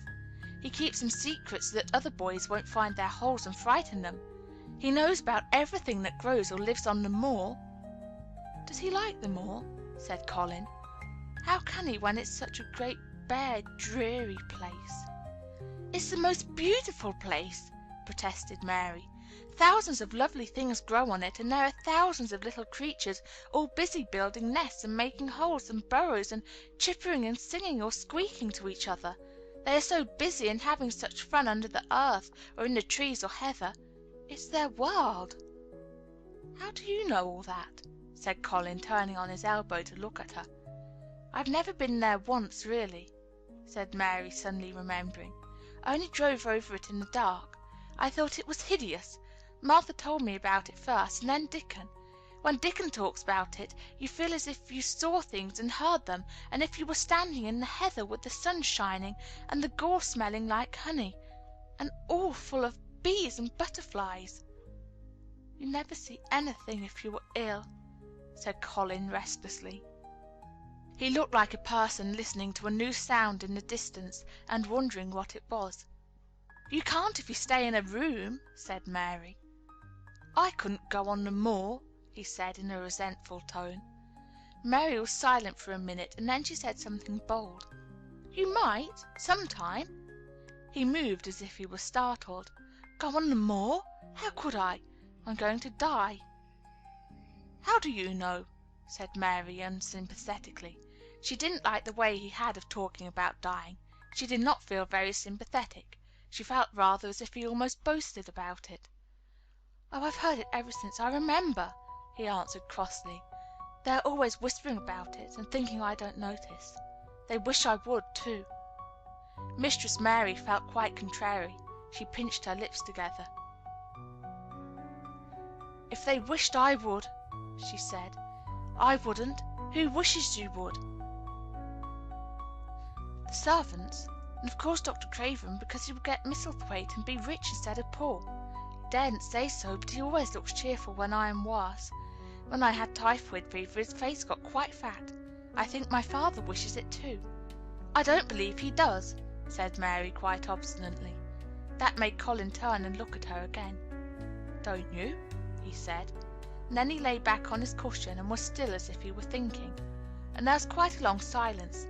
Perhaps they were both of them thinking strange things children do not usually think. "I like the grand doctor from London, because he made them take the iron thing off," said Mary at last. "Did he say you were going to die?" "No." "What did he say?" "He didn't whisper," Colin answered. Perhaps he knew I hated whispering. I heard him say one thing quite aloud. He said the lad might live if he put his mind to it, put him in the humour. It sounds as if he was in a temper." "I'll tell you who will put you in the humour, perhaps," said Mary, reflecting. She felt as if she would like this thing to be settled one way or the other. "I believe Dickon would. He's always talking about live things. He never talks about dead things or things that are ill. He's always looking up in the sky to watch birds flying, or looking down at the earth to see something growing. He has such round blue eyes, and they are so wide open with looking about. And he has such a big laugh with his wide mouth, and his cheeks are as red as cherries." She pulled her stool nearer to the sofa, and her expression quite changed at the remembrance of the wide curving mouth and wide open eyes. "See here," she said, "don't let us talk about dying. I don't like it. Let us talk about living. Let us talk and talk about Dickon, and then we will look at your pictures." It was the best thing she could have said, to talk about Dickon meant to talk about the moor and about the cottage and the 14 people who lived in it on 16 shillings a week, and the children who got fat on the moor grass like wild ponies, and about Dickon's mother, and the skipping rope, and the moor with the sun on it, and about pale green points sticking up out of the black sod. And it was all so alive that Mary talked more than she had ever talked before, and Colin both talked and listened as he had never done either before, and they both began to laugh over nothings as children will when they are happy together. And they laughed so much that in the end they were making as much noise as if they had been two ordinary, healthy, natural 10-year-old creatures, instead of hard little unloving girl and a sickly boy who believed that he was going to die. They enjoyed themselves so much that they forgot the pictures, and they forgot about the time. They had been laughing quite loudly over Ben Weatherstaff and his robin, and Colin was actually sitting up as if he had forgotten about his weak back, when he suddenly remembered something. "Do you know there is one thing we have never once thought of?" he said. "We are cousins." It seemed so queer that they had talked so much and never remembered this simple thing that they laughed more than ever because they had got into the humour to laugh at anything. And in the midst of the fun the door opened, and in walked Dr. Craven and Mrs. Medlock. Dr. Craven started in actual alarm, and Mrs. Medlock almost fell back because he had accidentally bumped against her. "Good Lord!" exclaimed poor Mrs. Medlock, with her eyes almost starting out of her head. "Good Lord!" "What is this?" said Dr. Craven, coming forward. "What does it mean?" Then Mary was reminded of the boy Rajah again. Colin answered as if neither the doctor's alarm nor Mrs. Medlock's terror were of the slightest consequence. He was as little disturbed or frightened as if an elderly cat and dog had walked into the room. "This is my cousin, Mary Lennox," he said. "I asked her to come and talk to me. I like her. She must come and talk to me whenever I send for her." Dr. Craven turned reproachfully to Mrs. Medlock. "Oh, sir," she panted, "I don't know how it's happened. There's not a servant on the place that dare talk. They all have their orders." "Nobody told her anything," said Colin. "She heard me crying and found me herself. I'm glad she came. Don't be silly, Medlock." Mary saw that Dr. Craven did not look pleased, but it was quite plain that he dare not oppose his patient. He sat down by Colin and felt his pulse. "I'm afraid there's been too much excitement. Excitement is not good for you, my boy," he said. "I should be excited if she kept away," answered Colin, his eyes beginning to look dangerously sparkling. "I'm better. She makes me better. The nurse must bring up her tea with mine. We will have tea together." Mrs. Medlock and Dr. Craven looked at each other in a troubled way, but there was evidently nothing to be done. "He does look rather better, sir," ventured Mrs. Medlock, "but," thinking the matter over, "he looked better this morning before she came into the room." "She came into the room last night. She stayed with me a long time. She sang a Hindustani song to me, and it made me go to sleep," said Colin. "I was better when I wakened up. I wanted my breakfast. I want my tea now. Tell Nurse Medlock." Dr. Craven did not stay very long. He talked to the nurse for a few minutes when she came into the room, and said a few words of warning to Colin. He must not talk too much. He must not forget that he was ill. He must not forget that he was easily tired. Mary thought that there seemed to be a number of uncomfortable things he was not to forget. Colin looked fretful and kept his strange black lashed eyes fixed on Dr. Craven's face. "I want to forget it," he said at last. "She makes me forget it. That is why I want her." Dr. Craven did not look happy when he left the room. He gave a puzzled glance at the little girl sitting on the large stool. She had become a stiff, silent child again as soon as he entered, and he could not see what the attraction was. The boy actually did look brighter, however, and he sighed rather heavily as he went down the corridor. "They are always wanting me to eat things when I don't want to," said Colin as the nurse brought in the tea and put it on the table by the sofa. "Now if you'll eat, I will. Those muffins look so nice and hot. Tell me about Rajahs." Chapter 15. Nest Building. After another week of rain, the high arch of blue sky appeared again, and the sun which poured down was quite hot. Though there had been no chance to see either the secret garden or Dickon, Mistress Mary had enjoyed herself very much. The week had not seemed long. She spent hours of every day with Colin in his room, talking about Rajahs or gardens or Dickon and the cottage on the moor. They had looked at the splendid books and pictures, and sometimes Mary had read things to Colin, and sometimes he had read a little to her. When he was amused and interested, she thought he scarcely looked like an invalid at all, except that his face was so colourless, and he was always on the sofa. "You are a sly young one to listen and get out of your bed to go following things up like you did last night," Mrs. Medlock said at once. "But there's no saying it's not been a sort of blessing to the lot of us. He's not had a tantrum or a whining fit since you made friends.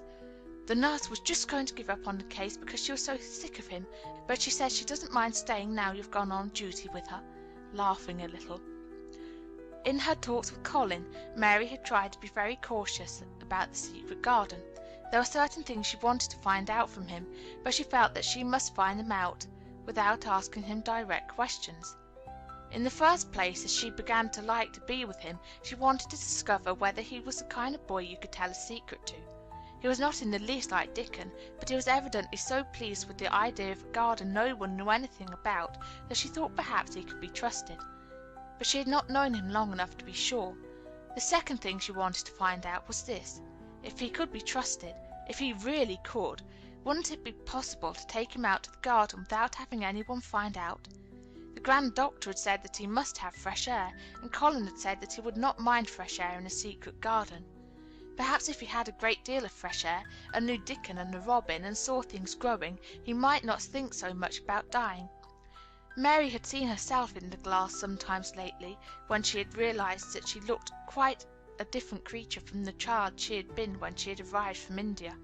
This child looked nicer. Even Martha had seen a change in her. "The air from the moor has done thee good already," she had said. "Thou'rt not nigh so yeller, and thou art not nigh so scrawny. Even the hair doesn't stand down on the head so flat.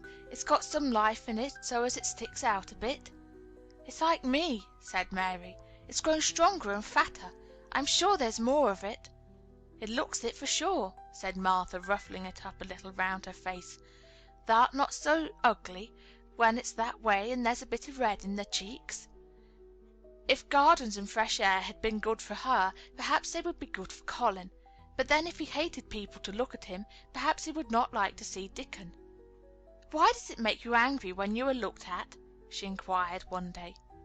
"I always hated it," he answered, "even when I was very little. Then when they took me to the seaside and I used to lie in my carriage, everybody used to stare, and ladies would stop and talk to my nurse, and then they would begin to whisper, and I knew that they were saying I shouldn't live to grow up. Then sometimes the ladies would pat my cheeks and say, 'Poor child.' Once when a lady did that I screamed out loud and bit her hand. She was so frightened she ran away.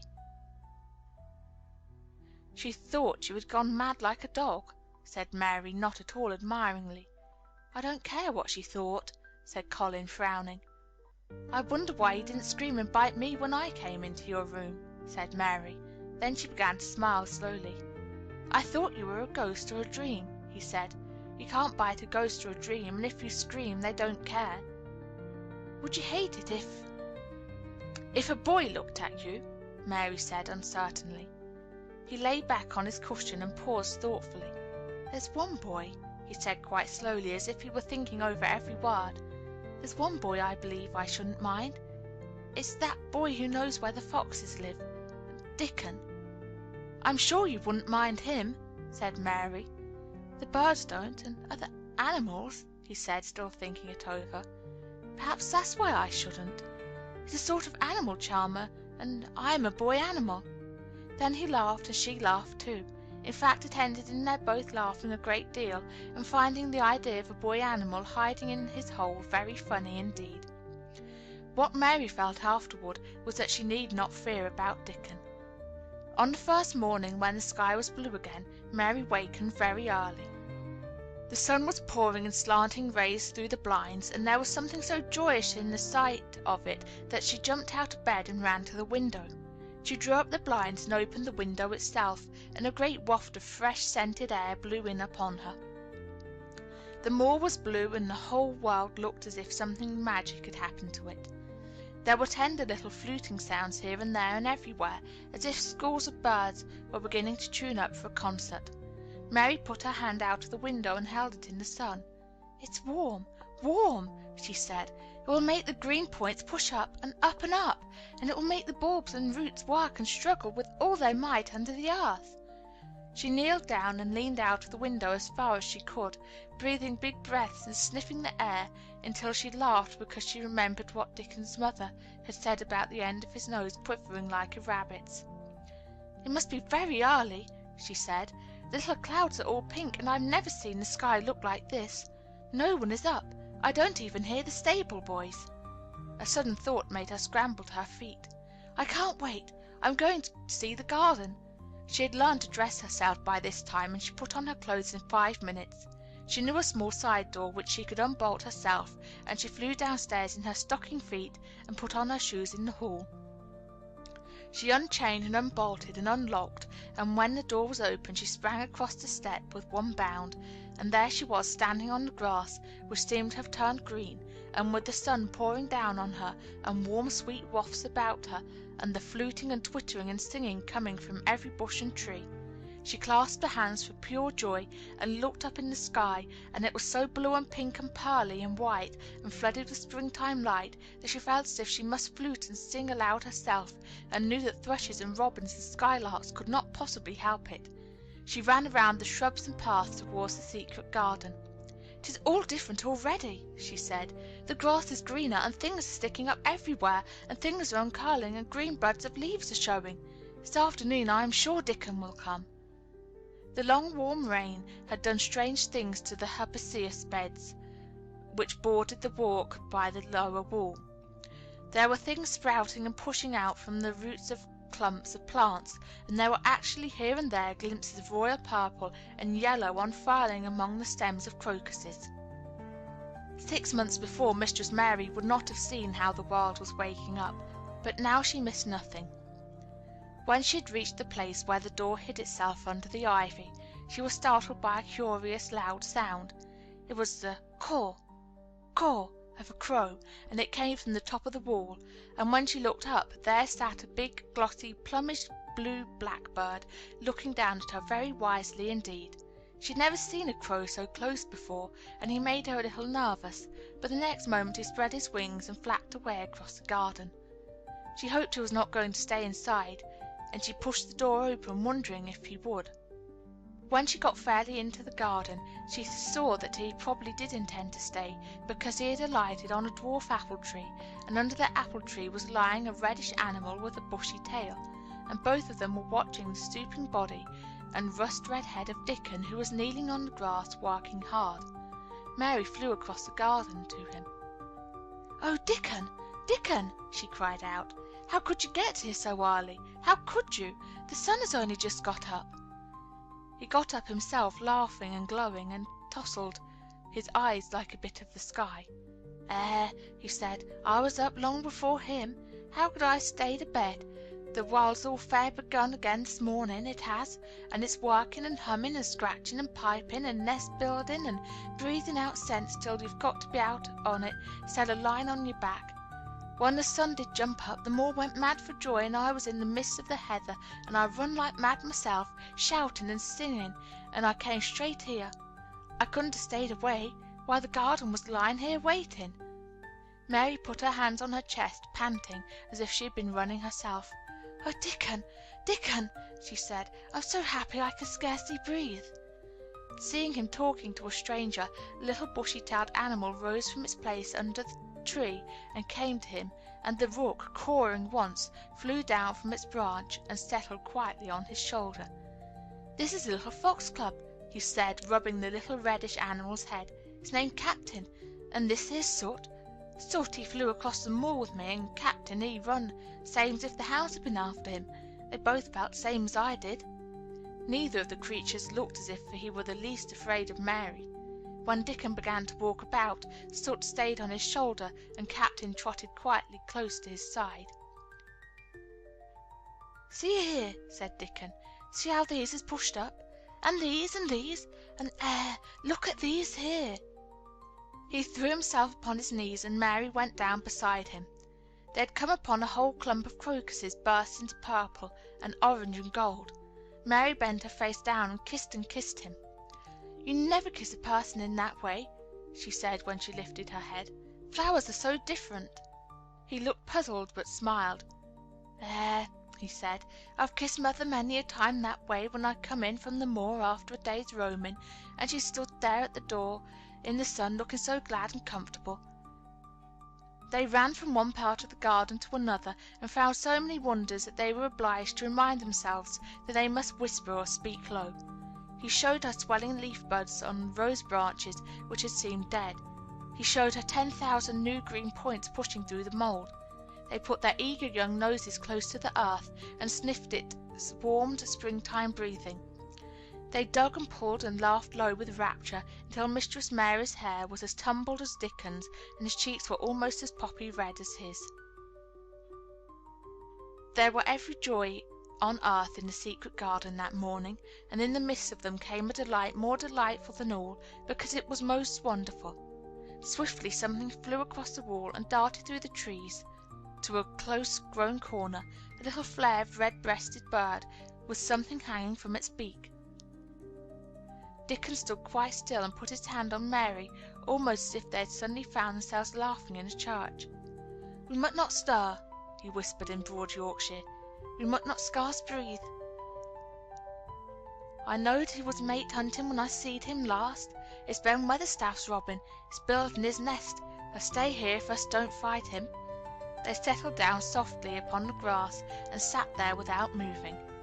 "Us mustn't seem as if us watching him too close," said Dickon. "He'd be out with us for good if he got the notion us was interfering now. He'll be a good bit different till all this is over. He's setting up housekeeping. He'll be shyer and readier to take things ill. He's got no time for visiting and gossiping. Us must keep still a bit and try to look as if us was grass and trees and bushes. Then when he's got used to seeing us, I'll chirp a bit and he'll know us'll not be in his way." Mistress Mary was not at all sure that she knew, as Dickon seemed to, how to try to look like grass and trees and bushes, but he had said the queer thing as if it were the simplest and most natural thing in the world, and she felt it must be quite easy to him, and indeed she watched him for a few minutes carefully, wondering if it were possible for him to quietly turn green and put out branches and leaves. But he only sat wonderfully still, and when he spoke dropped his voice to such a softness that it was curious that she could hear him, but she could. "It's part of the springtime, this nest building is," he said.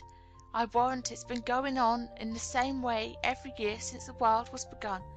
They've got their way of thinking and doing things, and a body had better not meddle. You can lose a friend in springtime easier than any other season if you're too curious." "If we talk about him, I can't help looking at him," Mary said as softly as possible.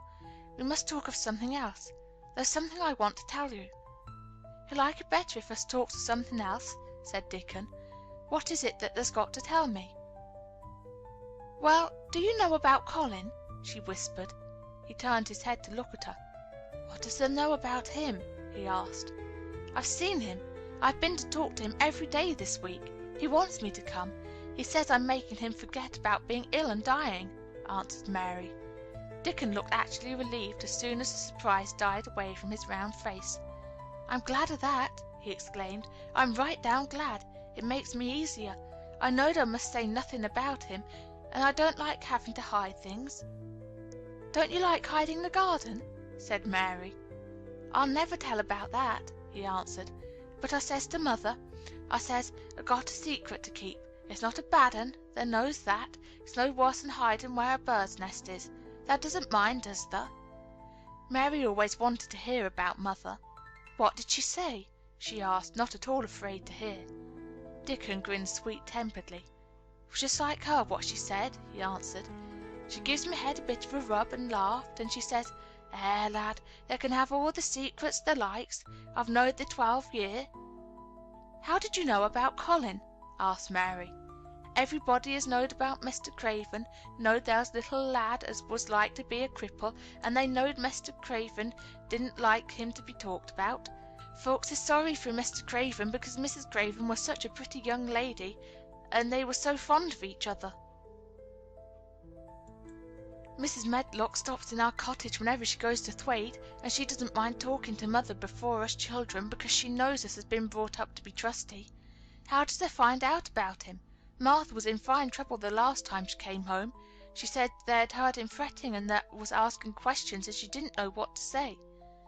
Mary told him a story about the midnight wuthering of the wind which had wakened her, and about the faint, far-off sounds of the complaining voice which had led her down the dark corridors with her candle. It ended with her opening of the door and of dimly lighted room, with the carven four-posted bed in the corner. When she described the small ivory white face and the strange black-rimmed eyes, Dickon shook his head. "Them's just like his mother's eyes, only hers was always laughing, they say," he said. "They say as Mr. Craven can't bear to see him when he's awake, and it's because his eyes is so like his mother's, and yet look so different in his miserable bit of a face." "Do you think he wants to die?" whispered Mary. "No, but he wishes he'd never been born. Mother says that that's the worst thing on earth for a child. Them as is not wanted scarce ever thrives. Mr. Craven, he'd buy anything as money could buy for the poor lad, but he'd like to forget as he's on earth. For one thing, he's afraid he'll look at him some day and find he's growed hunchback." "Colin's so afraid of it himself that he won't sit up," said Mary. "He says he's always thinking that if he should feel a lump coming he should go crazy and scream himself to death." He oughtn't to lie there thinking things like that," said Dickon. "No lad could get well as thought them sort of things." The fox was lying on the grass close by him, looking up to ask for a pat now and then, and Dickon bent down and rubbed his neck softly and thought a few minutes in silence. Presently he lifted his head and looked round the garden. "When we first got in here," he said, "it seemed like everything was grey. Look round now and tell me if thou doesn't see a difference." Mary looked and caught her breath a little. "Why," she cried, "the grey wall is changing. It's as if a green mist were creeping over it. It's almost like a green gauze rail." "Aye," said Dickon, "it'll be greener and greener till the grey's all gone. Can thou guess what I was thinking?" "I know it was something nice," said Mary eagerly. "I believe it was something about Colin. I was thinking that if he was out here he wouldn't be watching for lumps to grow on his back. He'd be watching for buds to break on the rose bushes, and he'd likely be healthier," explained Dickon. "I was wondering if us could ever get him in the humour to come out here and lie under the trees in his carriage." "I've been wondering that myself. I've thought of it almost every time I've talked to him," said Mary.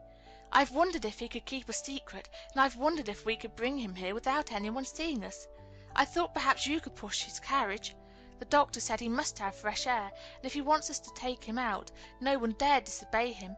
He won't go out for other people, and perhaps they will be glad if he will go out with us. He could order the gardeners to keep away so they wouldn't find out." Dickon was thinking very hard as he scratched Captain's back. "It'd be good for him, I'll warrant," he said. "Us'd not be thinking he'd better never have been born.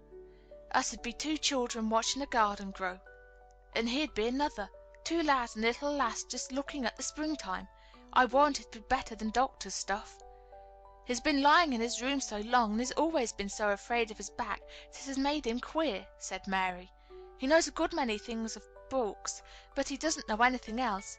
He says he has been too ill to notice things, and he hates going out of doors, and hates gardens and gardeners, but he likes to hear about this garden because it is a secret. I daren't tell him much, but he says he wanted to see it." "Us'll have him out here some time for sure," said Dickon. "I could push his carriage well enough. Hast thou noticed how the robin and his mate have been working while we've been sitting here? Look at him perched on that branch, wondering where'd be best to put that twig he's got in his beak." He made one of his low whistling calls, and the robin turned his head and looked at him inquiringly, still holding his twig. Dickon spoke to him as Ben Weatherstaff did, but Dickon's tone was one of friendly advice. "Whatever thou puts it," he said, "it'll be all right. They knew how to build the nest before they came out of the egg. Get on with it, lad. Thou'st got no time to lose." "Oh, I do like to hear you talk to him," Mary said, laughing delightedly. "Ben Weatherstaff scolds him and makes fun of him, and he hops about and looks as if he understood every word, and I know he likes it. Ben Weatherstaff says he is so conceited he would rather have stones thrown at him than not be noticed." Dickon laughed too, and went on talking. "Thou knows us won't trouble thee," he said to the robin. "Us is near being wild things ourselves. Us is nest building too, bless thee. Look out thou doesn't tell on us." And though the robin did not answer, because his beak was occupied, Mary knew that when he flew away with his twig his own corner of the garden, the darkness of his dew-bright eye meant that he would not tell their secret for the world. Chapter 16. "I won't," said Mary. They found a great deal to do that morning, and Mary was late in returning to the house, and was also in such a hurry to get back to her work that she quite forgot Colin until the last moment. "Tell Colin that I can't come and see him yet," she said to Martha. "I'm very busy in the garden." Martha looked rather frightened. Miss Mary," she said, "may put him all out of humour when I tell him that." But Mary was not as afraid of him as other persons were, and she was not a self-sacrificing person. "I can't stay," she answered. "Dickon's waiting for me," and she ran away. The afternoon was even lovelier and busier than the morning had been.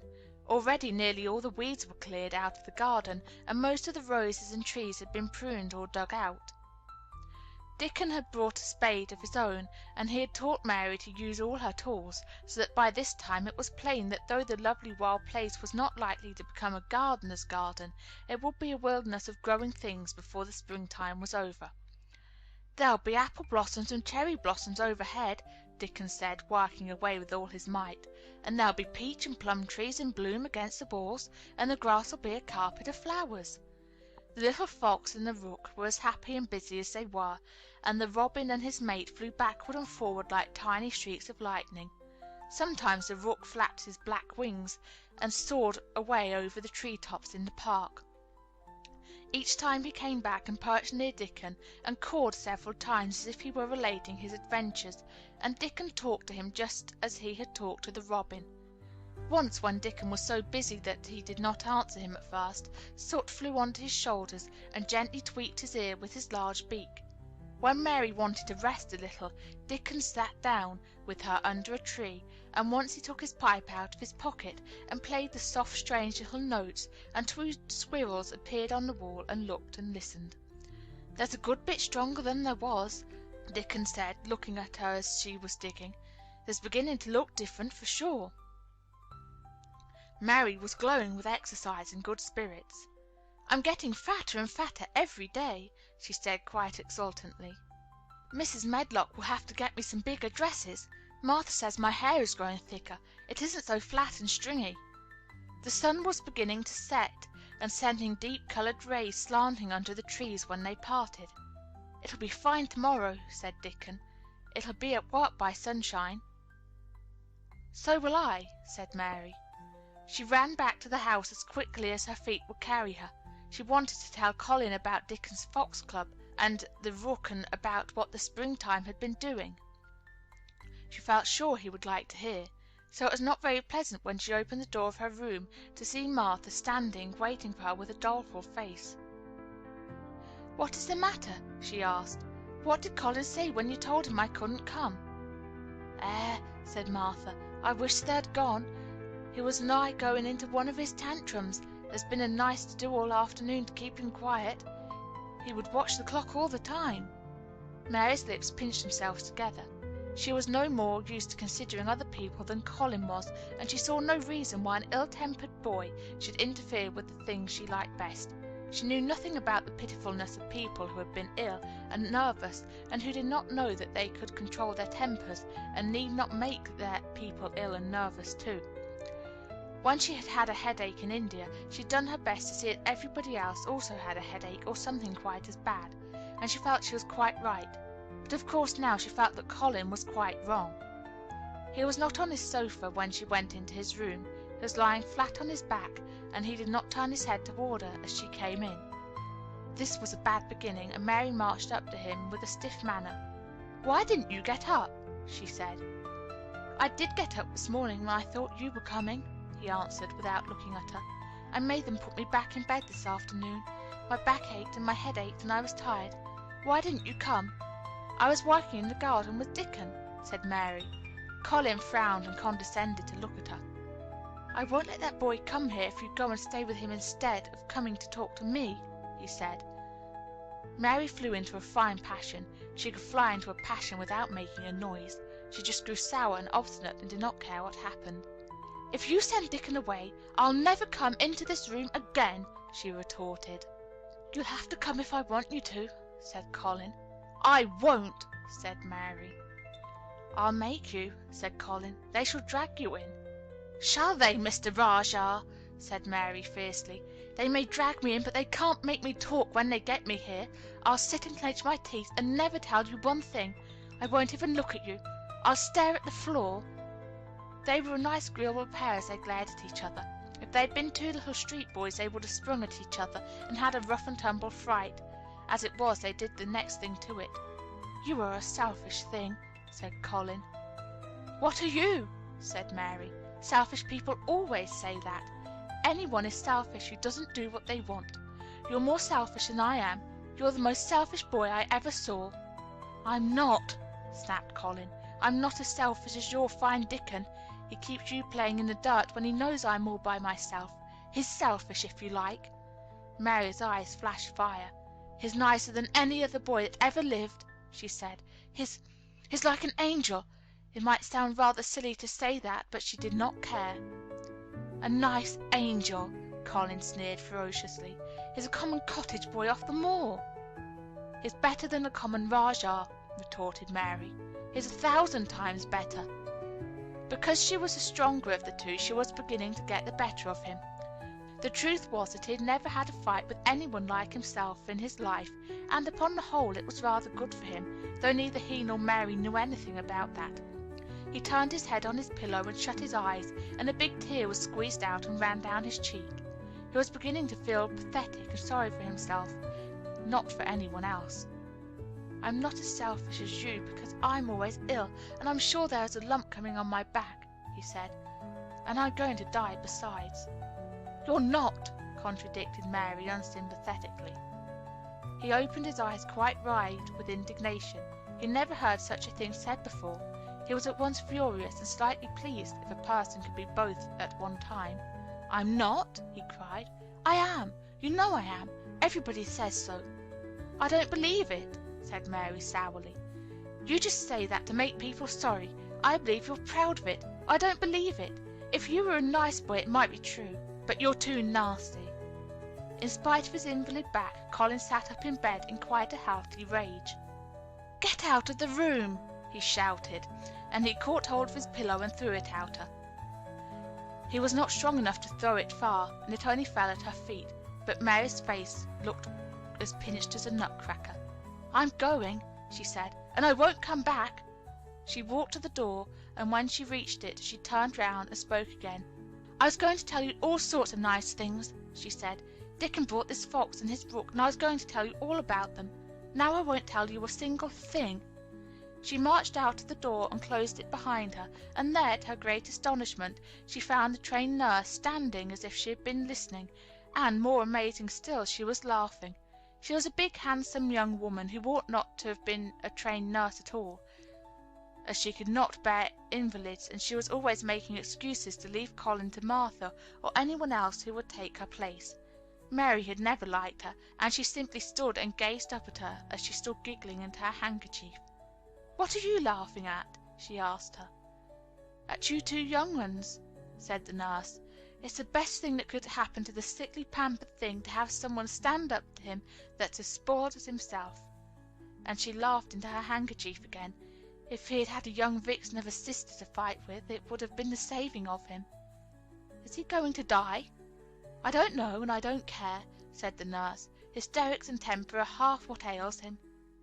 "What are hysterics?" asked Mary. "You'll find out if you're working him to a tantrum after this. But at any rate, you've given him something to have hysterics about, and I'm glad of it."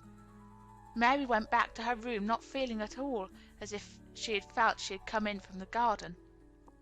She was cross and disappointed, but not at all sorry for Colin. She had looked forward to telling him a great many things, and she had meant to try to make up her mind whether it would be safe to trust him with the great secret. She had been beginning to think it would be, but now she changed her mind entirely. She would never tell him, and he could stay in his room and never get any fresh air and die if he liked. It would serve him right. She felt so sour and unrelenting that for a few minutes she almost forgot about Dickon and the green veil creeping over the world and the soft wind blowing down from the moor. Martha was waiting for her, and the trouble in her face had been temporarily replaced by interest and curiosity. There was a wooden box on the table, and its cover had been removed and revealed that it was full of neat packages. "Mr. Craven sent it to you," said Martha. "It looks as if it had picture books in it." Mary remembered what he had asked her the day she had gone to his room. "Do you want anything? Dolls? Toys? Books?" She opened the package, wondering if he had sent a doll, and also wondered what she should do with it if he had. But he had not sent one. There were several beautiful books, such as Colin had, and 2 of them were about gardens and were full of pictures. There were 2 or 3 games, and there was a beautiful little writing case with a gold monogram on it and a gold pen and inkstand. Everything was so nice that her pleasure began to crowd her anger out of her mind. She had not expected him to remember her at all, and her hard little heart grew quite warm. "I can write better than I can print," she said, "and the first thing I shall write with that pen will be a letter to tell him I am much obliged."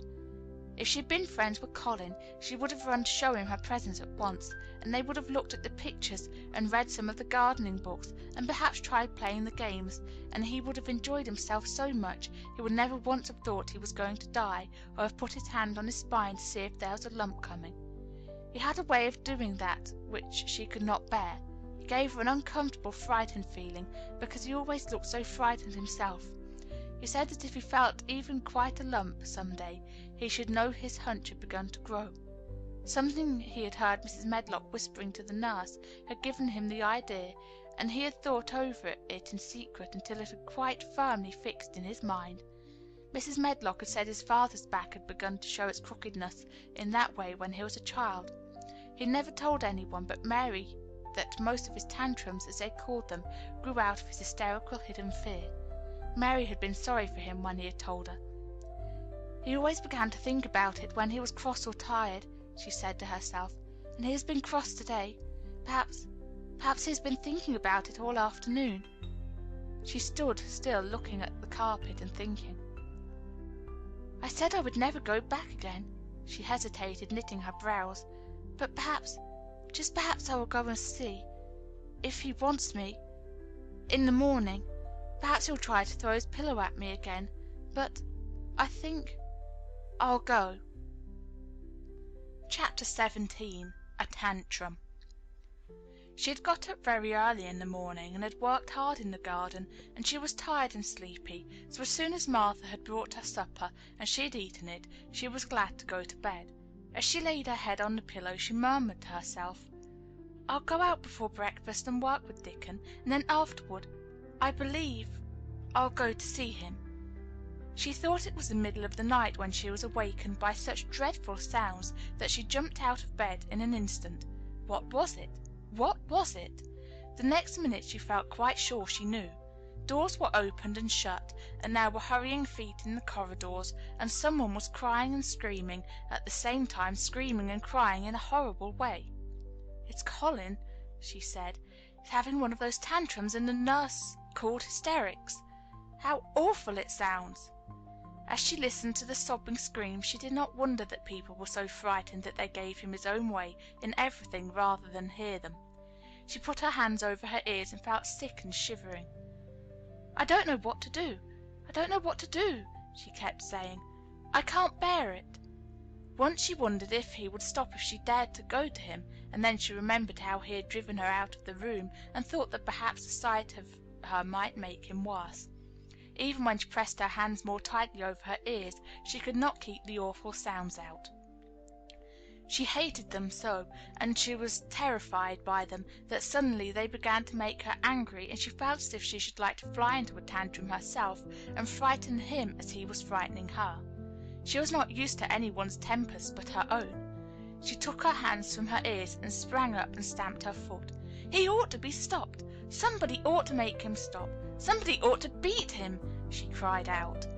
Just then she heard feet almost running down the corridor, and her door opened and a nurse came in. She was not laughing now by any means. She even looked rather pale. "He's worked himself into hysterics," she said in a great hurry. "He'll do himself harm. No one can do anything with him. You come and try, like a good child. He likes you." "He turned me out of the room this morning," said Mary, stamping her foot with excitement. The stamp rather pleased the nurse. The truth was that she had been afraid she might find Mary crying and hiding her head under the bedclothes. "That's right," she said. "You're in the right humour. You go and scold him. Give him something new to think of. Do go, child, as quick as ever you can." It was not until afterward that Mary realized that the funny thing had been funny as well as dreadful. It was funny that all the grown-up people were so frightened that they came to a little girl just because they guessed she was almost as bad as Colin himself. She flew along the corridor, and the nearer she got to the screams, the higher the temper mounted. She felt quite wicked by the time she reached the door. She slapped it open with her hand and ran across the room to the four-poster bed. "You stop!" she almost shouted. "You stop! I hate you! Everybody hates you! I wish everybody would run out of the house and let you scream yourself to death! You will scream yourself to death in a minute, and I wish you would!" A nice sympathetic child could neither have said nor thought such things, but it just happened that the shock of hearing them was the best possible thing for this hysterical boy, whom no one had even dared to restrain or contradict.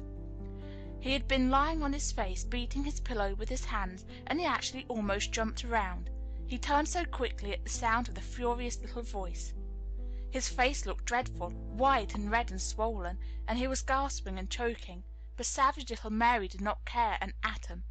"If you scream another scream," she said, "I'll scream too, and I can scream louder than you can, and I'll frighten you. I'll frighten you." He actually had stopped screaming before she had startled him so. The scream which had been coming almost choked him. The tears were streaming down his face, and he shook all over. "I can't stop," he gasped and sobbed.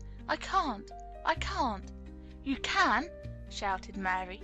"Half that ails you is hysterics and temper. Just hysterics! Hysterics! Hysterics!" And she stamped each time she said it.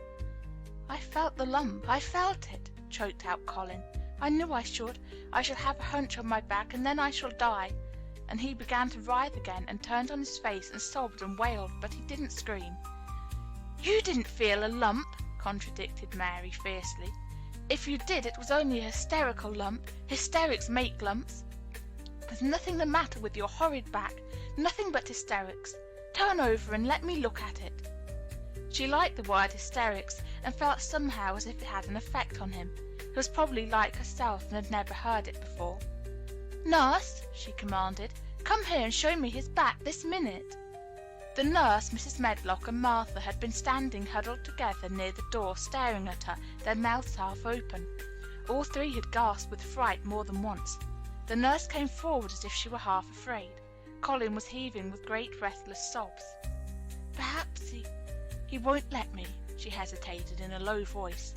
Colin heard her, however, and he gasped out between two sobs, Show her! She'll see them." It was a poor thin back to look at when it was bared. Every rib could be counted, and every joint of the spine, though Mistress Mary did not count them as she bent over and examined them with a solemn, savage little face. She looked so sour and old-fashioned that the nurse turned her head aside to hide the twitching of her mouth. There was just a minute's silence, for even Colin tried to hold his breath, while Mary looked up and down his spine, and down and up, as intently as she had been the great doctor from London. "There's not a single lump there," she said at last. "There's not a lump as big as a pin, except backbone lumps.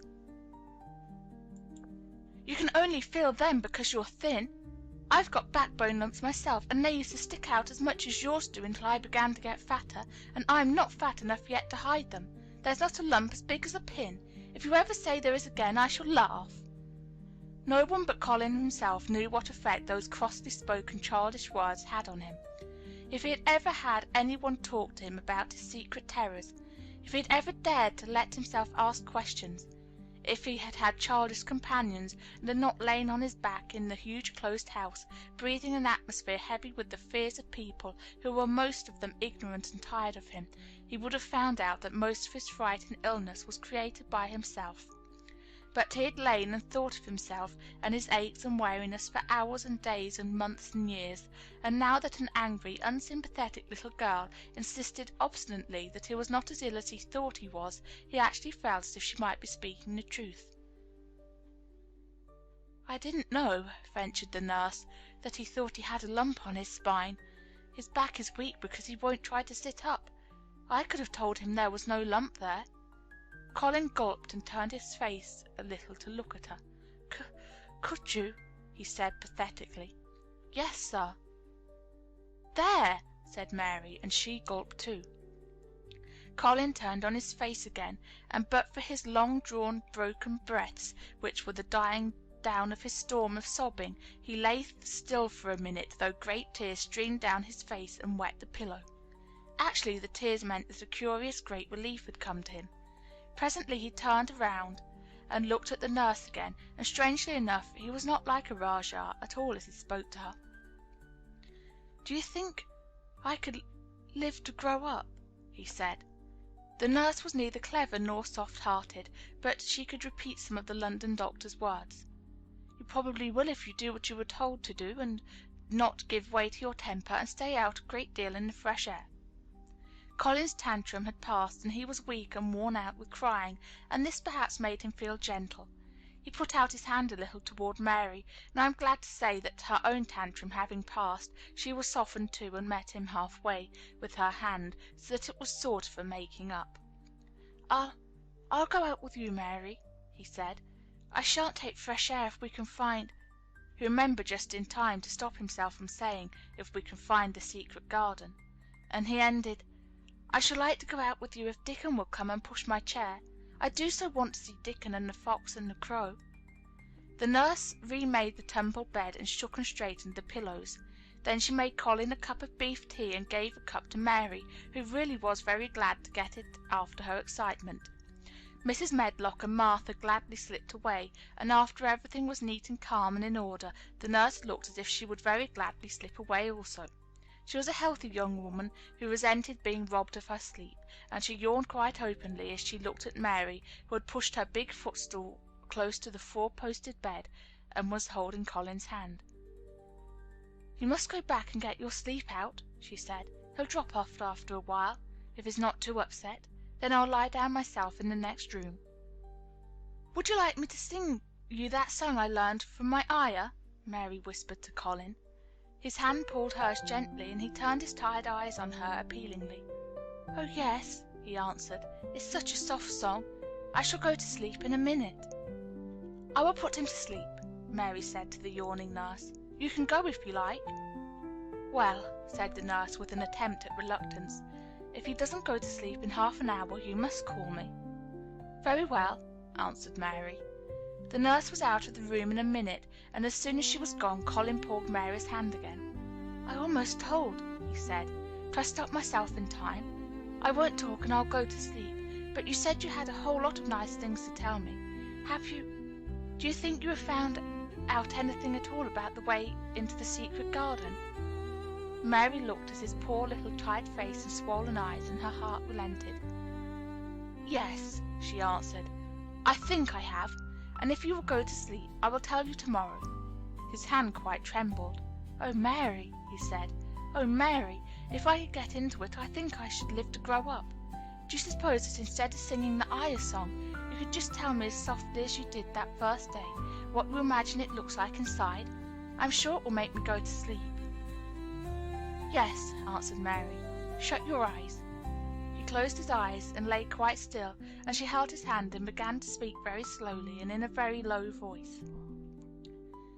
"I think it has been left alone so long that it has grown all into a lovely tangle. I think the roses have climbed and climbed and climbed until they hang from the branches and walls and creep over the ground, almost like a strange grey mist.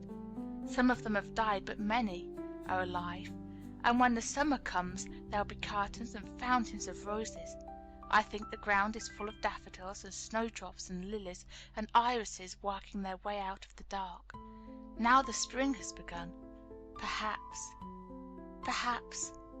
The soft drone of her voice was making him stiller and stiller, and she saw it and went on. Perhaps they are coming up through the grass. Perhaps there are clusters of purple crocuses and gold ones even now. Perhaps the leaves are beginning to break out and uncurl. And perhaps the grey is changing, and a green gauze veil is creeping and creeping over everything, and the birds are coming to look at it, because it is so safe and still. And perhaps,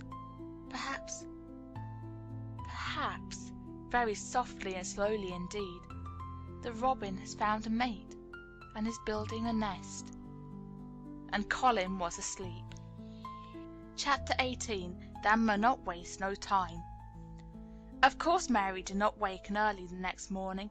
She slept late because she was tired, and when Martha brought her breakfast she told her that though Colin was quite quiet, he was ill and feverish, as he always was after he had worn himself out with a fit of crying.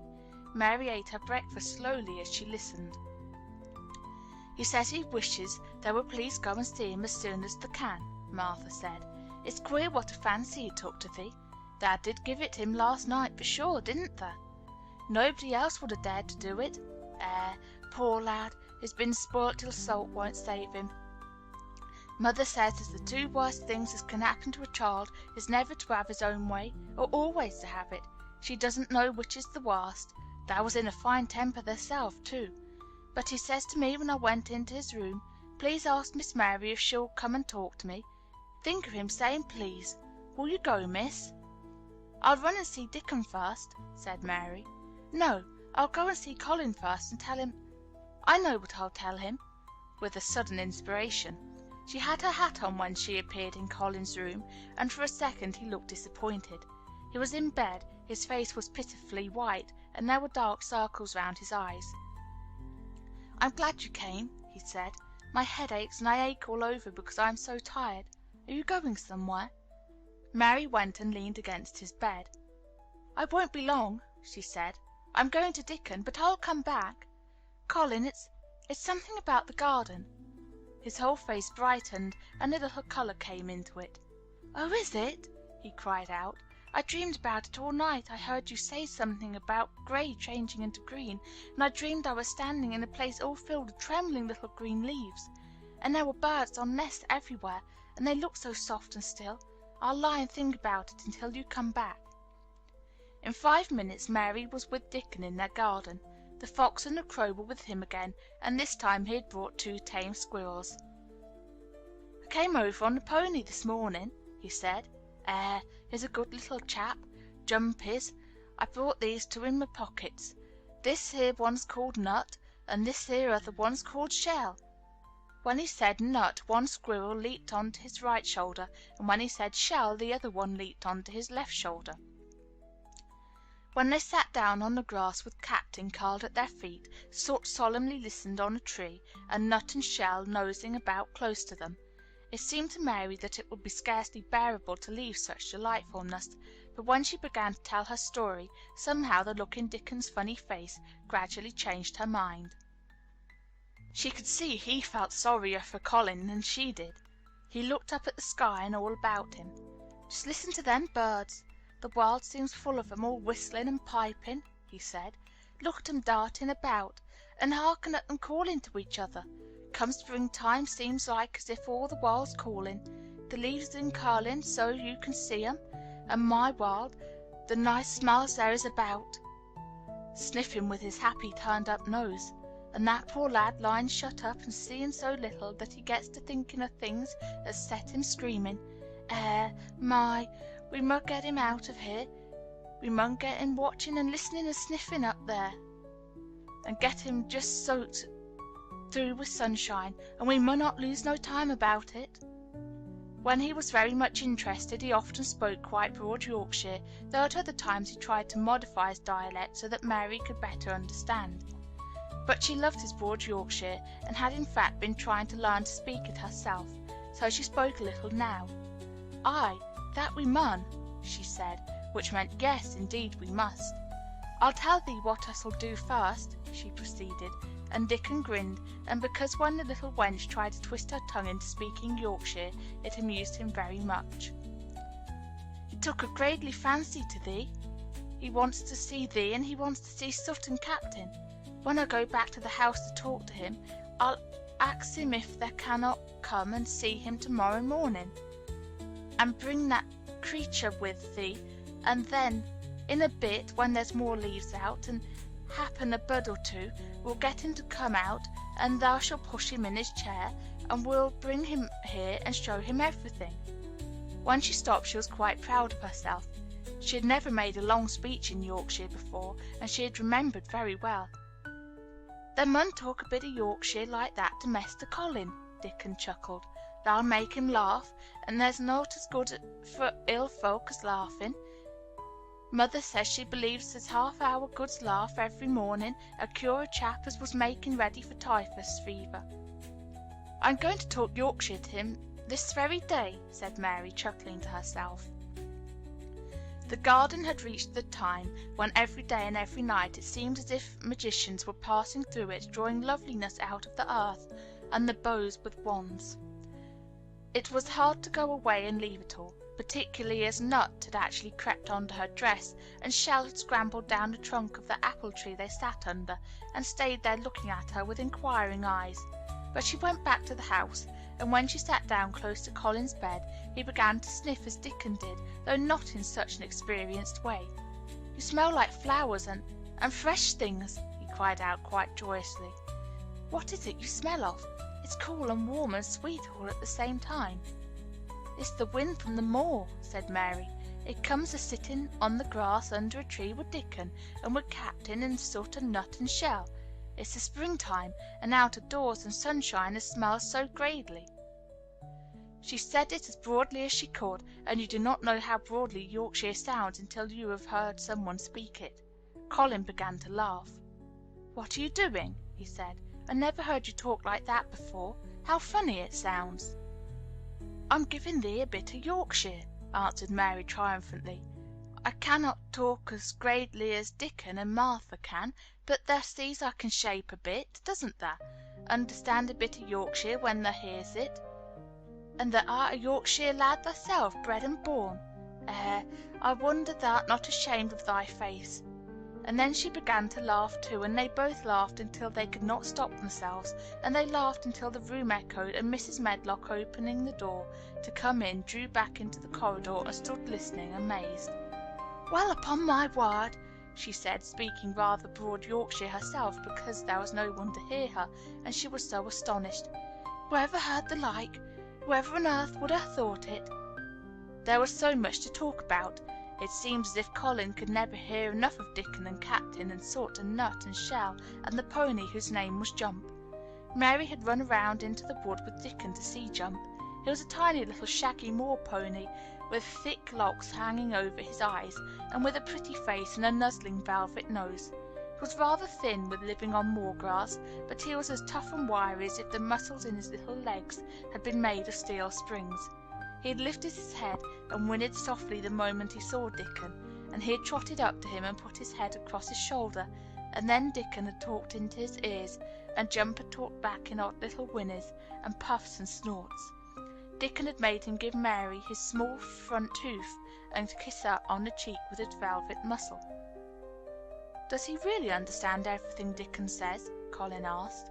"It seems as if he does," answered Mary. "Dickon says anything we'll understand if you're friends with it for sure, but you have to be friends for sure." Colin lay quiet a little while, and his strange grey eyes seemed to be staring at the wall, but Mary saw he was thinking. "I wish I was friends with things," he said at last, "but I'm not. I never had anything to be friends with, and I can't bear people." "Can't you bear me?" asked Mary. "Yes, I can," he answered. "It's funny, but I even like you." "Ben Weatherstaff said I was like him," said Mary. "He said he'd warrant we'd both got the same nasty tempers. I think you are like him too. We're all three alike, you and I and Ben Weatherstaff. He says we were neither of us much to look at, and we were as sour as we looked. But I don't feel as sour as I used to before I knew the Robin and Dickon." "Did you feel as if you hated people?" "Yes," answered Mary without any affectation. "I should have detested you if I had seen you before I saw the Robin and Dickon." Colin put out his thin hand and touched her. "Mary," he said, I wish I hadn't said what I said about sending Dickon away. I hated you when you said he was like an angel, and I laughed at you, but perhaps he is." "Well, it was rather funny to say it," she admitted frankly, "because his nose does turn up, and he has a big mouth, and his clothes have patches all over them, and he talks broad Yorkshire.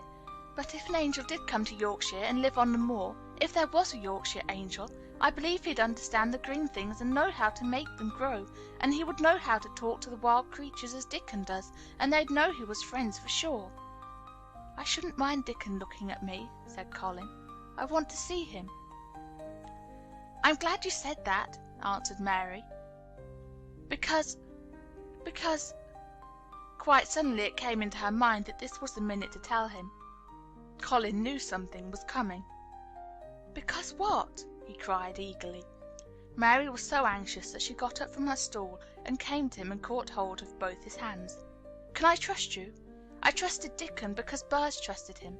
Can I trust you? For sure? For sure?" she implored. Her face was so solemn that he almost whispered his answer. "Yes, yes." "Well, Dickon will come to see you tomorrow morning, and he'll bring his creatures with him." "Oh, oh!" cried Colin in delight. "But that's not all," Mary went on, almost pale with solemn excitement. "The rest is better. There is a door into the garden. I found it. It is under the ivy on the wall." If he had been a strong, healthy boy, Colin probably would have shouted, "Hurrah! Hurrah! Hurrah!" But he was weak and rather hysterical. His eyes grew bigger and bigger, and he gasped for breath. "Oh, Mary!" he cried out with a half sob. "Shall I see it? Shall I get to see it? Shall I live to get into it?" And he clutched her hands and dragged her toward him. "Of course you shall see it," snapped Mary indignantly. "Of course you'll live to get into it. Don't be silly." And she was so unhysterical and natural and childish that she brought him to his senses, and he began to laugh at himself, and a few minutes afterward she was sitting on her stool again, telling him not what she imagined the secret garden to be like, but what it really was, and Colin's aches and tiredness were forgotten, and he was listening enraptured. "It's just what you thought it would be," he said at last. "It sounds as if you had really seen it. You know I said that when you told me first." Mary hesitated about 2 minutes, and then boldly spoke the truth. "I had seen it, and I had been in it," she said. "I found the key and got in weeks ago. But I daren't tell you. I daren't because I was so afraid I couldn't trust you. For sure." Chapter 19. It Has Come. Of course Dr. Craven had been sent for the morning after Colin had had his tantrum. He was always sent for at once when such a thing occurred, and he always found when he arrived a white, shaken boy lying on his bed, sulky, and still so hysterical that he was ready to break into fresh sobbing at the least word. In fact, Dr. Craven dreaded and detested the difficulties of these visits. On this occasion he was away from Misselthwaite Manor until afternoon.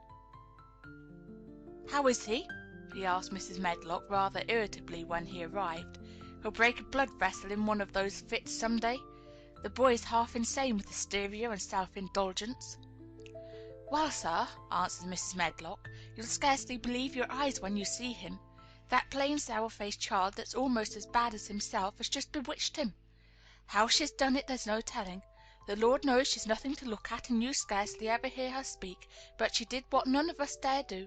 She flew at him like a little cat last night, and stamped her feet, and ordered him to stop screaming, and somehow she startled him so that he actually did stop, and this afternoon, well, just come up and see, sir. It's past crediting."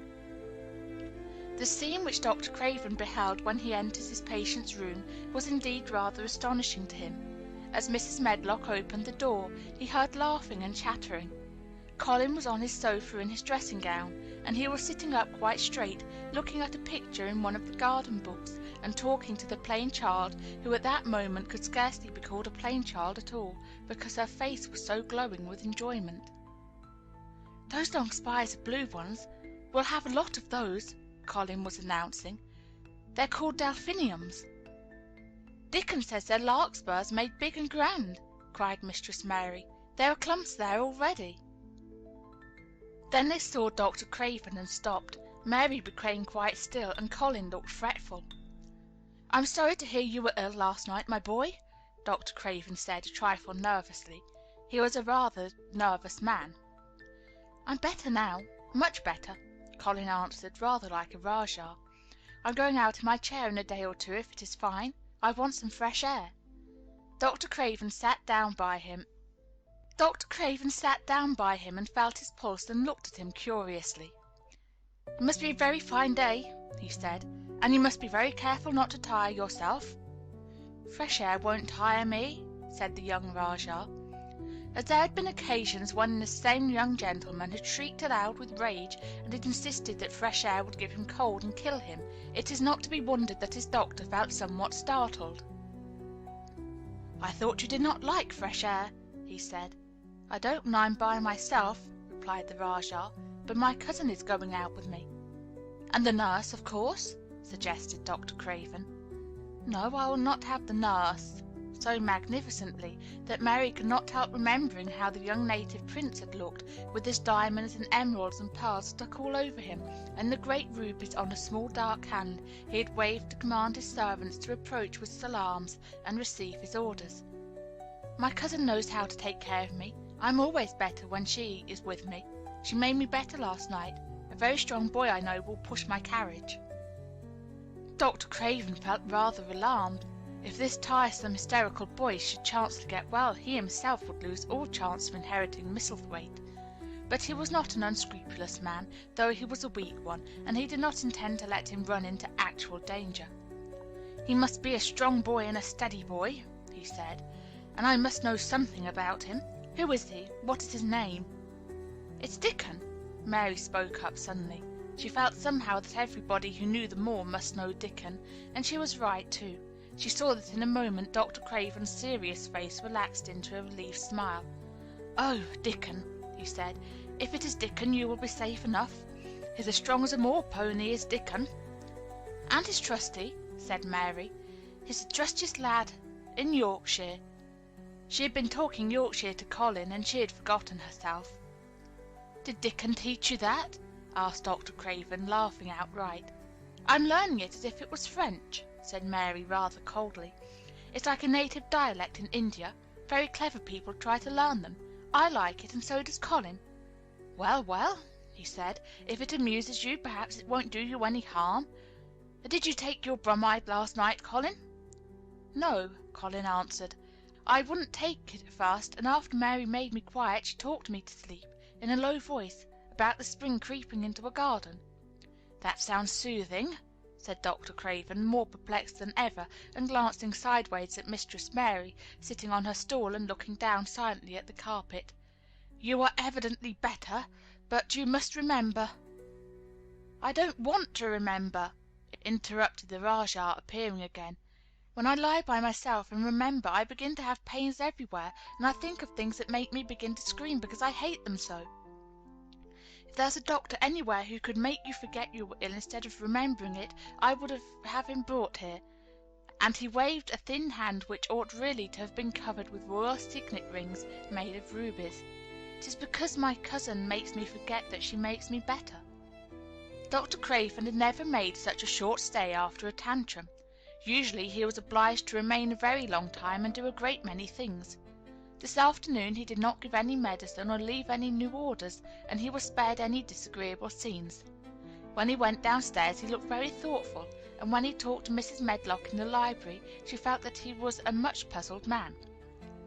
"Well, sir," she ventured, "could you have believed it?" "It is certainly a new state of affairs," said the doctor, "and there's no denying it is better than the old one." "I believe Susan Sowerby's right, I do that," said Mrs. Medlock. "I stopped in her cottage on my way to Thwaite yesterday and had a bit of a talk with her, and she says to me, 'Well, Sarah Ann, she mayn't be a good child and she mayn't be a pretty one, but she's a child and children need children.' We went to school together, Susan Sowerby and me." "She's the best sick nurse I know," said Dr. Craven. "When I find her in a cottage, I know the chances are that I shall save my patient." Mrs. Medlock smiled. She was fond of Susan Sowerby. "She's got a way with her, has Susan," she went on quite volubly.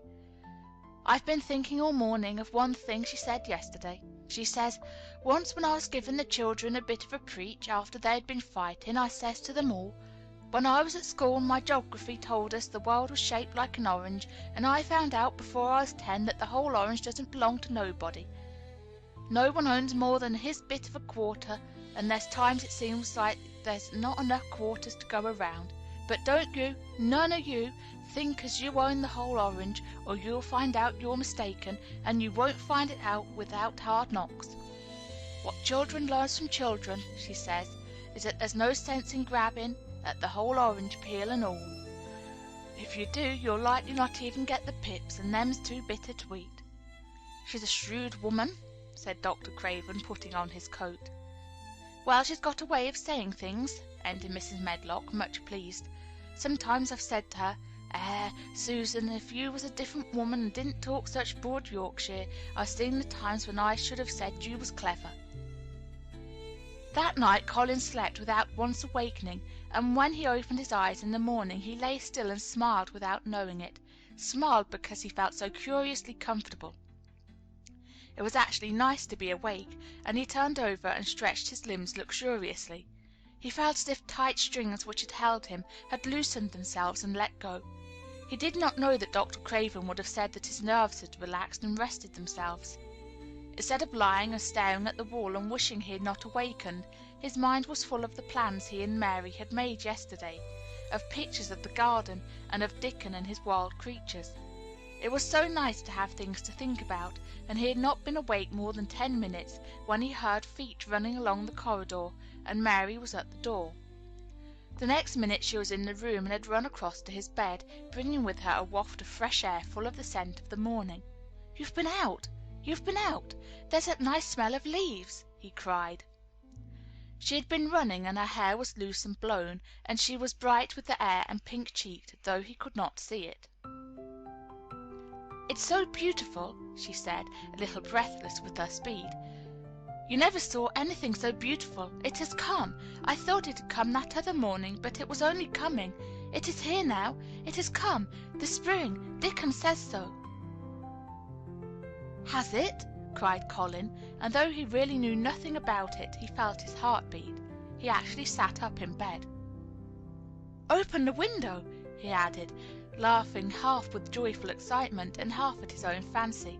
"Perhaps we may hear golden trumpets." And though he laughed, Mary was at the window in a moment, and in a moment more it was opened wide, and freshness and softness and scents and bird songs were pouring through. "That's fresh air," she said. "Lie on your back and draw in long breaths. That's what Dickon does when he's lying on the moor. He says he feels it in his veins, and it makes him strong, and he feels as if he could live for ever and ever. Breathe it and breathe it." She was only repeating what Dickon had told her, but she caught Colin's fancy. "For ever and ever! Does it make him feel like that?" he said, and he did as she told him, drawing in long, deep breaths over and over again, until he felt that something quite new and delightful was happening to him. Mary was at his bedside again. "Things are crowding up out of the earth," she ran on in a hurry, "and there are flowers uncurling, and buds on everything, and the green veil has covered nearly all the grey, and the birds are in such a hurry about their nests for fear they may be too late, that some of them are even fighting for places in the secret garden. And the rose-bush looks as wick can be, and there are primroses in the lanes and woods, and the seeds we planted are up, and Dickon has brought the fox and the crow and the squirrels and a new-born lamb." And then she paused for a breath. The new-born lamb Dickon had found 3 days before, lying by its dead mother among the gorse bushes on the moor. It was not the first motherless lamb he had found, and he knew what to do with it. He had taken it to the cottage, wrapped in his jacket, and he had let it lie near the fire and had fed it warm milk. It was a soft thing with a darling, silly baby face, and legs rather long for its body. Dickon had carried it over the moor in his arms, and its feeding bottle was in his pocket with a squirrel, and when Mary had sat under a tree with its limp warmness huddled on her lap, she had felt as if she were too full of strange joy to speak. A lamb, a living lamb who lay on your lap like a baby! She was describing it with great joy, and Colin was listening and drawing in long breaths of air when the nurse entered. She started a little at the sight of the open window. She had sat stifling in the room many a warm day because her patient was sure that open windows gave people cold. "Are you sure you are not chilly, Master Colin?" she inquired. "No," was the answer. "I'm breathing long breaths of fresh air. It makes you strong. I'm going to get up to the sofa for breakfast. My cousin will have breakfast with me." The nurse went away, concealing a smile, to give the order for 2 breakfasts. She found the servants' hall a more amusing place than the invalid's chamber, and just now everybody wanted to hear the news from upstairs. There was a great deal of joking about the unpopular young recluse, who, as the cook said, had found his master and good for him. The servants' hall had been very tired of the tantrums, and the butler, who was a man with a family, had more than once expressed his opinion that the invalid would be all the better for a good hiding. When Colin was on his sofa and the breakfast for 2 was put upon the table, he made an announcement to the nurse in his most Rajah-like manner. "A boy and a fox and a crow and 2 squirrels and a new-born lamb are coming to see me this morning. I want them brought upstairs as soon as they come," he said. "You are not to begin playing with the animals in the servants' hall and keep them there. I want them here." The nurse gave a slight gasp and tried to conceal it with a cough. "Yes, sir," she answered. "I'll tell you what you can do," added Colin, waving his hand. "You can tell Martha to bring them here. The boy is Martha's brother. His name is Dickon, and he is an animal charmer." "I hope the animals won't bite, Master Colin," said the nurse. "I told you he was a charmer," said Colin austerely. "Charmers' animals never bite." "There are snake charmers in India," said Mary, "and they put their snakes' heads in their mouths." "Goodness!" shuddered the nurse. They ate their breakfast with the morning air pouring in upon them. Colin's breakfast was a very good one, and Mary watched him with serious interest. "You'll begin to get fatter just as I did," she said. "I never wanted my breakfast when I was in India, and now I always want it." "I wanted mine this morning," said Colin. "Perhaps it was the fresh air. When do you think Dickon will come?" He was not long in coming. In about 10 minutes Mary held up her hand. "Listen," she said. "Did you hear a caw?" Colin listened and heard it, the oddest sound in the world to hear inside a house, a hoarse caw caw. "Yes," he answered. "That's soot," said Mary. "Listen again. Do you hear a bleat, a tiny one?" "Oh, yes," cried Colin, quite flushing. "That's the newborn lamb," said Mary. "He's coming." Dickon's moorland boots were thick and clumsy, and though he tried to walk quietly, they made a clumping sound as he walked through the long corridors. Mary and Colin heard him marching until he passed through the tapestry door onto the soft carpet of Colin's own passage. "If you please, sir," announced Martha, opening the door. "If you please, sir, here's Dickon and his creatures." Dickon came in smiling his nicest wide smile. The newborn lamb was in his arms, and the little red fox trotted by his side. Nut sat on his left shoulder, and Soot on his right, and Shell's head and paws peeped out of his coat pocket. Colin slowly sat up and stared, as he had stared when he first saw Mary. But this was a stare of wonder and delight. The truth was that in spite of all he had heard, he had not in the least understood what this boy would be like, and that his fox and his crow and his squirrels and his lamb were so near to him, and his friendliness, that they seemed almost to be a part of himself. Colin had never talked to a boy in his life, and he was so overwhelmed by his own pleasure and curiosity that he did not even think of speaking. But Dickon did not feel the least shy or awkward. He had not felt embarrassed because the crow had not known his language and had only stared, and had not spoken to him the first time they met. Creatures were always like that until they found out about you. He walked over to Colin's sofa and put the newborn lamb quietly on his lap, and immediately the little creature turned to the warm velvet dressing gown and began to nuzzle into its folds and butt its tight curled head with soft impatience against his side. Of course no boy could have helped speaking then. "What's it doing?" cried Colin. "What does it want?" "It wants its mother," said Dickon, smiling more and more. "I brought it to thee a bit hungry because I knowed they'd like to see it feed." He knelt down by the sofa and took a feeding bottle from his pocket. "Come on, little un," he said, turning the small woolly white head with a gentle brown hand. "This is what there's after. They'll get more out of this than there will out of silk velvet coats. There now," and he pushed the rubber tip of the bottle into the nuzzling mouth, and the lamb began to suck it with ravenous ecstasy. After that there was no wondering what to say. By the time the lamb fell asleep, questions poured forth, and Dickon answered them all. He told them how he had found the lamb just as the sun was rising 3 mornings ago. He had been standing on the moor listening to a skylark, and watching him swing higher and higher into the sky until he was only a speck in the heights of blue. I'd almost lost him but for his song, and I was wondering how a chap could hear it when it seems as if he'd get out of the world in a minute. And just then I heard something else far off among the gorse bushes. It was a weak bleating, and I knowed it was a new lamb and was hungry, and I knowed it wouldn't be hungry if it hadn't lost its mother somehow, so I set off searching. I did have a look for it. I went in and out among the gorse bushes, and round, and I always seemed to take the wrong turning, but at last I seed a bit of white by a rock on top of the moor, and I climbed up and found the little un half dead with cold and clemming. While he talked, Soot flew solemnly in and out of the open window, and called remarks about the scenery, while Nut and Shell made excursions into the big trees outside, and ran up and down trunks and explored branches. Captain curled up near Dickon, who sat on the hearth-rug from preference. They looked at the pictures in the gardening books, and Dickon knew all the flowers by their country names, and knew exactly which ones were already growing in the secret garden. "I could not say that there name," he said, pointing to one under which was written Aquilegia, "but us calls that a columbine. And that there one is a snapdragon, and they both grow wild in the hedges, but these is garden ones, and they're bigger and grander. There's some big clumps of columbine in the garden. They'll look like a bed of blue and white butterflies fluttering when they're out." "I'm going to see them," cried Colin. "I'm going to see them." "Aye, that thou mun," said Mary quite seriously, "and thou mun not lose no time about it." Chapter 20.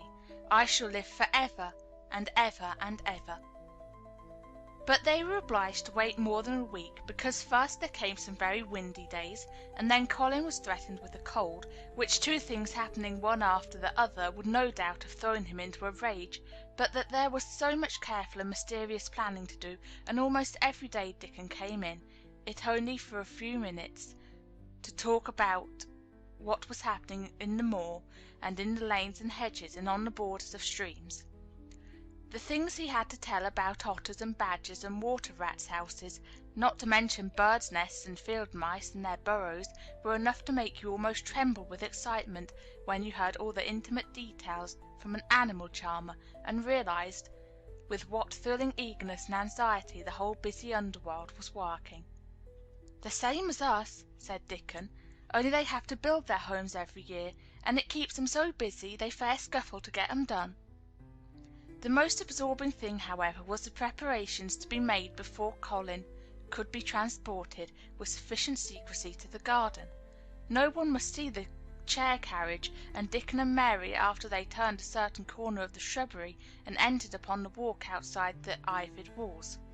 As each day passed, Colin had become more and more fixed in his feeling that the mystery surrounding the garden was one of its greatest charms. Nothing must spoil that. No one must ever suspect that they had a secret.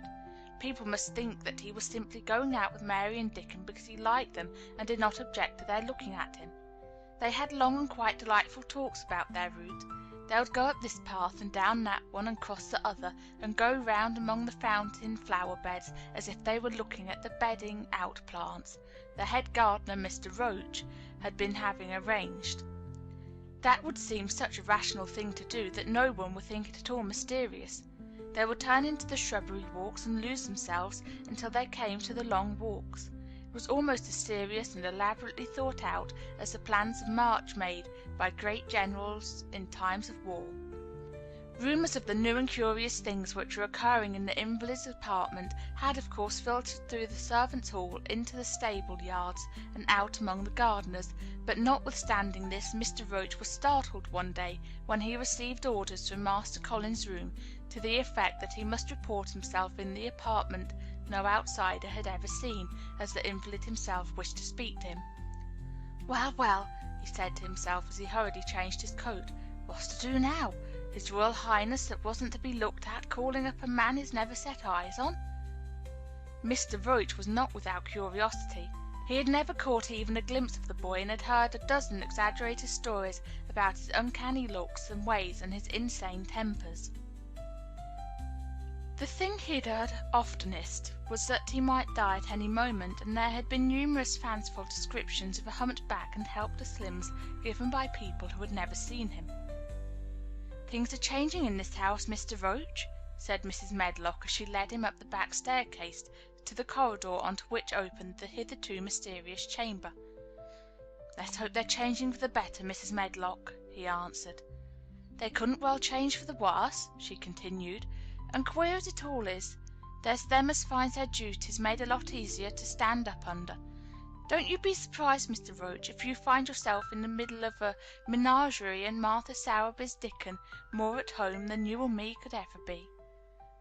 There really was a sort of magic about Dickon, as Mary always privately believed. When Mr. Roach heard his name he smiled quite leniently. "He'd be at home in Buckingham Palace or at the bottom of a coal mine," he said, "and yet it's not impudence either. He's just fine, is that lad." It was perhaps well he had been prepared, or he might have been startled. When the bedroom door was opened, a large crow, which seemed quite at home perched on the high back of a carven chair, announced the entrance of a visitor by saying "Caw, caw," quite loudly. In spite of Mrs. Medlock's warning, Mr. Roach only just escaped being sufficiently undignified to jump backward. The young Rajah was neither in bed nor on his sofa. He was sitting in an armchair, and a young lamb was standing by him, shaking its tail in feeding lamb fashion, as Dickon knelt, giving it milk from a bottle. A squirrel was perched on Dickon's bent back, attentively nibbling a nut. The little girl from India was sitting on a big footstool, looking on. "Here is Mr. Roach, Master Colin," said Mrs. Medlock. The young Rajah turned and looked his servitor over. At least that was what the head gardener felt happened. "Oh, you are Roach, are you?" he said. "I sent for you to give you some very important orders." "Very good, sir," answered Roach, wondering if he was to receive instructions to fell all the oaks in the park or to transform the orchards into water gardens. "I'm going out in my chair this afternoon," said Colin. "If the fresh air agrees with me, I may go out every day. When I go, none of the gardeners are to be anywhere near the long walk by the garden walls. No one is to be there. I shall go out about 2 o'clock, and every one must keep away until I send word that they may go back to their work." "Very good, sir," replied Mr. Roach, much relieved to hear that the oaks might remain and that the orchards were safe. "Mary," said Colin, turning to her, "what is that thing you say in India when you have finished talking and want people to go?" "You say you have my permission to go," answered Mary. The Rajah waved his hand. "You have my permission to go, Roach," he said, "but remember this is very important." "Caw, caw," remarked the crow hoarsely, but not impolitely. "Very good, sir. Thank you, sir," said Mr. Roach, and Mrs. Medlock took him out of the room. Outside in the corridor, being a rather good-natured man, he smiled until he almost laughed. "My word," he said, "he's got a fine lordly way with him, hasn't he? You'd think he was a whole royal family rolled into one, Prince Consort and all." Protested Mrs. Medlock. "We've had to let him trample all over every one of us ever since he had feet, and he thinks that's what folks was born for." "Perhaps he'll grow out of it if he lives," suggested Mr. Roach. "Well, there's one thing pretty sure," said Mrs. Medlock. "If he does live and that Indian child stays here, I'll warrant she teaches him that the whole orange does not belong to him, as Susan Sowerby says, and he'll be likely to find out the size of his own quarter." Inside the room Colin was leaning back on his cushions. "It's all safe now," he said, "and this afternoon I shall see it. This afternoon I shall be in it." Dickon went back to the garden with his creatures, and Mary stayed with Colin. She did not think he looked tired, but he was very quiet before their lunch came, and he was quiet while they were eating it. She wondered why, and asked him about it. "What big eyes you've got, Colin," she said. "When you are thinking, they get as big as saucers. What are you thinking about now?" "I can't help thinking about what the garden will look like," he answered. "The garden?" asked Mary. "The springtime," he said. "I was thinking that I've never really seen it before. I scarcely went out, and when I did go I never looked at it. I didn't even think about it." "I never saw it in India because there wasn't any," said Mary. Shut in and morbid as his life had been, Colin had more imagination than she had, and at least he had spent a good deal of his time looking at wonderful books and pictures. "That morning when you ran in and said, 'It's come,' you made me feel quite queer. It sounded as if things were coming with a great procession, and big bursts and wafts of music. I've a picture like it in one of my books. Crowds of lovely people and children, with garlands and branches and with blossoms on them. Everyone laughing and dancing, and crowding and playing on their pipes. That was why I said perhaps we shall hear golden trumpets, and told you to throw open the window." "How funny," said Mary. "That's really just what it feels like. And if all the flowers and leaves and green things and birds and wild creatures danced past at once, what a crowd it would be! I'm sure they'd dance and sing and flute, and that would be the wafts of music." They both laughed, but it was not because the idea was laughable, but because they both so liked it. A little later the nurse made Colin ready. She noticed that instead of lying like a log while his clothes were put on, he sat up and made some efforts to help himself, and he talked and laughed with Mary all the time. "This is one of his good days, sir," she said to Dr. Craven, who dropped in to inspect him.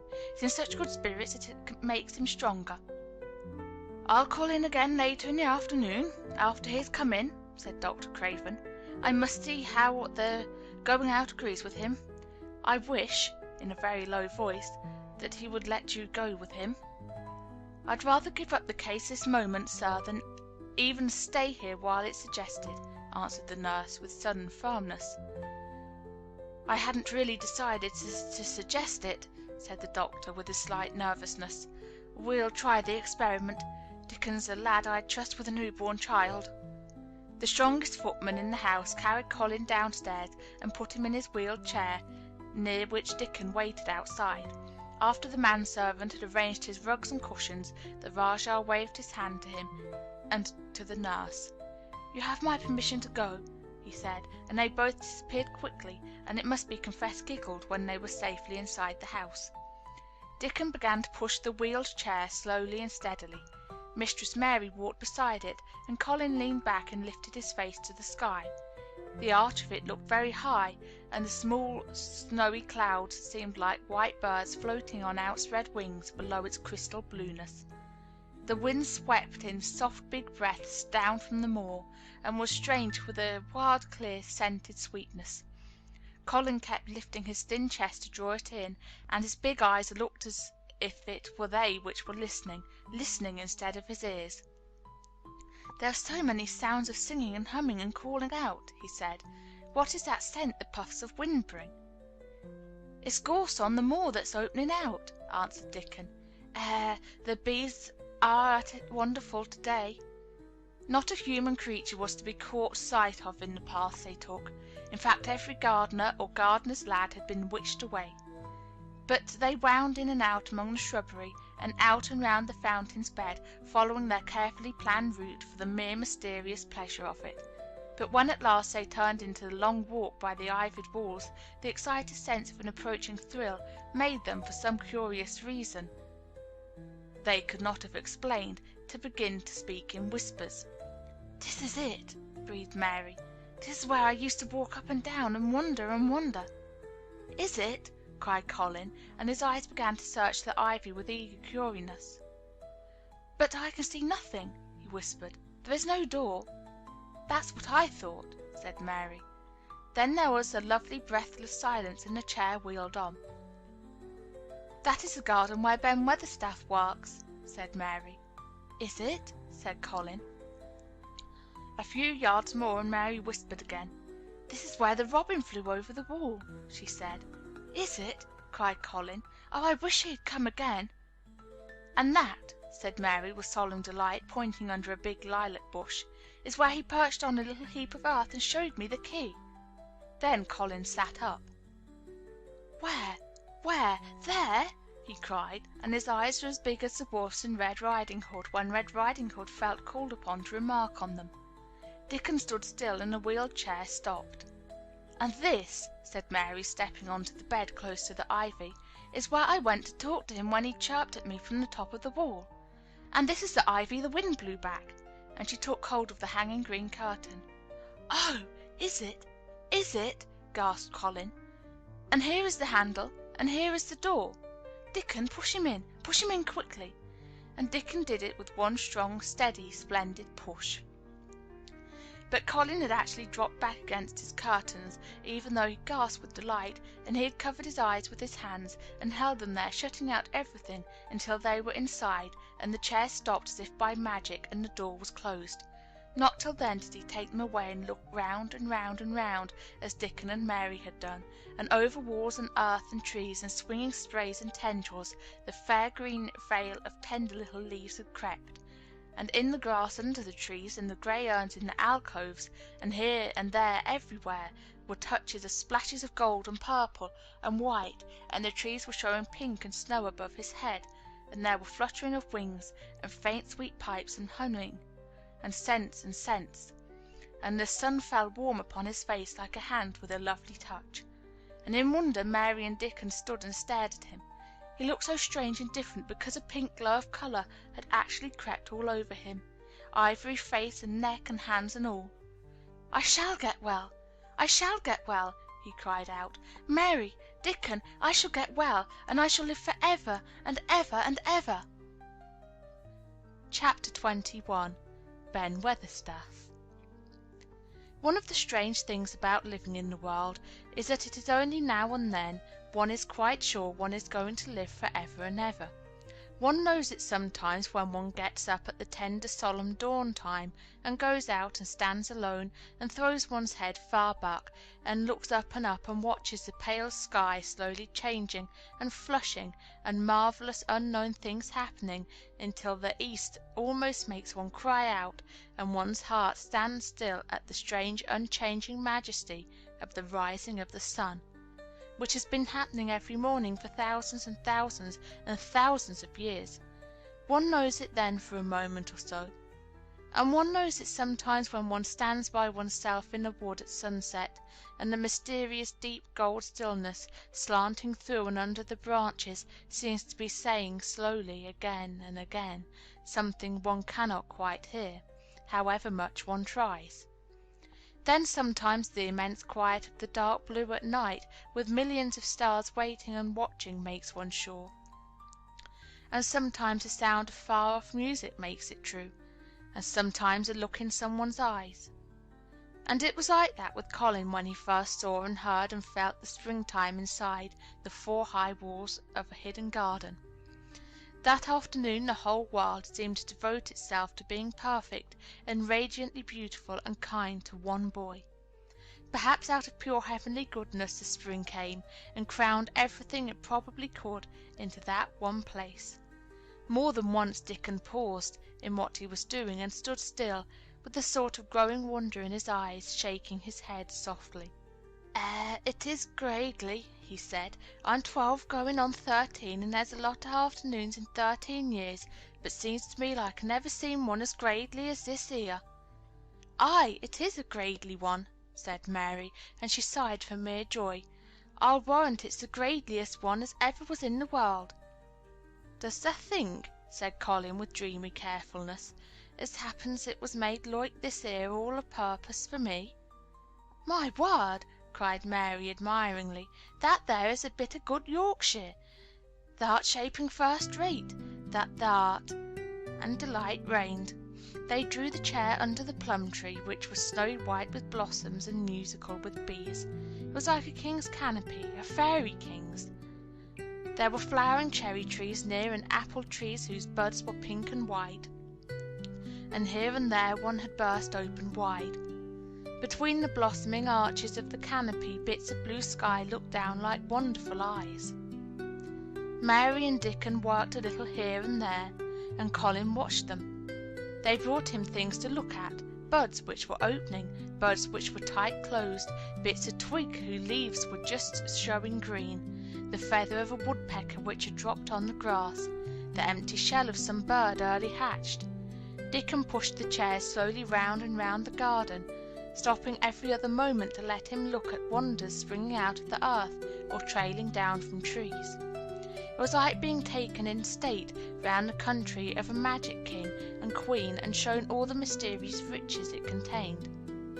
"I wonder if we shall see the robin," said Colin. "They'll see him often enough after a bit," answered Dickon. "When the eggs hatches out little chaps he'll be kept so busy it'll make his head swim. They'll see him flying backward and forward carrying worms nigh as big as himself, and that much noise going on the nest when he gets there as Flare flusters him so as he scarce knows which big mouth to drop the first piece in, and gaping beaks and squawks on every side. Mother says as when she sees the work a robin has to keep them gaping beaks filled. She feels like she was a lady with nothing to do. She says she's seen the little chaps when it seems like the sweat must be dropping off them, though folk can't see it." This made them giggle so delightedly that they were obliged to cover their mouths with their hands, remembering that they must not be heard. Colin had been instructed as to the law of whispers and low voices several days before. He liked the mysteriousness of it and did his best, but in the midst of excited enjoyment it is rather difficult never to laugh above a whisper. Every moment of the afternoon was full of new things, and every hour the sunshine grew more golden. The wheeled chair had been drawn back under the canopy, and Dickon had sat down on the grass and had just drawn out his pipe when Colin saw something he had not had time to notice before. "That's a very old tree over there, isn't it?" he said. Dickon looked across the grass at the tree, and Mary looked, and there was a brief moment of stillness. "Yes," answered Dickon after it, and his low voice had a very gentle sound. Mary gazed at the tree and thought. "The branches are quite grey, and there's not a single leaf anywhere," Colin went on. "It's quite dead, isn't it?" "Aye," admitted Dickon, "but them roses as climbed all over it will near hide every bit of the dead wood when they're full of leaves and flowers. It won't look dead then. It'll be the prettiest of all." Mary still gazed at the tree and thought. "It looks as if a big branch has been broken off," said Colin. "I wonder how it was done." "It's been done many a year," answered Dickon, with a sudden relieved start and laying his hand on Colin. "Look at that robin. There he is. He's been foraging for his mate." Colin was almost too late, but he just caught sight of him, the flash of red-breasted bird with something in his beak. He darted through the greenness and into the close-grown corner and was out of sight. Colin leaned back on his cushion again, laughing a little. "He's taken her tea to her. Perhaps it's 5 o'clock. I think I'd like some tea myself." And so they were safe. "It was magic which sent the robin," said Mary secretly to Dickon afterward. "I know it was magic." For both she and Dickon had been afraid Colin might ask something about the tree whose branch had broken off 10 years ago, and they had talked it over together, and Dickon had stood and rubbed his head in a troubled way. "We mun look as if it wasn't no different from the other trees," he had said. "We couldn't never tell him how it broke, poor lad. If he says anything about it, we mun try to look cheerful." "Aye, that we mun," had answered Mary. But she had not felt as if she looked cheerful when she gazed at the tree. She wondered and wondered in those few moments if there was any reality in that other thing Dickon had said. He had gone on rubbing his rust-red hair in a puzzled way, but a nice comforted look had begun to grow in his blue eyes. "Mrs. Craven was a very lovely young lady," he had gone on rather hesitatingly, "and mother, she thinks maybe she's about Misselthwaite many a time looking after Mester Colin, same as all mothers do when they're took out of the world. They have to come back, thee sees. Happen she's been in the garden, and happen it was her set us to work and told us to bring him here." Mary had thought he meant something about magic. She was a great believer in magic. Secretly she quite believed that Dickon worked magic, of course good magic, on everything near him, and that was why people liked him so much and wild creatures knew he was their friend. She wondered indeed if it were not possible that his gift had brought the robin just at the right moment when Colin asked that dangerous question. She felt that his magic was working all the afternoon and making Colin look an entirely different boy. It did not seem possible that he could be the crazy creature who had screamed and beaten and bitten his pillow. Even his ivory whiteness seemed to change. The faint glow of colour which had shown on his face and neck and hands when he first got inside the garden really never quite died away. He looked as if he were made of flesh instead of ivory or wax. They saw the robin carry food to his mate 2 or 3 times, and it was so suggestive of afternoon tea that Colin felt they must have some. "Go and make one of the men servants bring some in a basket to the rhododendron walk," he said, "and then you and Dickon can bring it here." It was an agreeable idea, easily carried out, and when the white cloth was spread upon the grass with hot tea and buttered toast and crumpets, a delightfully hungry meal was eaten, and several birds on domestic errands paused to inquire what was going on, and were led into investigating crumbs with great activity. Nut and Shell whisked up trees with pieces of cake, and Soot took the entire half of a buttered crumpet into a corner, and pecked at and examined and turned it over, and made hoarse remarks about it until he decided to swallow it joyfully in one gulp. The afternoon was dragging toward its mellow hour. The sun was deepening the gold of its lances. The bees were going home, and the birds were flying past less often. Dickon and Mary were sitting on the grass, the tea basket was repacked ready to be taken home to the house, and Colin was lying against his cushions with his heavy locks pushed back from his forehead, and his face looking quite a natural colour. "I don't want this afternoon to go," he said, "but I shall come back tomorrow, and the day after, and the day after, and the day after." "You'll get plenty of fresh air, won't you?" said Mary. "I'm going to get nothing else," he answered. "I've seen the spring now, and I'm going to see the summer. I'm going to see everything grow here. I'm going to grow here myself." "That thou will," said Dickon. "Us'll have thee walking about here and digging same as us other folk afore long." Colin flushed tremendously. "Walk?" he said. "Dig? Shall I?" Dickon's glance at him was delicately cautious. Neither he nor Mary had ever asked if there was anything the matter with his legs. "For sure there will," he said stoutly. Tha's got legs of thy own, same as other folks?" Mary was rather frightened until she heard Colin's answer. "Nothing really ails them," he said, "but they are so thin and weak. They shake so that I'm afraid to try and stand on them." Both Mary and Dickon drew a relieved breath. "When they stops being afraid, thou'll stand on 'em," Dickon said with renewed cheer, "and thou'll stop being afraid in a bit." "I shall," said Colin, and he lay still as if he were wondering about things. They were really very quiet for a little while. The sun was dropping lower. It was that hour when everything stills itself, and they really had had a busy and exciting afternoon. Colin looked as if he were resting luxuriously. Even the creatures had ceased moving about and had drawn together and were resting near them. Soot had perched on a low branch and drawn up one leg and dropped the grey film drowsily over his eyes. Mary privately thought he looked as if he might snore in a minute. In the midst of this stillness it was rather startling when Colin half lifted his head and exclaimed in a loud, suddenly alarmed whisper, "Who is that man?" Dickon and Mary scrambled to their feet. "Man?" they both cried in low, quick voices. Colin pointed to the high wall. "Look," he whispered excitedly. "Just look." Mary and Dickon wheeled about and looked. There was Ben Weatherstaff's indignant face glaring at them over the wall from the top of a ladder. He actually shook his fist at Mary.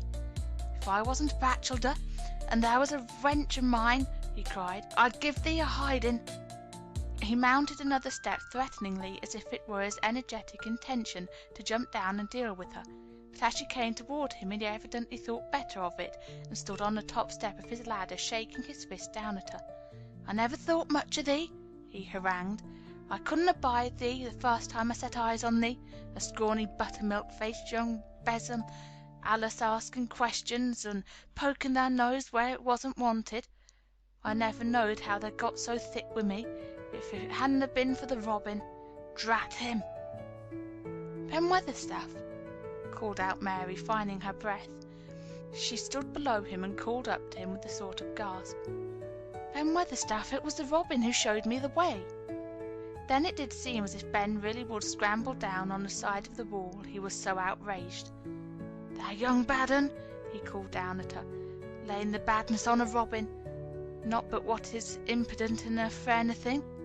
Him showing thee the way. Him! That young note." She could see his next words burst out because he was overpowered by curiosity. "However in the world did thou get in?"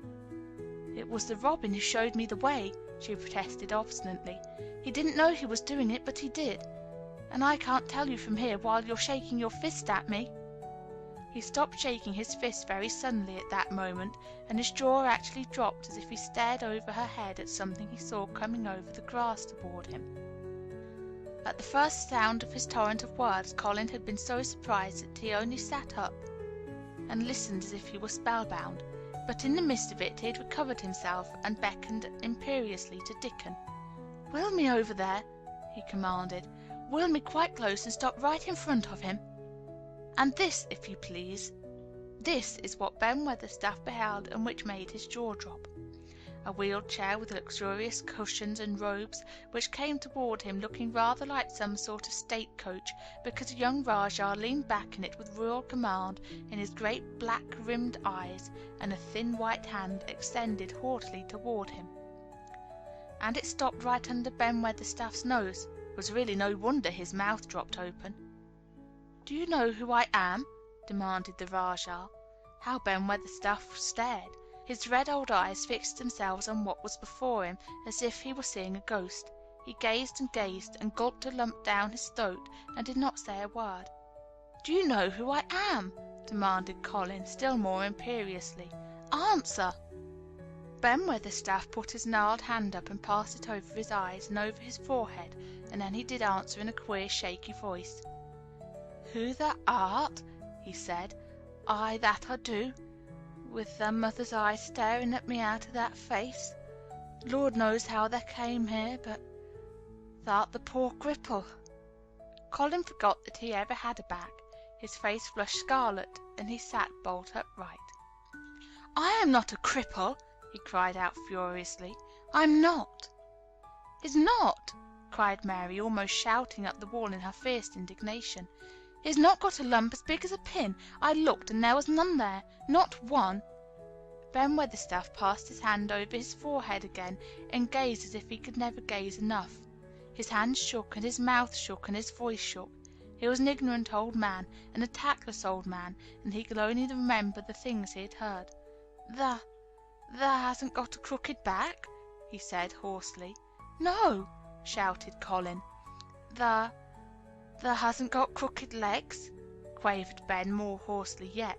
It was too much. The strength which Colin usually threw into his tantrums rushed through him now in a new way. Never yet had he been accused of crooked legs, even in whispers, and the perfectly simple belief in their existence which was revealed by Ben Weatherstaff's voice was more than Rajah flesh and blood could endure. His anger and insulted pride made him forget everything but this one moment, and filled him with a power he had never known before, an almost unnatural strength. "Come here!"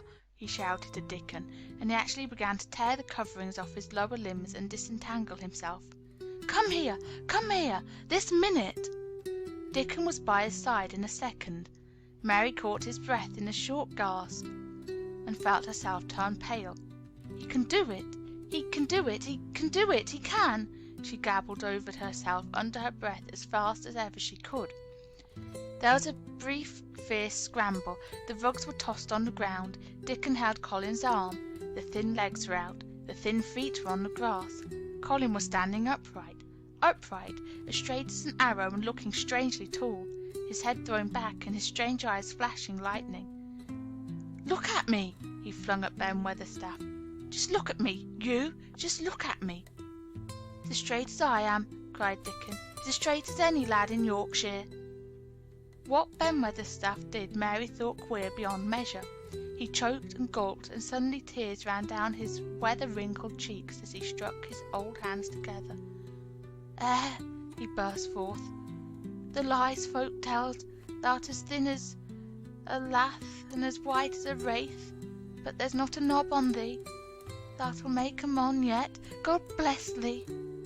Dickon held Colin's arm strongly, but the boy had not begun to falter. He stood straighter and straighter and looked Ben Weatherstaff in the face. "I'm your master," he said, "when my father is away, and you are to obey me. This is my garden. Don't you dare say a word about it. You get down from that ladder and go to the long walk, and Miss Mary will meet you and bring you here. I want to talk to you. We did not want you, but now you will have to be in the secret. Be quick."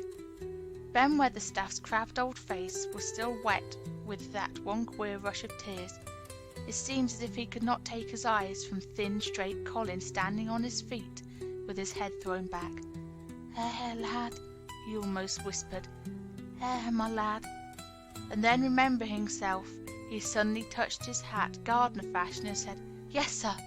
Yes, sir," and obediently disappeared as he descended the ladder. Chapter 22. When the sun went down. When his head was out of sight, Colin turned to Mary. "Go and meet him," he said, and Mary flew across the grass to the door under the ivy. Dickon was watching him with sharp eyes. There were scarlet spots on his cheeks, and he looked amazing, but he showed no signs of falling. "I can stand it," he said, and his head was still held up, and he said it quite grandly. "I told thee thou could as soon as thou stopped being afraid," answered Dickon, "and thou stopped." "Yes, I stopped," said Colin. Then suddenly he remembered something Mary had said. "Are you making magic?" he said sharply. Dickon's curly mouth spread in a cheerful grin. "Thou's doing magic thyself," he said. "It's same magic as made these here work out o' the earth," and he touched with his thick boot a clump of crocuses in the grass. Colin looked down at them. "Aye," he said slowly, "there couldn't be bigger magic than that there couldn't be." He drew himself up straighter than ever. "I'm going to walk to that tree," he said, pointing to one a few feet away from him. "I'm going to be standing when Weatherstaff comes in. I can rest against a tree if I like. When I want to sit down, I will sit down, but not before. Bring a rug from the chair." He walked to the tree, and though Dickon held his arm, he was wonderfully steady. When he stood against a tree trunk, it was not too plain that he supported himself against it, and he still held himself so straight that he looked tall. When Ben Weatherstaff came through the door in the wall, he saw him standing there, and he heard Mary muttering something under her breath. "What art saying?" he asked rather testily, because he did not want his attention distracted from the long, thin, straight boy figure and proud face. But she did not tell him. What she was saying was this: "You can do it! You can do it! Told you you could! You can do it! You can do it! You can!" She was saying it to Colin because she wanted to make magic and keep him on his feet looking like that. She could not bear that he should give in before Ben Weatherstaff. He did not give in. She was uplifted by a sudden feeling that he looked quite beautiful in spite of his thinness. He fixed his eyes on Ben Weatherstaff in his funny, imperious way. "Look at me," he commanded. "Look at me all over. Am I a hunchback? Have I got crooked legs?" Ben Weatherstaff had not quite got over his emotion, but he had recovered a little, and answered almost in his usual way. "Not thar," he said. "No to the sort. What's thar been doing with thyself, hiding out of sight and letting folk think thou was a cripple and half-witted?" "Half-witted?" said Colin angrily. "Who thought that?" "Lots of fools," said Ben. "The world's full of jackasses braying, and they never bray nought but lies. What did thou shut yourself up for?" "Everyone thought I was going to die," said Colin shortly. "I'm not." And he said it with such decision, Ben Weatherstaff looked him over, up and down, down and up. "Thou die?" he said with dry exultation. "No to the sort. There's got too much pluck in thee. When I seed thee put the legs on the ground in such a hurry, I knowed thou was all right. Sit thee down on the rug a bit, young mester, and give me thy orders." There was a queer mixture of crabbed tenderness and shrewd understanding in his manner. Mary had poured out speech as rapidly as she could as they had come down the long walk. The chief thing to be remembered, she had told him, was that Colin was getting well. Getting well. The garden was doing it. No one would let him remember about having humps and dying. The Rajah condescended to seat himself on a rug under a tree. "What work do you do in the gardens, Weatherstaff?" he inquired. "Anything I'm told to do," answered old Ben. "Anything I'm told to do," answered old Ben. "I'm kept on by favour, because she liked me." "She?" said Colin. "Thy mother," answered Ben Weatherstaff. "My mother?" said Colin, and he looked about him quietly. This was her garden, wasn't it? Aye, it was that, and Ben Weatherstaff looked about him too. She were main fond of it. "'Tis my garden now. I am fond of it. I shall come here every day," announced Colin. "But it is to be a secret. My orders are that no one is to know that we come here. Dickon and my cousin have worked and made it come alive. I shall send for you sometimes to help, but you must come when no one can see you." Ben Weatherstaff's face twisted itself in a dry old smile. "I've come here before when no one saw me," he said. "What?" exclaimed Colin. "When?" "Last time I was here," rubbing his chin and looking round, "was about 2 years ago." "But no one has been in it for 10 years," cried Colin. "There was no door." "I'm no one," said Ben dryly, "and I didn't come through the door. I came over the wall. The rheumatics held me back the last 2 years." "Thou come and did a bit of pruning," cried Dickon. "I couldn't make out how it had been done." "She was so fond of it, she was," said Ben Weatherstaff slowly. "And she was such a pretty young thing. She says to me once, 'Ben,' she says, laughing, 'if ever I'm ill or I go away, and you must take care of my roses.' When she did go away, the orders was no one was ever to come nigh. But I come, with grumpy obstinacy. Over the wall I come, until the rheumatics stopped me. And I did a bit of work once a year. She had gave her order first."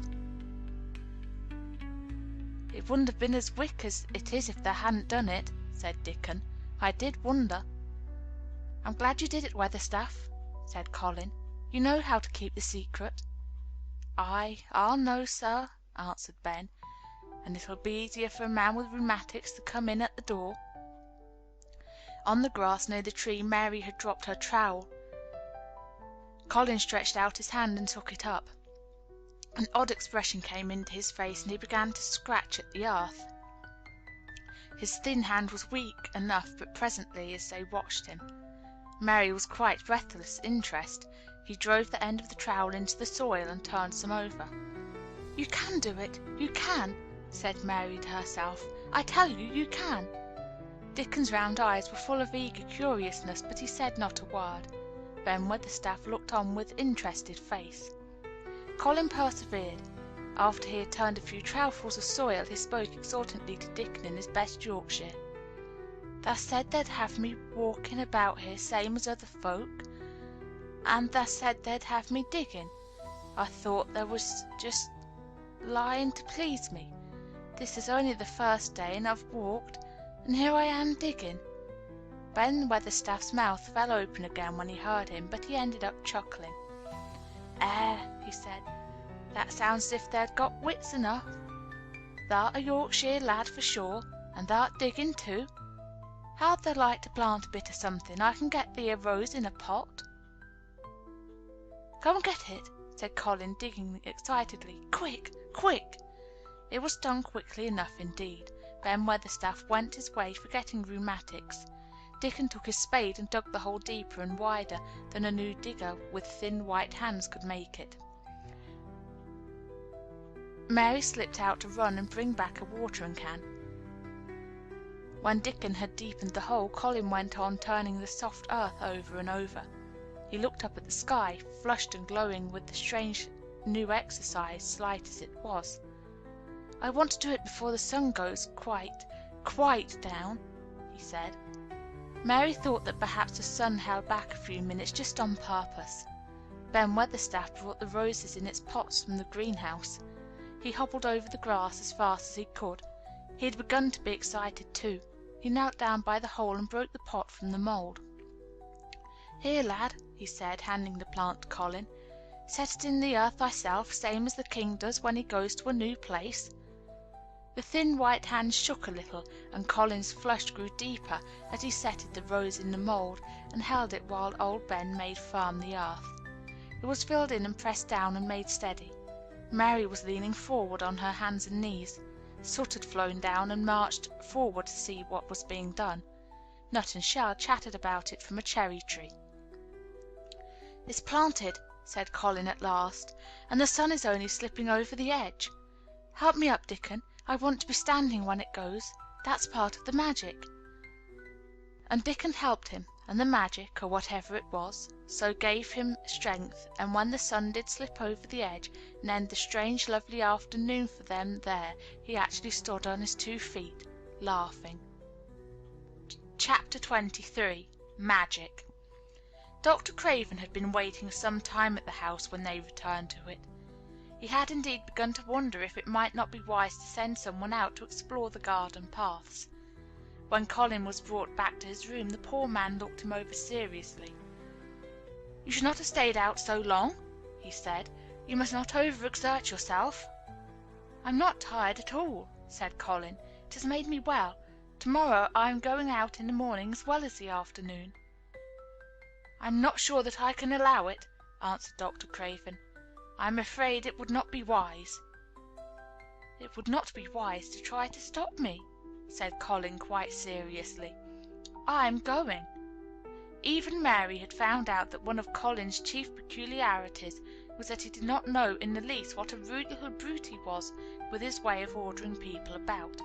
He had lived on a sort of desert island all his life, and as he had been the king of it, he had made his own manners and had no one to compare himself with. Mary had indeed been rather like him herself, and since she had been at Misselthwaite and gradually discovered that her own manners had not been of the kind which is usual or popular. Having made this discovery, she naturally thought of it enough interest to communicate to Colin. So she sat and looked at him curiously for a few minutes after Dr. Craven had gone.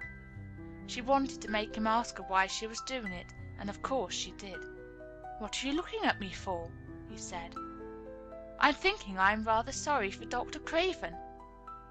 "So am I," said Colin calmly, but not without an air of some satisfaction. "He won't get Misselthwaite at all now I'm not going to die." "I'm sorry for him because of that, of course," said Mary, "but I was thinking just then that it must have been very horrid to have had to be polite for 10 years to a boy who was always rude. I would never have done it." "Am I rude?" inquired Colin undisturbedly. "If you had been his own boy, and he had been a slapping sort of man," said Mary, "he would have slapped you." "But he daren't," said Colin. "No, he daren't," answered Mistress Mary, thinking the thing out quite with prejudice. "Nobody ever dared to do anything you didn't like, because you were going to die and things like that. You were such a poor thing." "But," Colin announced stubbornly, "I'm not going to be a poor thing. I won't let people think I'm one. I stood on my feet this afternoon." "It is always having your own way that has made you so queer," Mary went on, thinking aloud. Colin turned his head, frowning. "Am I queer?" he demanded. "Yes," answered Mary, "very. But you needn't be cross," she added impartially, "because so am I queer, and so is Ben Weatherstaff. But I'm not as queer as I was before I began to like people and before I found the garden." "I don't want to be queer," said Colin. "I'm not going to be," and he frowned again with determination. He was a very proud boy. He lay thinking for a while, and then Mary saw his beautiful smile begin and gradually change his whole face. "I shall stop being queer," he said, "if I go every day to the garden. There's magic in there, good magic, you know, Mary. I'm sure there is." "So am I," said Mary. "Even if it isn't real magic," Colin said, "we can pretend it is. Something is there, something." "It's magic," said Mary, "but not black. It's as white as snow." They always called it magic, and indeed it seemed like it in the months that followed. The wonderful months, the radiant months, the amazing ones. Oh, the things which happened in that garden! If you never had a garden, you cannot understand, and if you have had a garden, you will know that it would take a whole book to describe all that came to pass there. At least it seemed that green things would never cease pushing their way through the earth, in the grass, in the beds, even in the crevices of the walls. Then the green things began to show buds, and the buds began to unfurl and show colour, every shade of blue, every shade of purple, every tint and hue of crimson. In its happy days flowers had been tucked away into every inch and hole and corner. Ben Weatherstaff had seen it done, and had himself scraped out mortar from between the bricks of the wall, and made pockets of earth for lovely clinging things to grow on. Irises and white lilies rose out of the grass in sheaves, and the green alcoves filled themselves with amazing armies of the blue and white flower lances of tall delphiniums, or columbines, or campanulas. "She was main fond of them, she was," Ben Weatherstaff said. "She liked them things as was allus pointing up the blue sky, she used to tell. Not as she was one of 'em as looked down on the earth, not her. She just loved it, but she said as the blue sky always looked so joyful." The seeds Dickon and Mary had planted grew as if fairies had tended them. Satiny poppies of all tints danced in the breeze by the score, gaily defying flowers which had lived in the garden for years, and which it might be confessed seemed rather to wonder how such new people had got there. And the roses, rising out of the grass, tangled round the sundial, wreathing the tree trunks, and hanging from their branches, climbing up the walls and spreading over them with long garlands, falling in cascades. They came alive day by day, hour by hour, fair fresh leaves and buds, tiny at first but swelling and working magic until they burst and uncurled into cups of scent, delicately spilling themselves over their brims and filling the garden air. Colin saw it all, watching every change as it took place. Every morning he was brought out, and every hour of each day when it didn't rain he spent in the garden. Even grey days pleased him. He would lie in the grass, watching things growing, he said. If you watched long enough, he declared, you could see buds unsheath themselves. Also you could make the acquaintance of strange busy insects, things running about on various unknown but evidently serious errands, sometimes carrying tiny scraps of straw, or feather, or food, or climbing blades of grass, as if they were trees from whose tops one could look out to explore the country. A mole throwing up its mound at the end of its burrow, and making its way out at last with the long-nailed paws which looked so like elfish hands, had absorbed him one morning.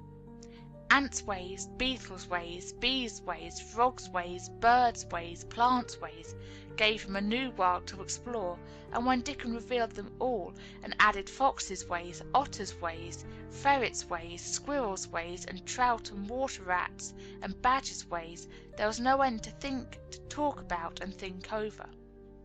And this was not the half of the magic. The fact that he had really once stood on his feet had set Colin thinking tremendously, and when Mary told him of the spells she had worked, he was excited and approved of it greatly. She talked of it constantly. "Of course there must be a lot of magic in the world," he said wisely one day, "but people don't know what it is, or how to make it.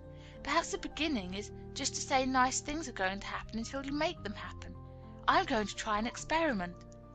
Next morning, when they went to the secret garden, he sent at once for Ben Weatherstaff. Ben came as quickly as he could, and found the Rajah standing on his feet under a tree, and looking very grand, but also very beautifully smiling.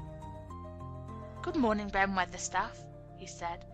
"I want you and Dickon and Miss Mary to stand in a row and listen to me, because I am going to tell you something very important." "Aye, aye, sir," answered Ben Weatherstaff, touching his forehead. One of the long-concealed charms of Ben Weatherstaff was that in his boyhood he had once run away to sea and had made voyages, so he could reply like a sailor. "I am going to try a scientific experiment," explained the Rajah. "When I grow up I am going to make great scientific discoveries, and I am going to begin now with this experiment."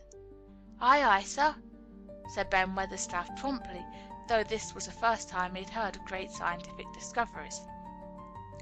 It was the first time Mary had heard of them either, but even at this stage she had begun to realize that, queer as he was, Colin had read about a great many singular things, and was somehow a very convincing sort of boy.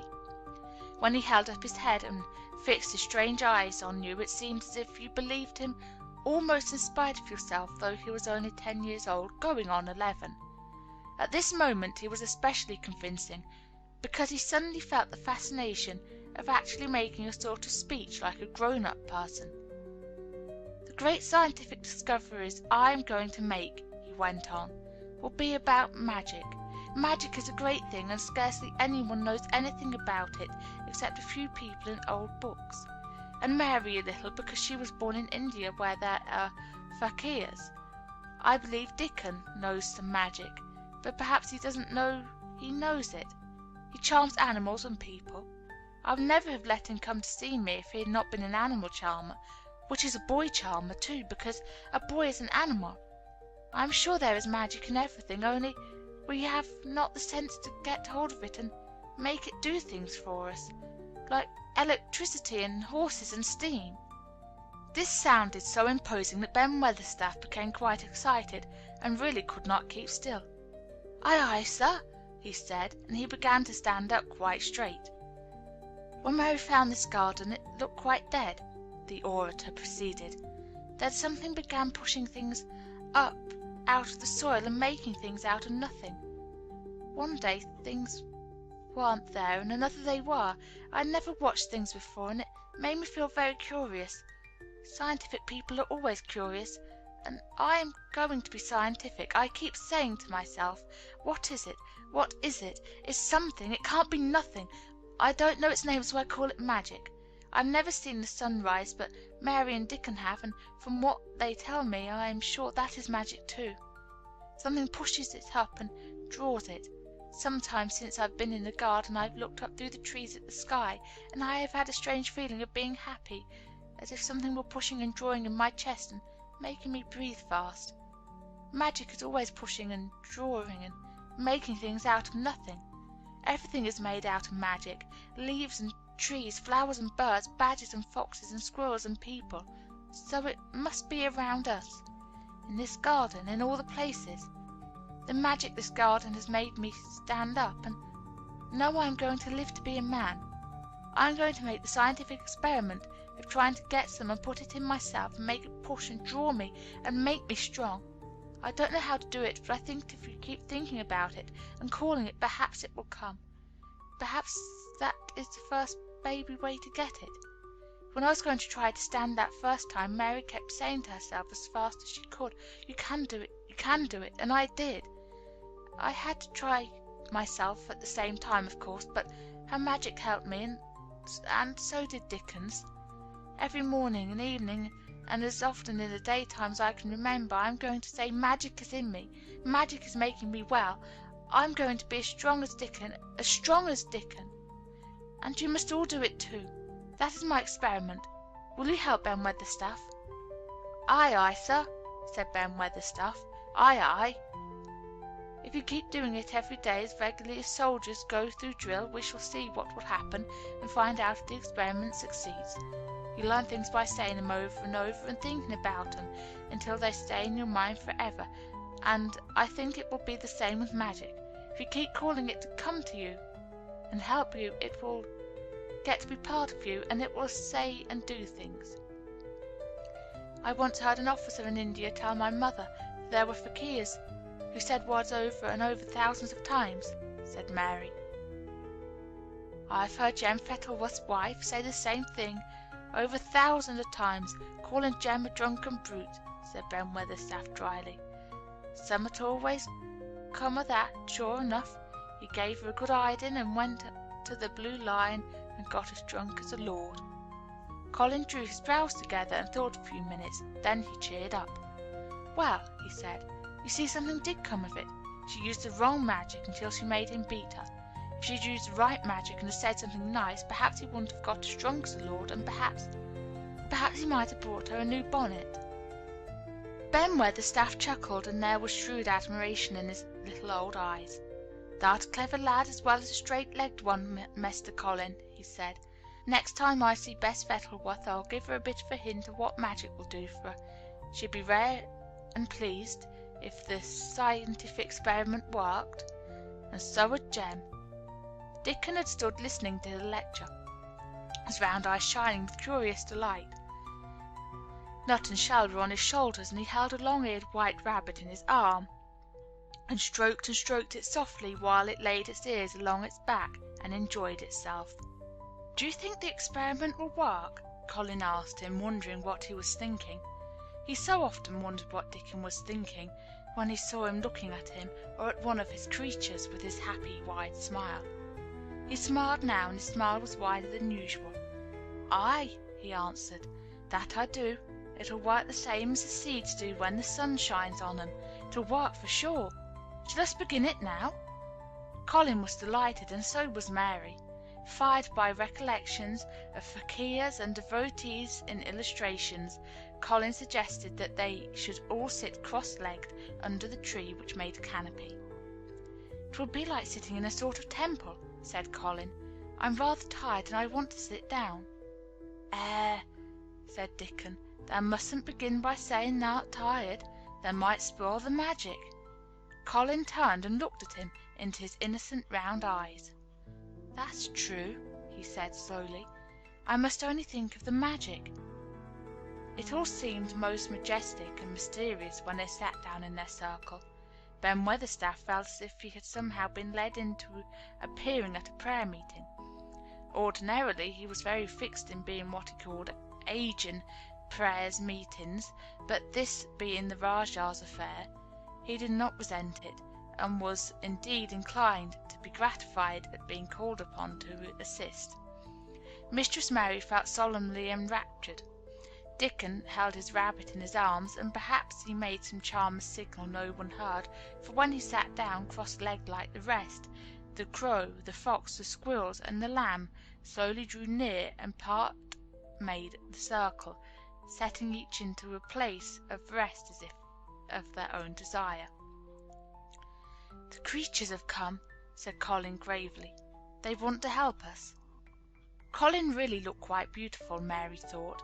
He held his head high, as if he felt like a sort of priest, and his strange eyes had a wonderful look in them. The light shone on him through the tree canopy. "Now we will begin," he said. "Shall we sway backward and forward, Mary, as if we were dervishes?" "I cannot do no swaying backward and forward," said Ben Weatherstaff. "I've got the rheumatics." "The magic will take them away," said Colin in a high priest tone. "But we won't sway until it has done it. We can only chant." "I cannot do no chanting," said Ben Weatherstaff a trifle testily. "They turned me out of the church choir the only time I ever tried it." No one smiled. They were all too much in earnest. Colin's face was not even crossed by a shadow. He was thinking only of the magic. "Then I will chant," he said, and he began looking like a strange boy spirit. "The sun is shining. The sun is shining. That is magic. The flowers are growing. The roots are stirring. That is the magic. Being alive is the magic. Being strong is in the magic. The magic is in me. The magic is in me. It is in me. It is in me. It is in every one of us. It is in Ben Weatherstaff's back. Magic! Magic! Come and help!" He said it a great many times, not 1,000 times, but quite a goodly number. Mary listened entranced. She felt as if it were at once queer and beautiful, and she wanted him to go on and on. Ben Weatherstaff began to feel soothed into a sort of dream which was quite agreeable. The humming of the bees in the blossoms mingled with the chanting voice, and drowsily melted into a doze. Dickon sat cross-legged with his rabbit asleep on his arm, and a hand resting on the lamb's back. Soot had pushed away a squirrel and huddled close to him at his shoulder. The grey film dropped over his eyes. At last Colin stopped. "Now I am going to walk around the garden," he announced. Ben Weatherstaff's head had just dropped forward, and he lifted it with a jerk. "You have been asleep," said Colin. "No to the sort," mumbled Ben. "The sermon was good enough. but I'm bound to get out afore the collection." He was not quite awake yet. "You're not in church?" said Colin. "Not me," said Ben, straightening himself. "Who said I were? I had every bit of it. He said the magic was in my back. The doctor calls it rheumatics." The Rajah waved his hand. "That was the wrong magic," he said. "You will get better. You have my permission to go to your work. But come back tomorrow." "I'd like to see thee walk around the garden," grunted Ben. It was not an unfriendly grunt, but it was a grunt, in fact. Being a stubborn old party, and not having entire faith in magic, he had made up his mind that if he were sent away he would climb his ladder and look over the wall to see that he might be ready to hobble back if there were any stumbling. The Rajah did not object to his staying, and so the procession was formed. It really did look like a procession. Colin was at its head, with Dickon on one side and Mary on the other. Ben Weatherstaff walked behind, and the creatures tailed after them. The lamb and the fox cub kept close to Dickon, the white rabbit hopping along or stopping to nibble, and Soot following with the solemnity of a person who felt himself in charge. It was a procession which moved slowly but with dignity. Every few yards it stopped to rest. Colin leaned on Dickon's arm, and privately Ben Weatherstaff kept a sharp lookout. But now and then Colin took his hand from its support and walked a few steps alone. His head was held up all the time, and he looked very grand. "The magic is in me," he kept saying. "The magic is making me strong. I can feel it. I can feel it." It seemed very certain that something was holding and uplifting him. He sat on the seats in the alcoves, and once or twice he sat down on the grass, and several times he paused in the path and leaned on Dickon, but he would not give up until he had gone all round the garden. When he returned to the canopy tree, his cheeks were flushed and he looked triumphant. "I did it! The magic worked!" he cried. "That is my first scientific discovery." "What will Dr. Craven say?" broke out Mary. "He won't say anything," Colin answered, "because he will not be told. This is the biggest secret of all. No one is to know anything about it until I have grown so strong that I can walk and run like another boy. I shall come back here every day in my chair, and I shall be taken back in it. I won't have people whispering and asking questions, and I won't let my father hear about it until the experiment has quite succeeded. Then sometime when he comes back to Misselthwaite, I shall just walk into his study and say, 'Here I am. I am like any other boy. I am quite well, and I shall live to be a man. It has been done by a scientific experiment.'" "He will think he is in a dream," cried Mary. "He won't believe his eyes." Colin flushed triumphantly. He had made himself believe that he was going to get well, which was really more than half the bottle, if he had been aware of it. And the thought which stimulated him more than any other was this imagining what his father would look like when he saw that he had a son who could walk as straight and strong as other fathers' sons. One of his darkest miseries in unhealthy, morbid past days has been his hatred of being a sickly, weak-backed boy whose father was afraid to look at him. "He'll be obliged to believe them," he said. "One of the things I am going to do after the magic works, and before I begin to make scientific discoveries, is to be an athlete." "We shall have thee taken to boxing in a week or so," said Ben Weatherstaff. "That'll end with winning the belt and being champion prize fighter of all England." Colin fixed his eyes on him sternly. "Weatherstaff," he said, "that is disrespectful. You must not take liberties because you were in the secret. However much the magic works, I shall not be a prize fighter. I shall be a scientific discoverer." Pardon, sir," answered Ben, touching his forehead in salute. "I ought to have seed it wasn't a joking matter." But his eyes twinkled, and secretly he was immensely pleased. He really did not mind being snubbed, since the snubbing meant that the lad was gaining strength and spirit. Chapter 24. Let Them Laugh. The secret garden was not the only one Dickon worked in. Round the cottage on the moor there was a piece of ground enclosed by a low wall of rough stones. Early in the morning and late in the fading twilight, and on all the days Colin and Mary did not see him, Dickon worked there planting, or tending potatoes and cabbages, turnips and carrots and herbs for his mother. In the company of his creatures he did wonders there, and was never tired of doing them, it seemed.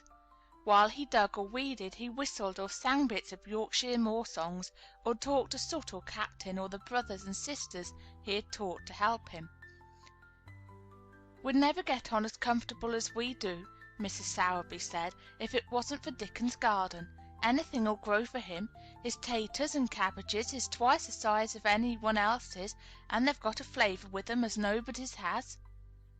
When she found a moment to spare, she liked to go out and talk to him. After supper there was still a long, clear twilight to work in, and that was her quiet time. She could sit upon the low, rough wall and look on and hear stories of the day. She loved this time. There were not only vegetables in this garden. Dickon had brought penny packages of flower seeds now and then, and sown bright, sweet-scented things among gooseberry bushes and even cabbages, and he grew borders of mignonette and pinks and pansies, and things whose seeds he could save year after year, or whose roots would bloom each spring and spread in time into fine clumps. The low wall was one of the prettiest things in Yorkshire, because he had tucked moorland foxglove and ferns and rockcress and hedgerow flowers into every crevice, till only here and there glimpses of the stones were to be seen. "All a chap's got to do to make 'em thrive, mother," he would say, "is to be friends with 'em, for sure. They're just like the creatures. If they're thirsty, give 'em drink, and if they're hungry, give 'em a bit of food. They want to live same as we do. If they died, I should feel as if I'd been a bad lad and somehow treated them heartless." It was in these twilight hours that Mrs. Sowerby heard of all that happened to Misselthwaite Manor.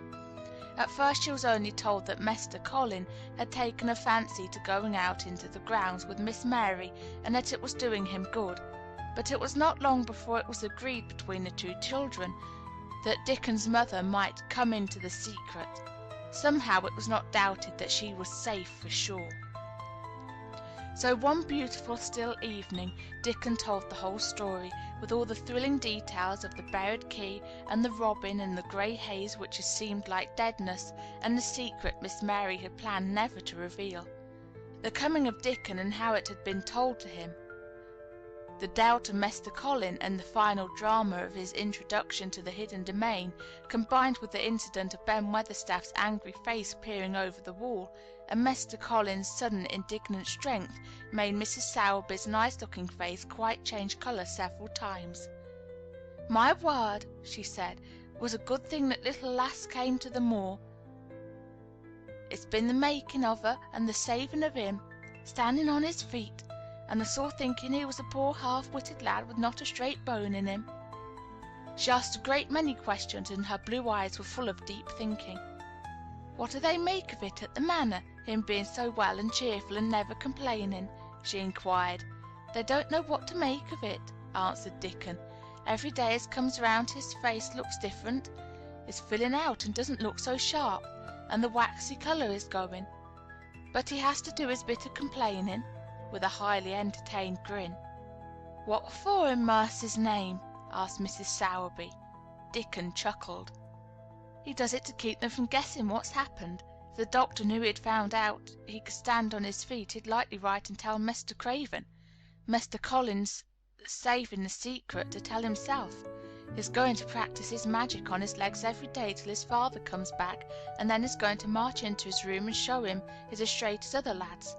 But him and Miss Mary think it's best plan to do a bit of groaning and fretting now and then to throw folks off the scent."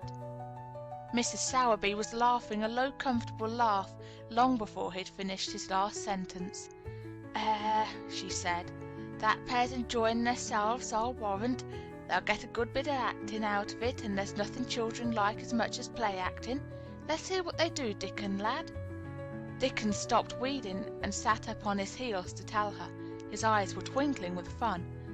"Mr. Colin is carried down to his chair every time he goes out," he explained, "and he flies out at John the footman for not carrying him careful enough. He makes himself as helpless looking as he can, and never lifts his head until we're out of sight of the house, and he grunts and frets a good bit when he's been settled into his chair. Him and Miss Mary's both got to enjoying it, and when he groans and complains she'll say, 'Poor Colin, does it hurt you so much? Are you so weak as that, poor Colin?'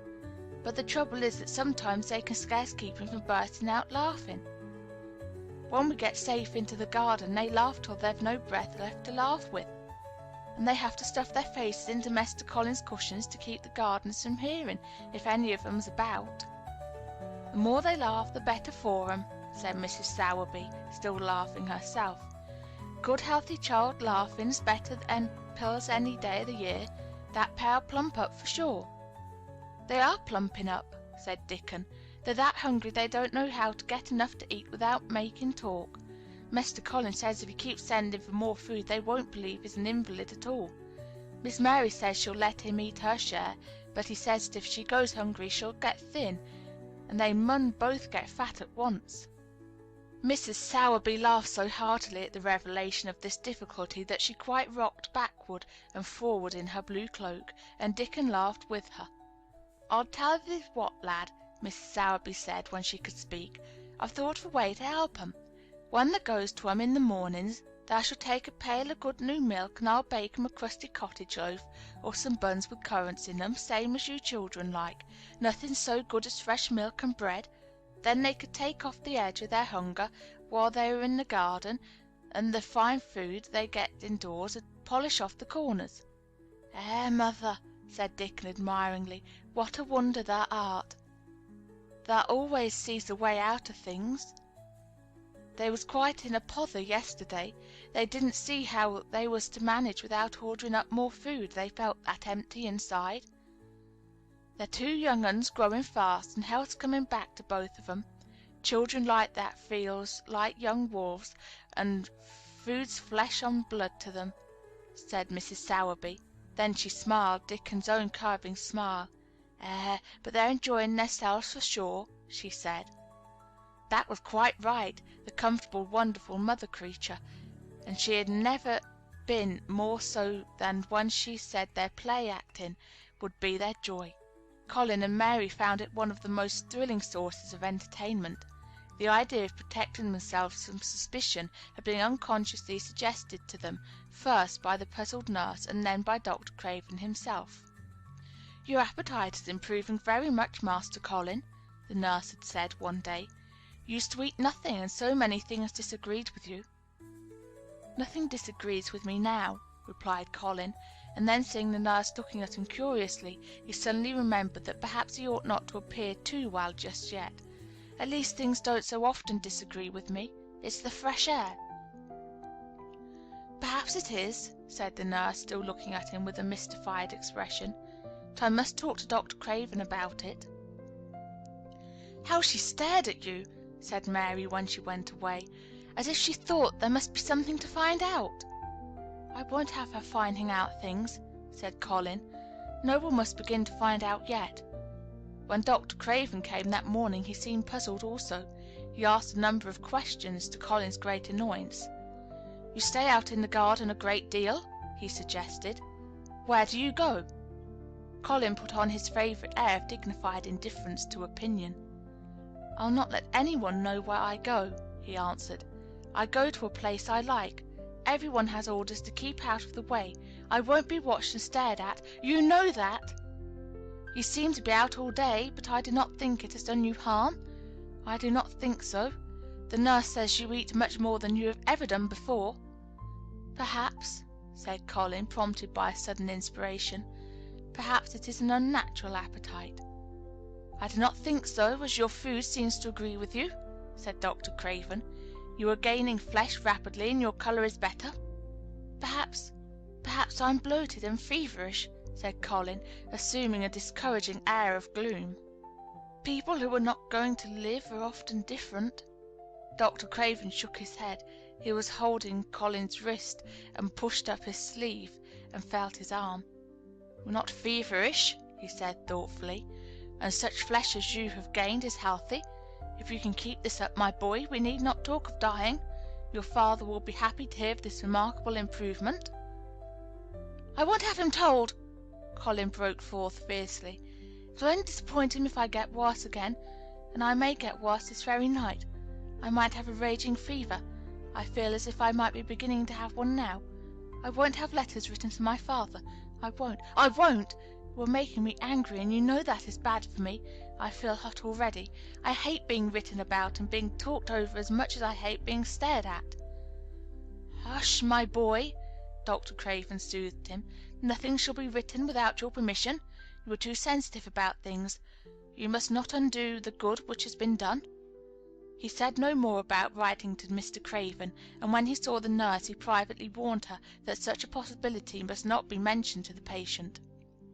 "The boy is extraordinarily better," he said. "His advance seems almost abnormal, but of course he is doing now of his own free will what we could not make him do before.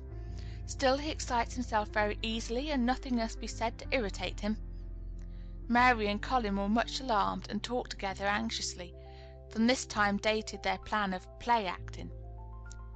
"I may be obliged to have a tantrum," said Colin regretfully. "I don't want to have one, and I'm not miserable enough now to work myself into a big one. Perhaps I couldn't have one at all.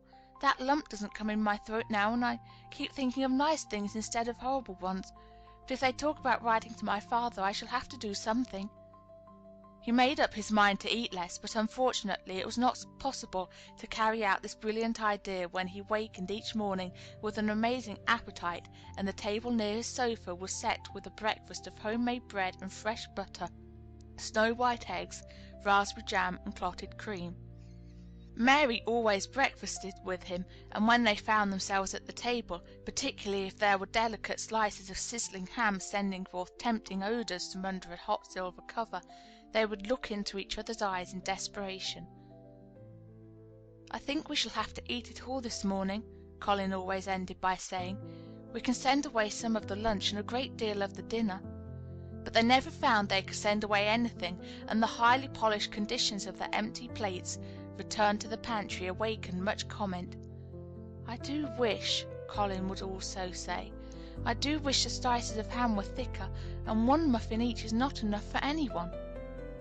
"It is enough for a person who is going to die," answered Mary when first she heard this, "but it is not enough for a person who is going to live. I sometimes feel as if I could eat 3 when those nice fresh heather and gore smells from the moor come pouring in at the open window."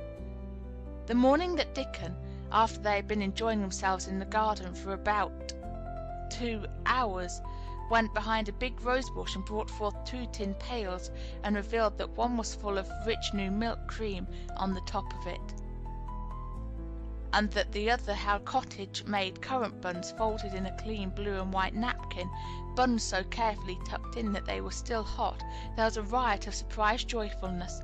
What a wonderful thing for Mrs. Sowerby to think of! What a clever woman she must be! How good the buns were, and what delicious fresh milk! "Magic is in her just as it is in Dickon," said Colin. "It makes her think of ways to do things, nice things. She is a magic person. Tell her we are grateful, Dickon, extremely grateful." He was given to using rather grown-up phrases at times. He enjoyed them. He liked this so much that he improved upon it. "Tell her she has been most bounteous and our gratitude is extreme." And then, forgetting his grandeur, he fell to and stuffed himself with buns and drank milk out of the pail in copious draughts in the manner of any hungry little boy who had been taking unusual exercise and breathing in moorland air, and whose breakfast was more than 2 hours behind him. This was the beginning of many agreeable incidents of the same kind. They actually awoke to the fact that as Mrs. Sowerby had 14 people to provide food for, she might not have enough to satisfy 2 extra appetites every day, so they asked her to let them send some of their shillings to buy things. Dickon made the stimulating discovery that in the wood in the park outside the garden where Mary had first found him piping to the wild creatures, there was a deep little hollow where you could build a sort of tiny oven with stones and roast potatoes and eggs in it. Roasted eggs were a previously unknown luxury, and very hot potatoes with salt and fresh butter in them were fit for a woodland king, besides being deliciously satisfying. You could buy both potatoes and eggs and eat as many as you liked without feeling as if you were taking food out of the mouths of 14 people. Every beautiful morning the magic was worked by the mystic circle under the plum tree, which provided a canopy of thickening green leaves over its brief blossom time was ended. After the ceremony, Colin always took his walking exercise, and throughout the day he exercised his newly found power at intervals. Each day he grew stronger and could walk more steadily and cover more ground, and each day his belief in the magic grew stronger, as well it might. He tried one experiment after another as he felt himself gaining strength, and it was Dickon who showed him the bestest things of all. "Yesterday," he said one morning after an absence, "I went to Thwaite for mother, and near the Blue Cow Inn I seed Bob Horwath.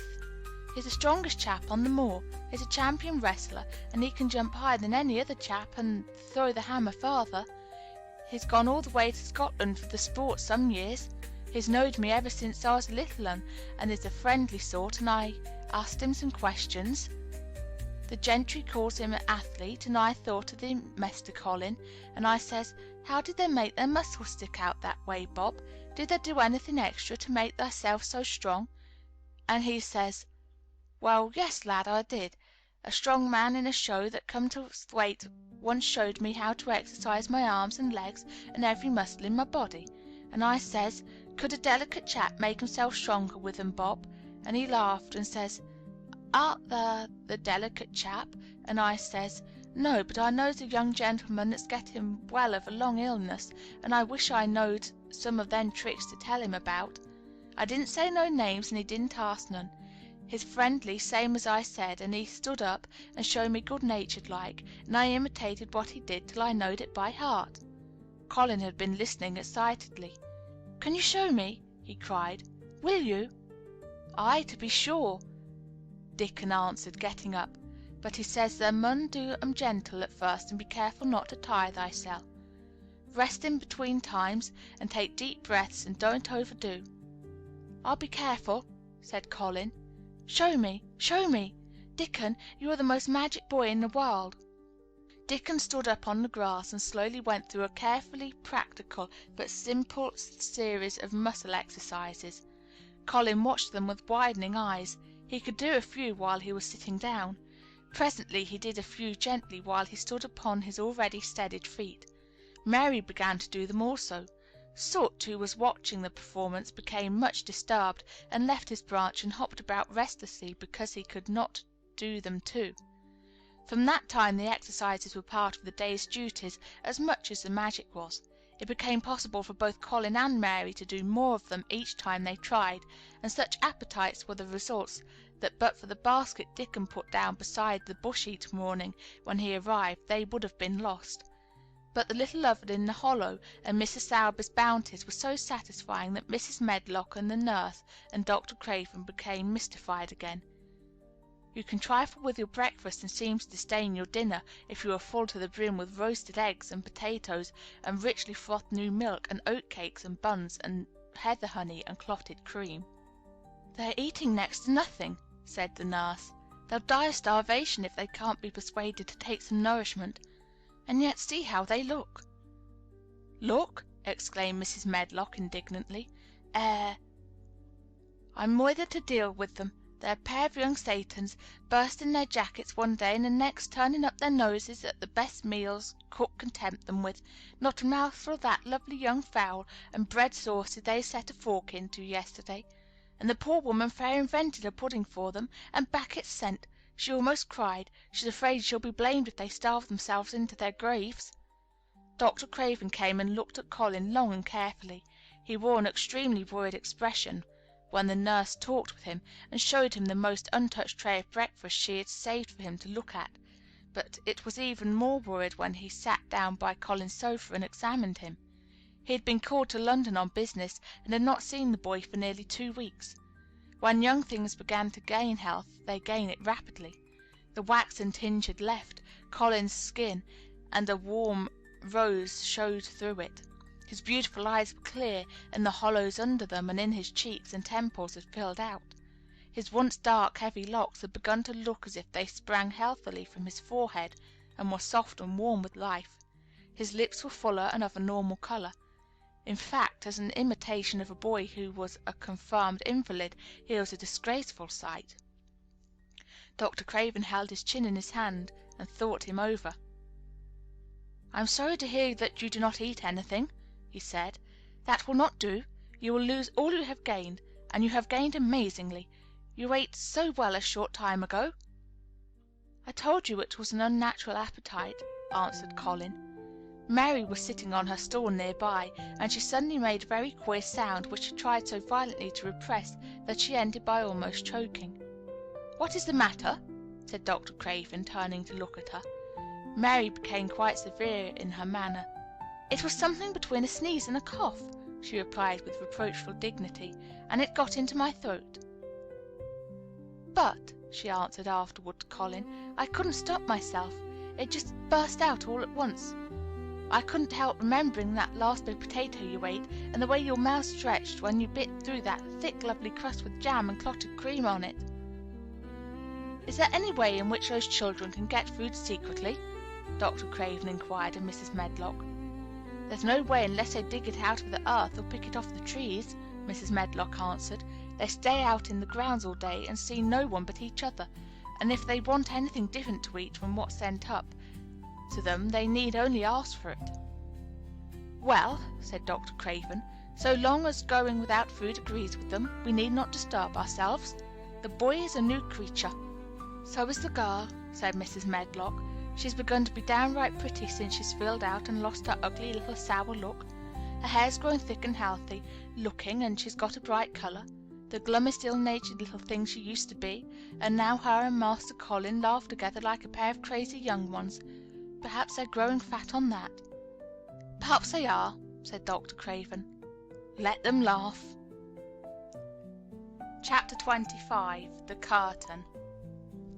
And the secret garden bloomed and bloomed, and every morning revealed new miracles. In the robin's nest there were eggs, and the robin's mate sat upon them, keeping them warm with her feathery little breast and careful wings. At first she was very nervous, and the robin himself was indignantly watchful. Even Dickon did not go near the close-grown corner in those days, but waited until by the quiet working of some mysterious spell he seemed to have conveyed to the soul of the little pair that in the garden there was nothing which was not quite like themselves, nothing which did not understand the wonderfulness of what was happening to them, the immense, tender, terrible, heart-breaking beauty and solemnity of eggs. If there had been one person in that garden who had not known through all his or her innermost being that if an egg were taken away or hurt, the whole world would whirl round and crash through space and come to an end, if there had been even one who did not feel it and act accordingly, there could have been no happiness even in that golden springtime air. But they all knew it and felt it, and the robin and his mate knew they knew it. At first the robin watched Mary and Colin with sharp anxiety. For some mysterious reason he knew he need not watch Dickon. The first moment he set his dew-bright black eye on Dickon, he knew he was not a stranger, but a sort of robin without beak or feathers. He could speak robin, which is a quite distinct language, not to be mistaken for any other. To speak robin to a robin is like speaking French to a Frenchman.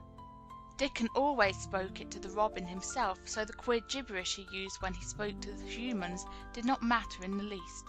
The robin thought he spoke this gibberish to them because they were not intelligent enough to understand feathered speech. His movements also were robin. They never startled one by being sudden enough to seem dangerous or threatening. And Robin could understand Dickon, so his presence was not even disturbing. But at the outset it seemed necessary to be on guard against the other two. In the first place, the boy creature did not come into the garden on his legs. He was pushed in on a thing with wheels, and the skins of wild animals were thrown over him. That in itself was doubtful. Then when he began to stand up and move about, he did it in a queer, unaccustomed way, and the others seemed to have to help him. The robin used to secrete himself in a bush and watch this anxiously, his head tilted first on one side and then on the other. He thought that the slow movements might mean that he was preparing to pounce, as cats do. When cats are preparing to pounce, they creep over the ground very slowly. The robin talked this over with his mate a great deal for a few days, but after that he decided not to speak of the subject because her terror was so great that he was afraid it might be injurious to the eggs. When the boy began to walk by himself, and even to move more quickly, it was an immense relief. But for a long time, or it seemed a long time to the robin, he was a source of some anxiety. He did not act as the other humans did. He seemed very fond of walking, but he had a way of sitting or lying down for a while, and then getting up in a disconcerting manner to begin again. One day the Robin remembered that when he himself had been made to learn to fly by his parents, he had done much the same sort of thing. He had taken short flights for a few yards, and then had been obliged to rest. So it occurred to him that this boy was learning to fly, or rather to walk.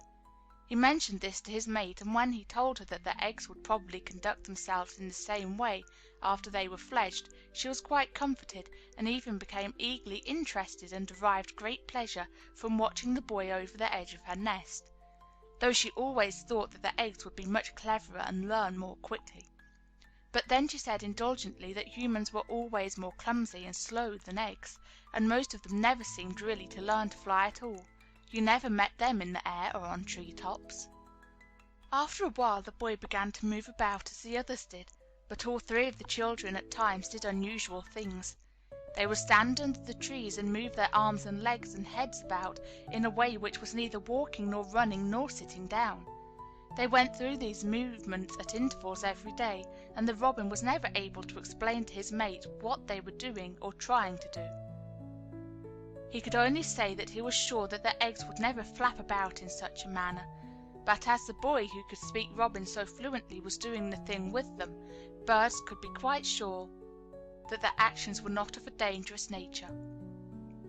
Of course, neither the Robin nor his mate had ever heard of the champion wrestler Bob Horreth, and his exercises for making the muscles stand out like lumps. Robins are not like human beings. Their muscles are always exercised from the first, and so they develop themselves in a natural manner. If you have to fly about to find every meal you eat, your muscles do not become atrophied. Atrophied means wasted away through want of use. When the boy was walking and running about and digging and weeding like the others, the nest in the corner was brooded over by a great peace and content. Fears for the eggs became things of the past.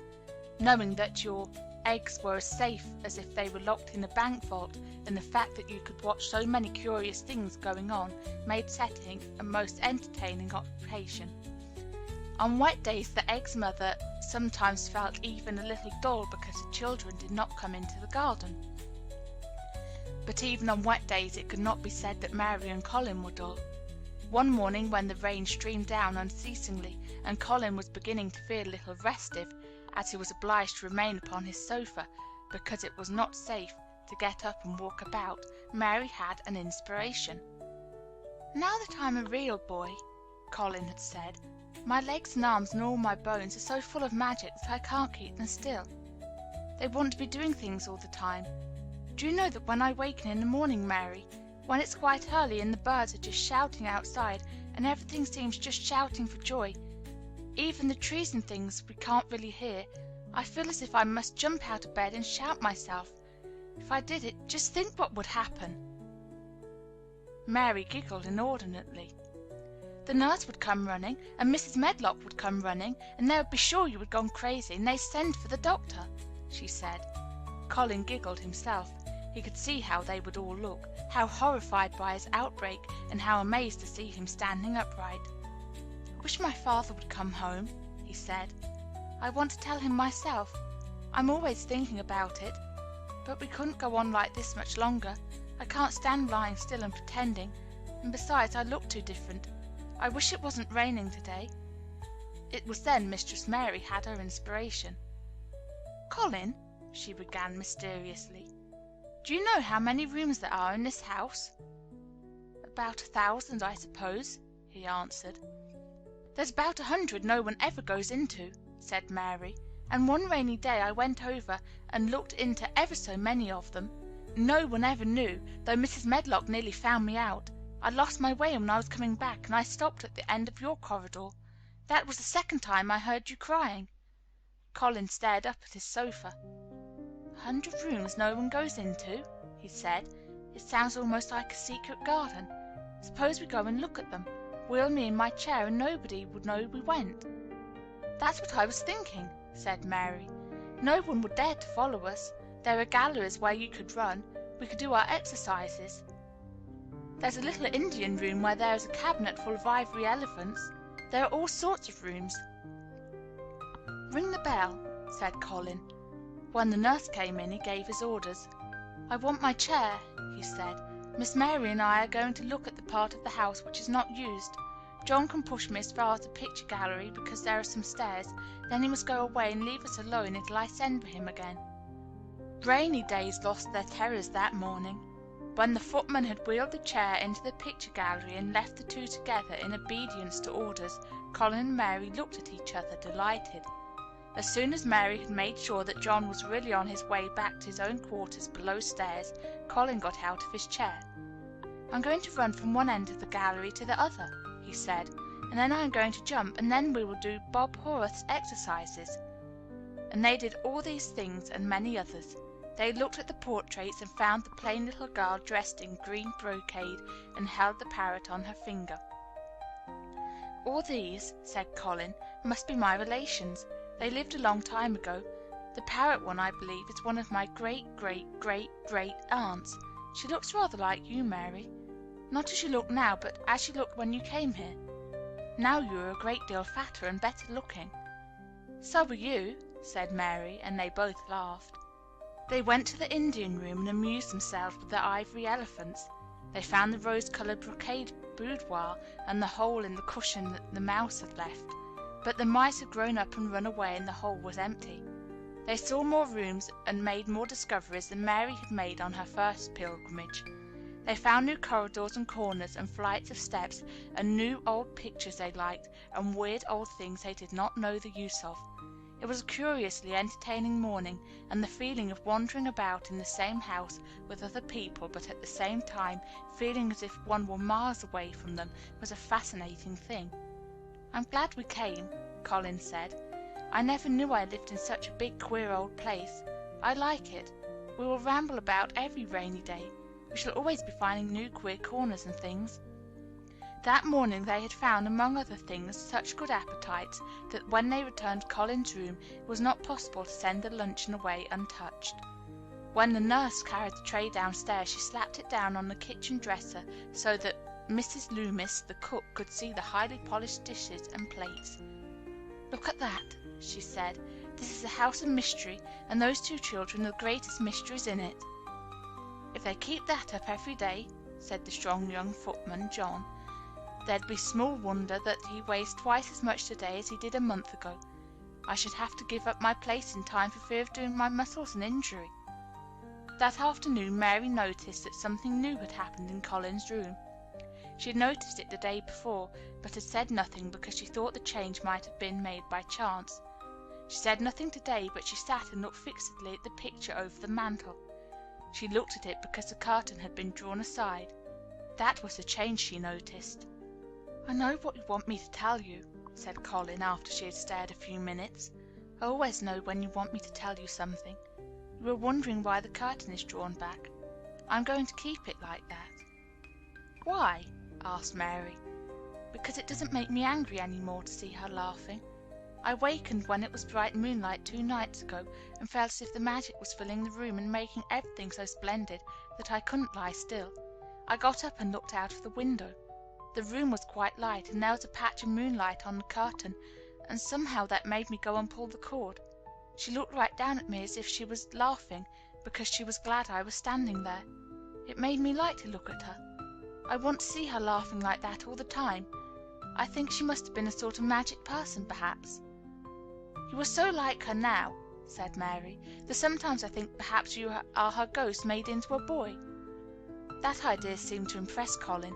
He thought it over, and then answered her slowly. "If I were her ghost, my father would be fond of me." "Do you want him to be fond of you?" inquired Mary. "I used to hate it because he was not fond of me. If he grew fond of me, I think I should tell him about the magic. It might make him more cheerful." Chapter 26. Its Mother. Their belief in the magic was an abiding thing. After the morning's incantations, Colin sometimes gave them magic lectures. "I like to do it," he explained, "because when I grow up and make great scientific discoveries, I shall be obliged to lecture about them, and so this is practice. I can only give short lectures now because I am very young, and besides, Ben Weatherstaff would feel as if he were in charge, and he would go to sleep." "The best thing about lecturing," said Ben, "is that a chap can get up and say o't he pleases, and no other chap can answer him back. I wouldn't be again lecturing a bit myself sometimes." But when Colin held forth under his tree, old Ben fixed devouring eyes on him, and kept them there. He looked him over with critical affection. It was not so much the lecture which interested him, as the legs which looked straighter and stronger each day, the boyish head which held itself up so well, the once sharp chin and hollow cheeks which had filled and rounded out, and the eyes which had begun to hold the light he remembered in another pair. Sometimes, when Colin felt Ben's earnest gaze meant that he was much impressed, he wondered what he was reflecting on, and once, when he had seemed quite entranced, he questioned him. "What are you thinking about, Ben Weatherstaff?" he asked. "I was thinking," answered Ben, "as I'd warrant tha's gone up 3 or 4 pound this week. I was looking at the calves and the shoulders. I'd like to get thee on a pair of scales." "It's the magic, and Mrs. Sowerby's buns and milk and things," said Colin. "You see, the scientific experiment has succeeded." That morning Dickon was too late to hear the lecture. When he came, he was ruddy with running, and his face looked more twinkling than usual. As they had a good deal of weeding to do after the rains, they fell to work. They always had plenty to do after a warm, deep, sinking rain. The moisture, which was good for the flowers, was also good for the weeds, which thrust up tiny blades of grass and points of leaves, which must be pulled up before their roots took too firm hold. Colin was as good at weeding as any one in these days, and he could lecture while he was doing it. "The magic works best when you work yourself," he said this morning. "You can feel it in your bones and muscles. I'm going to read books about bones and muscles, but I'm going to write a book about magic. I'm making it up now. I keep finding out things." It was not very long after he had said this that he laid down his trowel and stood up on his feet. He had been silent for several minutes, and they had seen that he was thinking about lectures, as he often did. When he dropped his trowel and stood upright, it seemed to Mary and Dickon as if a sudden strong thought had made him do it. He stretched himself out to his tallest height and threw out his arms exultantly. Color glowed in his face, and his strange eyes widened with joyfulness. All at once he had realized something to the full. "Mary, Dickon," he cried, "just look at me." They stopped their weeding and looked at him. "Do you remember that first morning you brought me in here?" he demanded. Dickon was looking at him very hard. Being an animal charmer, he could see more things than most people could, and many of them were things he never talked about. He saw some of them now in this boy. "Aye, that we do," he answered. Mary looked hard too, but she said nothing. "Just this minute," said Colin. "All at once I remembered it myself, when I looked at my hand digging with the trowel, and I had to stand up on my feet to see if it was real. And it is real. I'm well. I'm well." "Aye, that thou art," said Dickon. "I'm well. I'm well," said Colin again, and his face went quite red all over. He had known it before in a way. He had hoped it and felt it and thought about it, but just at that minute something had rushed all through him, a sort of rapturous belief and realization, and it had been so strong that he could not help calling out. "I shall live for ever and ever and ever," he cried grandly. "I shall find out thousands and thousands of things. I shall find out about people and creatures and everything that grows, like Dickon, and I shall never stop making magic. I'm well. I'm well. I feel it as if I want to shout out something thankful, joyful." Ben Weatherstaff, who had been working near a rose bush, glanced round at him. "Then might sing the doxology," he suggested in his driest grunt. He had no opinion of the doxology, and he did not make the suggestion with any particular reverence. But Colin was of an exploring mind, and he knew nothing about the doxology. "What is that?" he inquired. "Dickon can sing it for thee, I'll warrant," replied Ben Weatherstaff. Dickon answered with his all-perceiving animal charmer's smile. "They sing it in church," he said. "Mother says she believes the skylarks sing it when they gets up in the morning." "If she says that, it must be a nice song," cried Colin. "I've never been in a church myself. I was always too ill. Sing it, Dickon. I want to hear it." Dickon was quite simple and unaffected about it. He understood what Colin felt better than Colin did himself. He understood by a sort of instinct so natural that he did not know it was understanding. He pulled off his cap and looked round, still smiling. "Thou must take off the cap," he said to Colin, "and so mun thou, Ben. And thou mun stand up, thou knows that." Colin took off his cap, and the sun shone on and warmed his thick hair as he watched Dickon intently. Ben Weatherstaff scrambled up from his knees and bared his head too, with a sort of puzzled, half-resentful look on his old face, as if he didn't know exactly why he was doing this remarkable thing. Dickon stood out among the trees and rose bushes and began to sing in quite a simple, matter-of-fact way, and in a nice, strong boy voice. "Praise God from whom all blessings flow. Praise him, all creatures here below. Praise him above, ye heavenly host. Praise Father, Son, and Holy Ghost. Amen." When he had finished, Ben Weatherstaff was standing quite still with his jaws set, obstinately, but with a disturbed look in his eyes fixed on Colin. Colin's face was thoughtful and appreciative. "It is a very nice song," he said. "I like it. Perhaps it means just what I mean when I want to shout out that I am thankful to the magic." He stopped and thought in a puzzled way. Perhaps they are both the same thing. How can we know the exact names of everything? Sing it again, Dickon. Let us try, Mary. I want to sing it too. It's my song. How does it begin? Praise God from whom all blessings flow. And they sang it again, and Mary and Colin lifted their voices as musically as they could, and Dickon swelled quite loud and beautiful. And at the second line Ben Weatherstaff raspingly cleared his throat, and at the third line he joined in with such vigour that it seemed almost savage, and when the Amen came to an end, Mary observed that the very same thing had happened to him, which had happened when he found out that Colin was not a cripple. His chin was twitching, and he was staring and winking, and his leathery old cheeks were wet. "I never seed no sense in the doxology afore," he said hoarsely. "I may change my mind this time. I should say they had gone up £5 this week, Mr. Colin, 5 of 'em." Colin was looking across the garden at something attracting his attention, and his expression had become a startled one. "Who is coming in here?" he said quickly. "Who is it?" The door in the ivied wall had been pushed gently open, and a woman had entered. She had come in with the last line of their song, and she had stood still listening and looking at them. With the ivy behind her, the sunlight drifted through the trees and dappled her long blue cloak, and her nice fresh face smiled across the greenery, and she was rather like a softly coloured illustration in one of Colin's books. She had wonderful affectionate eyes, which seemed to take everything in, all of them, even Ben Weatherstaff and the creatures, and every flower that was in bloom. Unexpectedly as she had appeared, not one of them felt that she was an intruder at all. Dickon's eyes lighted like lamps. "It's Mother, that's who it is!" he cried, and went across the grass at a run. Colin began to move toward her too, and Mary went with him. They both felt their pulses beat faster.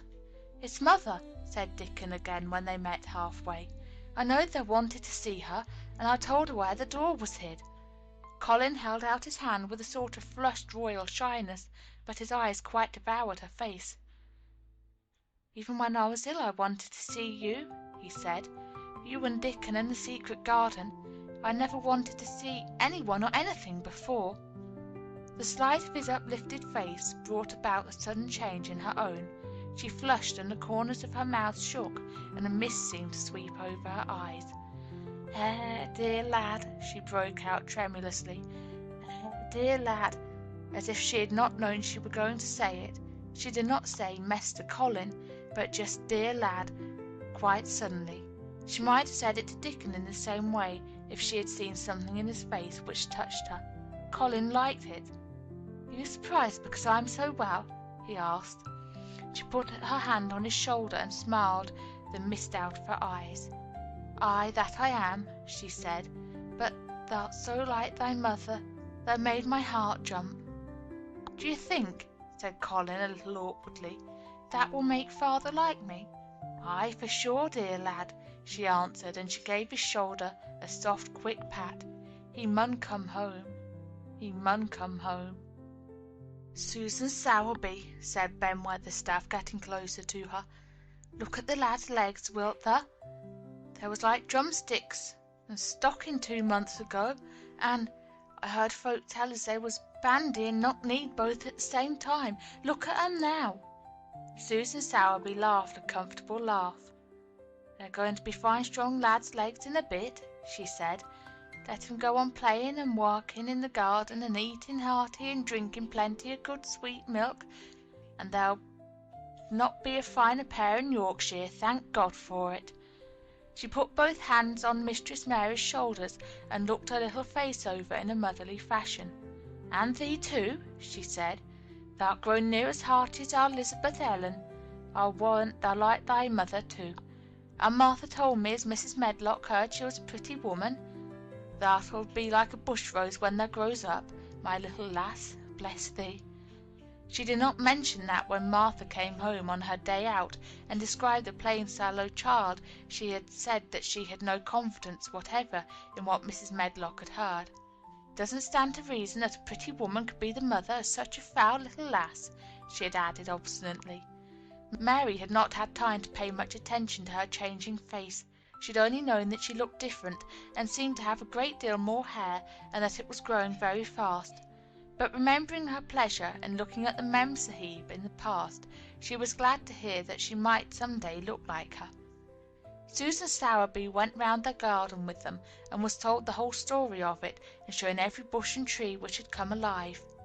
Colin walked on one side of her, and Mary on the other. Each of them kept looking up at her comfortable rosy face, secretly curious about the delightful feeling she gave them, a sort of warm, supported feeling. It seemed as if she understood them as Dickon understood his creatures. He stooped over the flowers and talked about them as if they were children.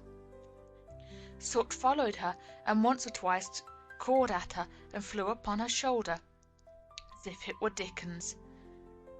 When I told her about the robin and the first flight of the young ones, she laughed in a motherly little mellow laugh in her throat. "I suppose learning 'em to fly is like learning children to walk, but I'm feared I should be all in a worry if mine had wings instead of legs," she said. It was because she seemed such a wonderful woman in her nice moorland cottage way that at last she was told about the magic. "Do you believe in magic?" asked Colin after he had explained about Indian fakirs. "I do hope you do." "That I do, lad," she answered. "I never knowed it by that name, but what does the name matter? I warrant they call it different name in France and a different one in Germany. The same thing as set the seeds swelling and the sun shining made thee a well lad, and it's the good thing. It isn't like us poor fools as think it matters if us is called out of our names.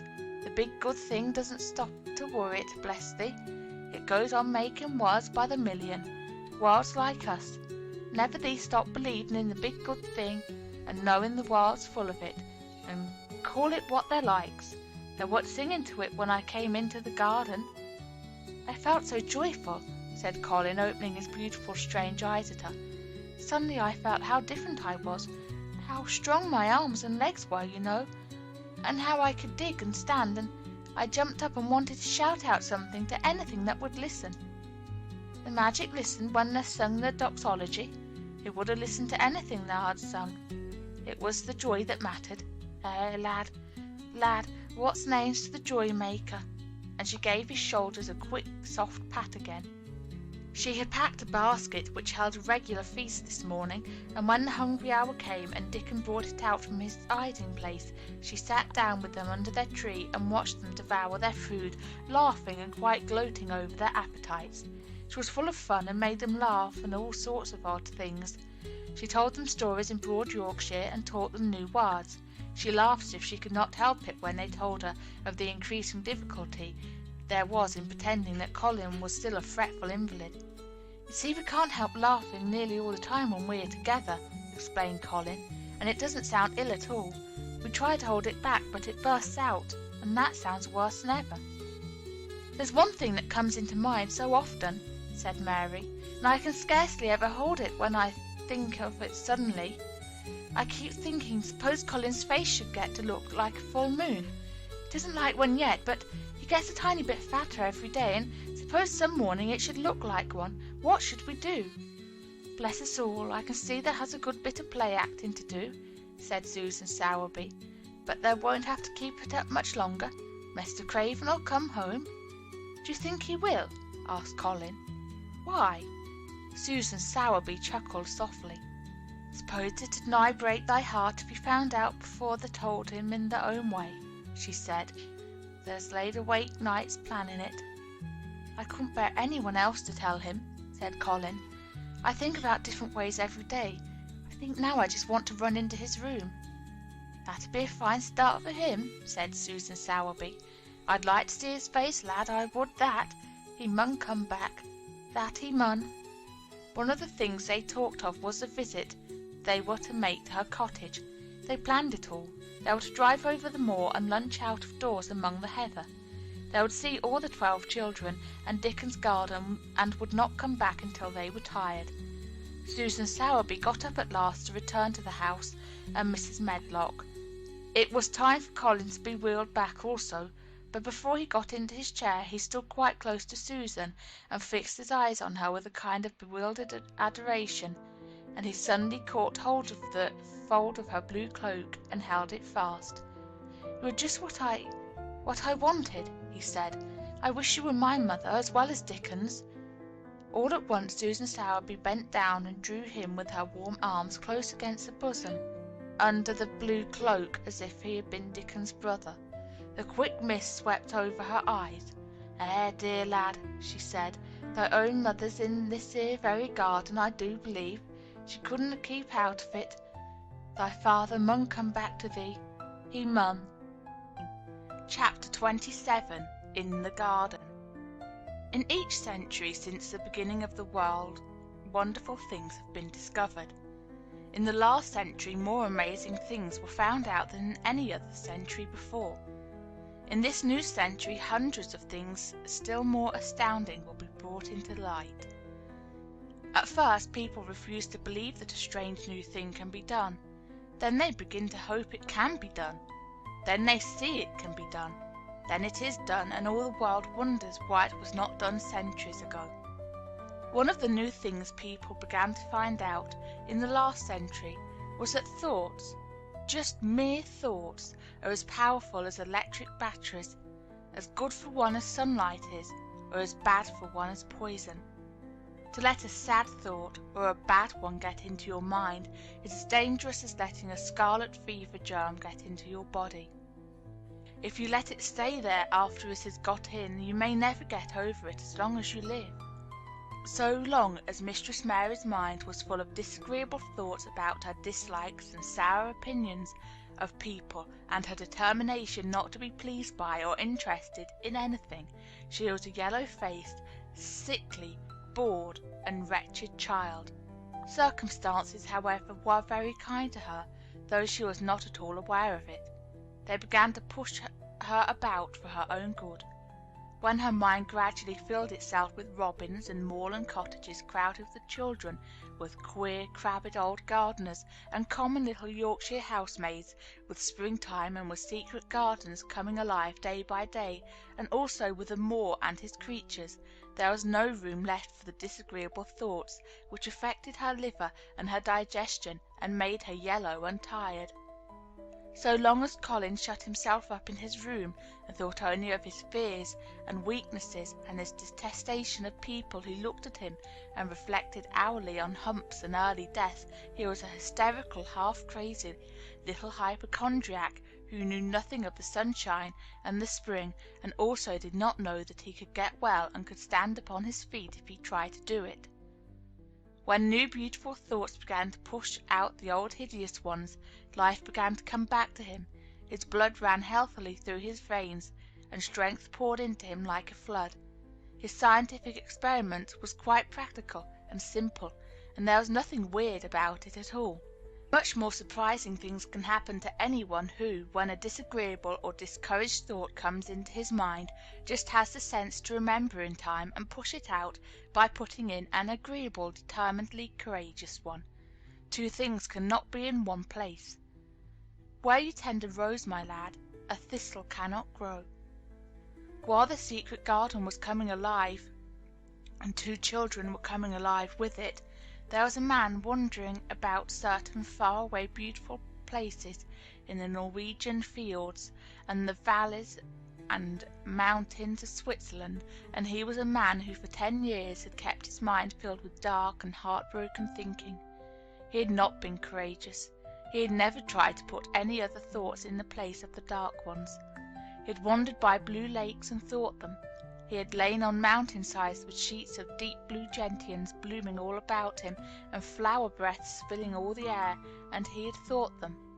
A terrible sorrow had fallen upon him when he had been happy, and he had let his soul fill itself with blackness, and had refused obstinately to allow any rift of light to pierce through. He had forgotten and deserted his home and his duties.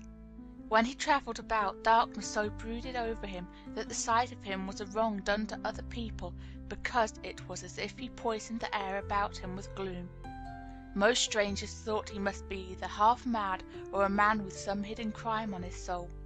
He was a tall man with a drawn face and crooked shoulders, and the name he always entered on hotel registers was Archibald Craven, Misselthwaite Manor, Yorkshire, England. He had travelled far and wide since the day he saw Mistress Mary in his study, and told her she might have her bit of earth. He had been in the most beautiful places in Europe, though he had remained nowhere more than a few days. He had chosen the quietest and remotest spots. He had been on the tops of mountains whose heads were in the clouds, and had looked down on other mountains when the sun rose and touched them with just light as made it seem as if the world were just being born.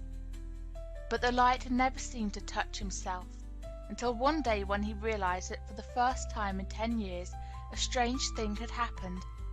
He was in a wonderful valley in the Austrian Tyrol, and he had been walking alone through such beauty as might have lifted any man's soul out of shadow. He had walked a long way, and it had not lifted his, but at last he had felt tired and had thrown himself down to rest on a carpet of moss by a stream. It was a clear little stream which ran quite merrily along on its narrow way through the luscious damp greenness. Sometimes it made a sound rather like a very low laughter as it bubbled over and round stones. He saw birds come and dip their heads to drink in it, and then flick their wings and fly away. It seemed like a thing alive, and yet its tiny voice made the stillness seem deeper. The valley was very, very still. As he sat gazing into the clear running of the water, Archibald Craven gradually felt his mind and body both grow quiet as the valley itself. He wondered if he were going to sleep, but he was not. He sat and gazed at the sunlit water, and his eyes began to see things growing at its edge. There was one lovely mass of blue forget-me-nots growing so close to the stream that its leaves were wet, and at these he found himself looking as he remembered he had looked at such things years ago. He was actually thinking tenderly how lovely it was, and what wonders of blue its hundreds of little blossoms were. He did not know that just that simple thought was slowly filling his mind, filling and filling it until other things were softly pushed aside. It was as if a sweet, clear spring had begun to rise in a stagnant pool, and had risen and risen until at last it swept the dark water away. But of course he did not think of this himself. He only knew that the valley seemed to grow quieter and quieter as he sat and stared at the bright, delicate blueness. He did not know how long he sat there, or what was happening to him, but at last he moved as if he were awakening, and he got up slowly and stood on the moss carpet, drawing a long, deep, soft breath and wondering at himself. Something seemed to have been unbound and released in him, very quietly. "What is it?" he said, almost in a whisper, and he passed his hand over his forehead. "I almost feel as if I were alive. I do not know enough about the wonderfulness of undiscovered things to be able to explain how this had happened to him, neither does anyone else yet. He did not understand at all himself, but he remembered this strange hour months afterward when he was at Misselthwaite again, and he found out quite by accident that on this very day Colin had cried out as he went into the garden, "I am going to live for ever and ever and ever." The singular calmness remained with him the rest of the evening, and he slept a new reposeful sleep. But it was not with him very long. He did not know that it could be kept. By the next night he had opened the doors wide to his dark thoughts, and they had come trooping and rushing back. He left the valley and went on his wandering way again. But strange as it seemed to him, there were minutes, sometimes half hours, when without his knowing why, the black burden seemed to lift itself again, and he knew he was a living man and not a dead one. Slowly, slowly, for no reason that he knew of, he was coming alive with the garden. As the golden summers changed into the deep golden autumn, he went to the lake of Como. There he found the loveliness of a dream. He spent his days upon the crystal blueness of the lake, or he walked back into the soft, thick verdure of the hills, and tramped until he was tired so that he might sleep. But by this time he had begun to sleep better, he knew, and his dreams had ceased to be a terror to him. Perhaps, he thought, my body is growing stronger. It was growing stronger, but, because of the rare peaceful hours when his thoughts were changed, his soul was slowly growing stronger too. He began to think of Misselthwaite, and wonder if he should not go home. Now and then he wondered vaguely about his boy, and asked himself what he should feel when he went and stood by the carved four-posted bed again, and looked down at the sharply chiselled ivory white face while it slept, and the black lashes rimmed so startlingly the close-shut eyes. He shrank from it. One marvel of a day he had walked so far that when he returned the moon was high and full, and all the world was purple shadow and silver. The stillness of lake and shore and wood was so wonderful that he did not go into the villa he lived in. He walked down to a little bowered terrace at the water's edge, and sat upon a seat, and breathed in all the heavenly scents of the night. He felt the strange calmness stealing over him, and it grew deeper and deeper until he fell asleep. He did not know when he fell asleep, and when he began to dream, his dream was so real that he did not feel as if he were dreaming. He remembered afterward how intensely wide awake and alert he had thought he was. He thought that as he sat and breathed in the scent of the late roses, and listened to the lapping of the water at his feet, he heard a voice calling. It was sweet and clear, and happy and far away. It seemed very far, but he heard it as distinctly as if it had been at his very side. "Archie, Archie, Archie," it said, and then again, sweeter and clearer than before, "Archie, Archie." He thought he sprang to his feet, not even startled. It was such a real voice, and it seemed so natural that he should hear it. "Lilias, Lilias," he answered. "Lilias, where are you?" "In the garden." It came back like a sound from a golden flute. "In the garden." And then the dream ended. But he did not awaken. He slept soundly and sweetly all through the lovely night. When he did awake at last, it was brilliant morning, and a servant was standing staring at him. He was an Italian servant, and was accustomed, as all the servants of the villa were, to accept him without question any strange thing his foreign master might do. No one ever knew when he would go out or come in, or where he would choose to sleep, or if he would roam about the garden, or lie in the boat on the lake all night. The man held a salver with some letters on it, and he waited quietly until Mr. Craven took them. When he had gone away, Mr. Craven sat a few moments holding them in his hand and looking at the lake. His strange calm was still upon him, and something more, a lightness as if the cruel thing which had been done had not happened, as he thought, as if something had changed. He remembered the dream, the real dream. "In the garden," he had said, wondering at himself. "In the garden? but the door is locked and the key is buried deep." When he glanced at the letters a few minutes later, he saw that the one lying at the top of the rest was an English letter and came from Yorkshire. It was directed in a plain woman's hand, but it was not a hand he knew. He opened it, scarcely thinking of the writer, but the first words attracted his attention at once. "Dear Sir, I am Susan Sowerby, that made bold to speak to you once on the moor. It was about Miss Mary I spoke. I will make bold to speak again. Please, sir, I would come home if I were you. I think you would be glad to come, and, if you will excuse me, sir, I think your lady would ask you to come if she was here. Your obedient servant, Susan Sowerby." Mr. Craven read the letter twice before he put it back in its envelope. He kept thinking about the dream. "I will go back to Misselthwaite," he said. "Yes, I'll go at once." And he went through the garden to the villa and ordered Pitcher to prepare for his return to England. In a few days he was in Yorkshire again, and on his long railroad journey he had found himself thinking of his boy as he had never thought in all the 10 years past. During those years he had only wished to forget him. Now, though he did not intend to think about him, memories of him constantly drifted into his mind. He remembered the black days when he had raved like a madman because the child was alive and the mother was dead. He had refused to see it, and when he had gone to look at it last, it had been such a weak, wretched thing that everyone had been sure it would die in a few days. But to the surprise of those who took care of it, the days passed and it lived, and then everyone believed it would be a deformed and crippled creature. He had not meant to be a bad father, but he had not felt like a father at all. He had supplied doctors and nurses and luxuries, but he had shrunk from the mere thought of the boy and had buried himself in his own misery.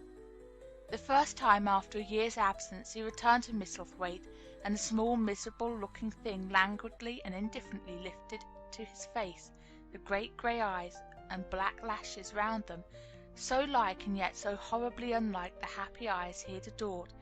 He could not bear the sight of them, and turned away pale as death. After that he scarcely ever saw him except when he was asleep, and all he knew of him was that he was a confirmed invalid with a vicious, hysterical, half-insane temper. He could only be kept from furies dangerous to himself by being given his own way in every detail.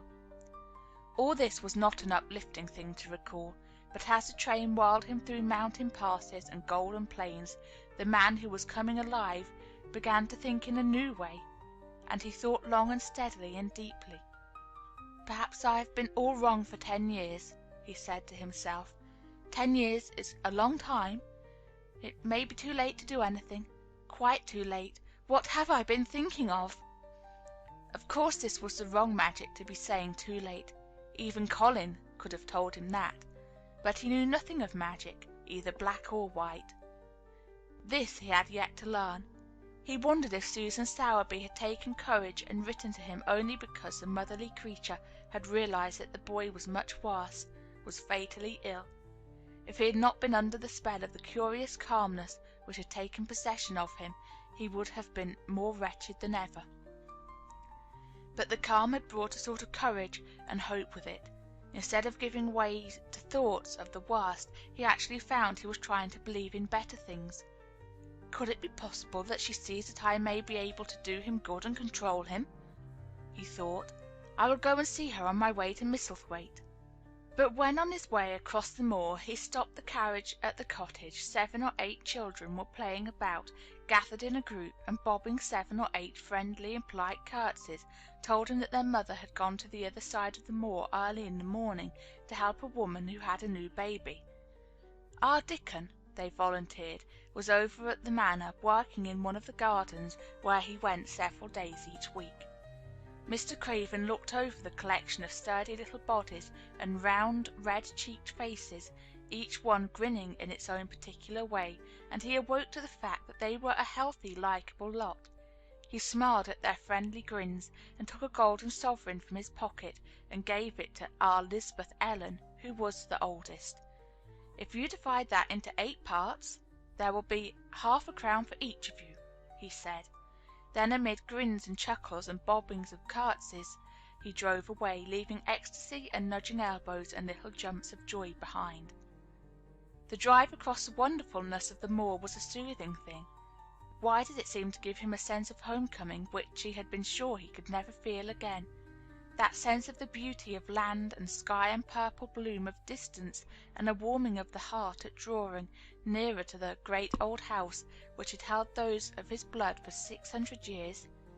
How he had driven away from it the last time, shuddering to think of its closed rooms, and the boy lying in the four-posted bed with the brocaded hangings.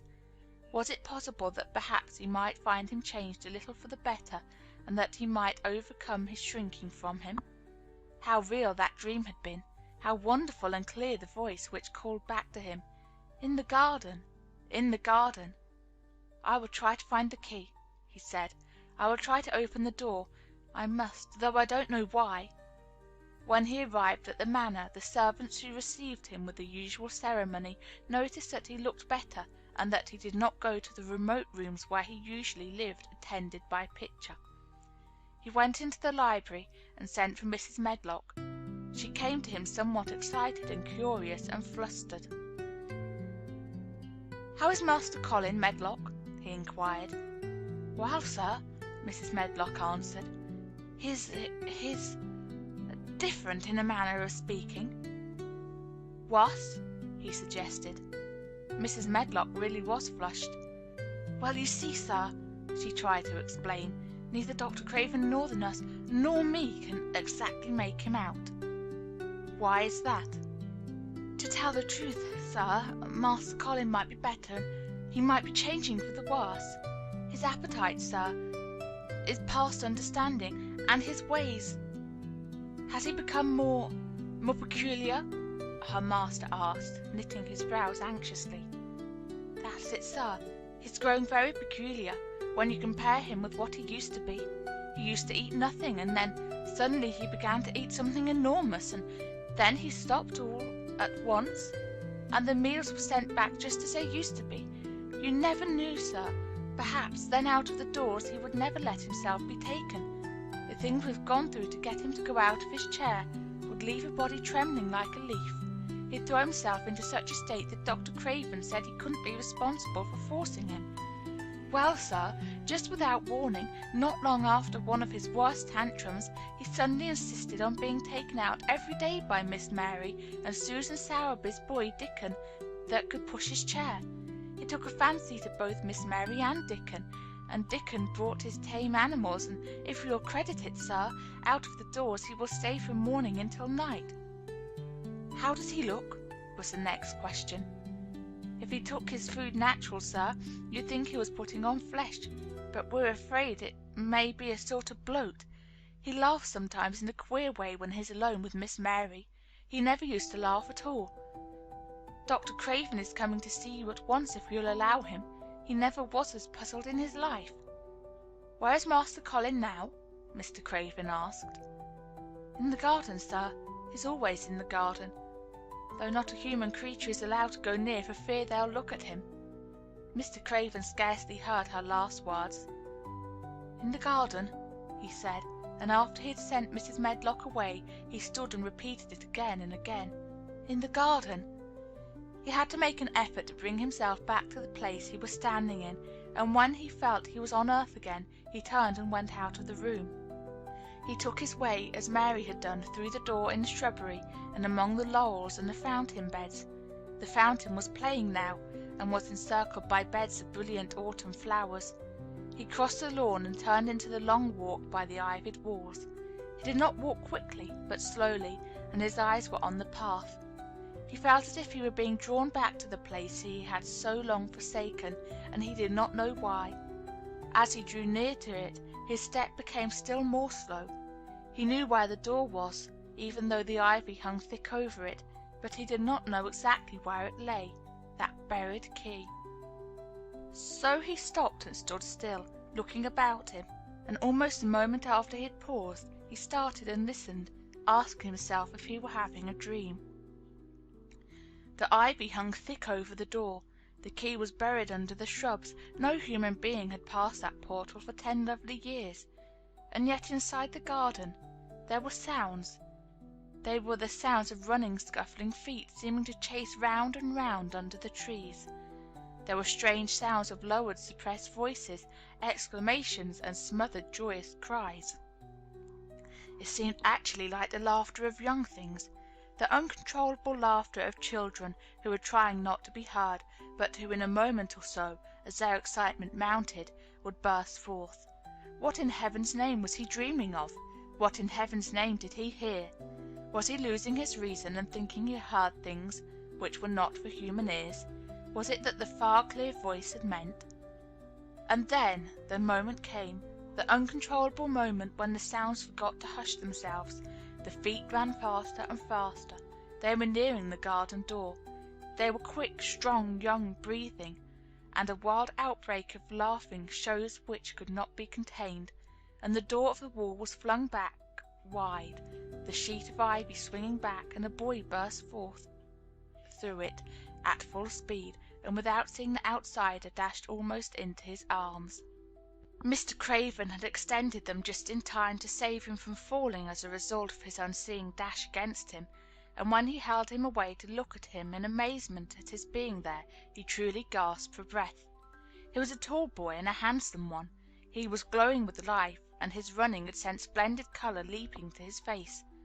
He threw the thick hair back from his forehead and lifted a pair of strange gray eyes, eyes full of boyish laughter and rimmed with black lashes like a fringe. It was the eyes which made Mr. Craven gasp for breath. "Who? What? Who?" he stammered. This was not what Colin had expected. This was not what he had planned. He had never thought of such a meeting. And yet to come dashing out, winning a race. Perhaps it was even better. He drew himself up to his very tallest. Mary, who had been running with him and had dashed through the door too, believed that he managed to make himself look taller than he had ever looked before, inches taller. "Father," he said, "I'm Colin. You can't believe it. I scarcely can myself. I'm Colin." Like Mrs. Medlock, he did not understand what his father meant when he said hurriedly, "In the garden. In the garden." "Yes," hurried on Colin, "it was the garden that did it, and Mary and Dickon and the creatures, and the magic. No one knows. We kept it to tell you when you came. I'm well. I can beat Mary in a race. I'm going to be an athlete." He said it all so like a healthy boy, his face flushed, his words tumbling over each other in his eagerness, that Mr. Craven's soul shook with unbelieving joy. Colin put out his hand and laid it on his father's arm. "Aren't you glad, Father?" he ended. "Aren't you glad? I'm going to live for ever and ever and ever." Mr. Craven put his hands on both the boy's shoulders and held him still. He knew he dared not even try to speak for a moment. "Take me into the garden, my boy," he said at last, "and tell me all about it." And so they led him in. The place was a wilderness of autumn gold and purple and violet blue and flaming scarlet, and on every side were sheaves of late lilies standing together, lilies which were white, or white and ruby. He remembered well when the first of them had been planted, that just as this season of the year their late glories should reveal themselves. Late roses climbed and hung and clustered, and the sunshine, deepening the hue of the yellowing trees, made one feel that one stood in an embowered temple of gold. The newcomer stood silent, just as the children had done when they came into its greyness. He looked round and round. "I thought it would be dead," he said. "Mary thought so at first," said Colin, "but it came alive." Then they sat down under their tree, all but Colin, who wanted to stand while he told the story. It was the strangest thing he had ever heard, Archibald Craven thought, as it was poured forth in headlong boy fashion. Mystery and magic and wild creatures, the weird midnight meeting, the coming of the spring, the passion of insulted pride which had dragged the young Rajah to his feet to defy old Ben Weatherstaff to his face, the odd companionship, the play-acting, the great secret so carefully kept. The listener laughed until tears came into his eyes, and sometimes tears came into his eyes when he was not laughing. The athlete, the lecturer, the scientific discoverer was a laughable, lovable, healthy young human being. "Now," he said at the end of the story, "it need not be a secret any more. I dare say it will frighten them nearly into fits when they see me. But I am never going to get into that chair again. I shall walk back with you, Father, to the house." Ben Weatherstaff's duties rarely took him away from the gardens, but on this occasion he made an excuse to carry some vegetables to the kitchen, and being invited into the servants' hall by Mrs. Medlock to drink a glass of beer, he was on the spot, as he had hoped to be, when the most dramatic event Misselthwaite Manor had seen during the present generation actually took place. One of the windows looking upon the courtyard gave also a glimpse of the lawn. Mrs. Medlock, knowing Ben had come from the gardens, hoped that he might have caught sight of his master, and even by chance of his meeting with Master Colin. "Did you see either of them, Weatherstaff?" she asked. Ben took his beer mug from his mouth and wiped his lips with the back of his hand. "Aye, that I did," he answered with a shrewdly significant air. "Both of them?" suggested Mrs. Medlock. "Both of 'em," returned Ben Weatherstaff. "Thank ye kindly, ma'am. I could sup up another mug of that." "Together?" said Mrs. Medlock hastily, overfilling his beer mug in her excitement. "Together, ma'am." And Ben gulped down half of his new mug at one gulp. "Where was Master Colin? How did he look? What did they say to each other?" "I didna hear that," said Ben. "Along only being on the step-ladder looking over the wall. But I'll tell thee this. There's been things going on outside as you house people knows nought about, and what they'll find out soon." And it was not 2 minutes before he swallowed the last of his beer and waved his mug solemnly toward the window which took in through the shrubbery a piece of the lawn. "Look there," he said. "If there's curious, look what's coming across the grass." When Mrs. Medlock looked, she threw up her hands and gave a little shriek, and every man and woman servant within hearing bolted across the servants' hall and stood looking through the window with their eyes almost starting out of their heads. Across the lawn came the master of Misselthwaite, and he looked as many of them had never seen him, and by his side, with his head up in the air and his eyes full of laughter,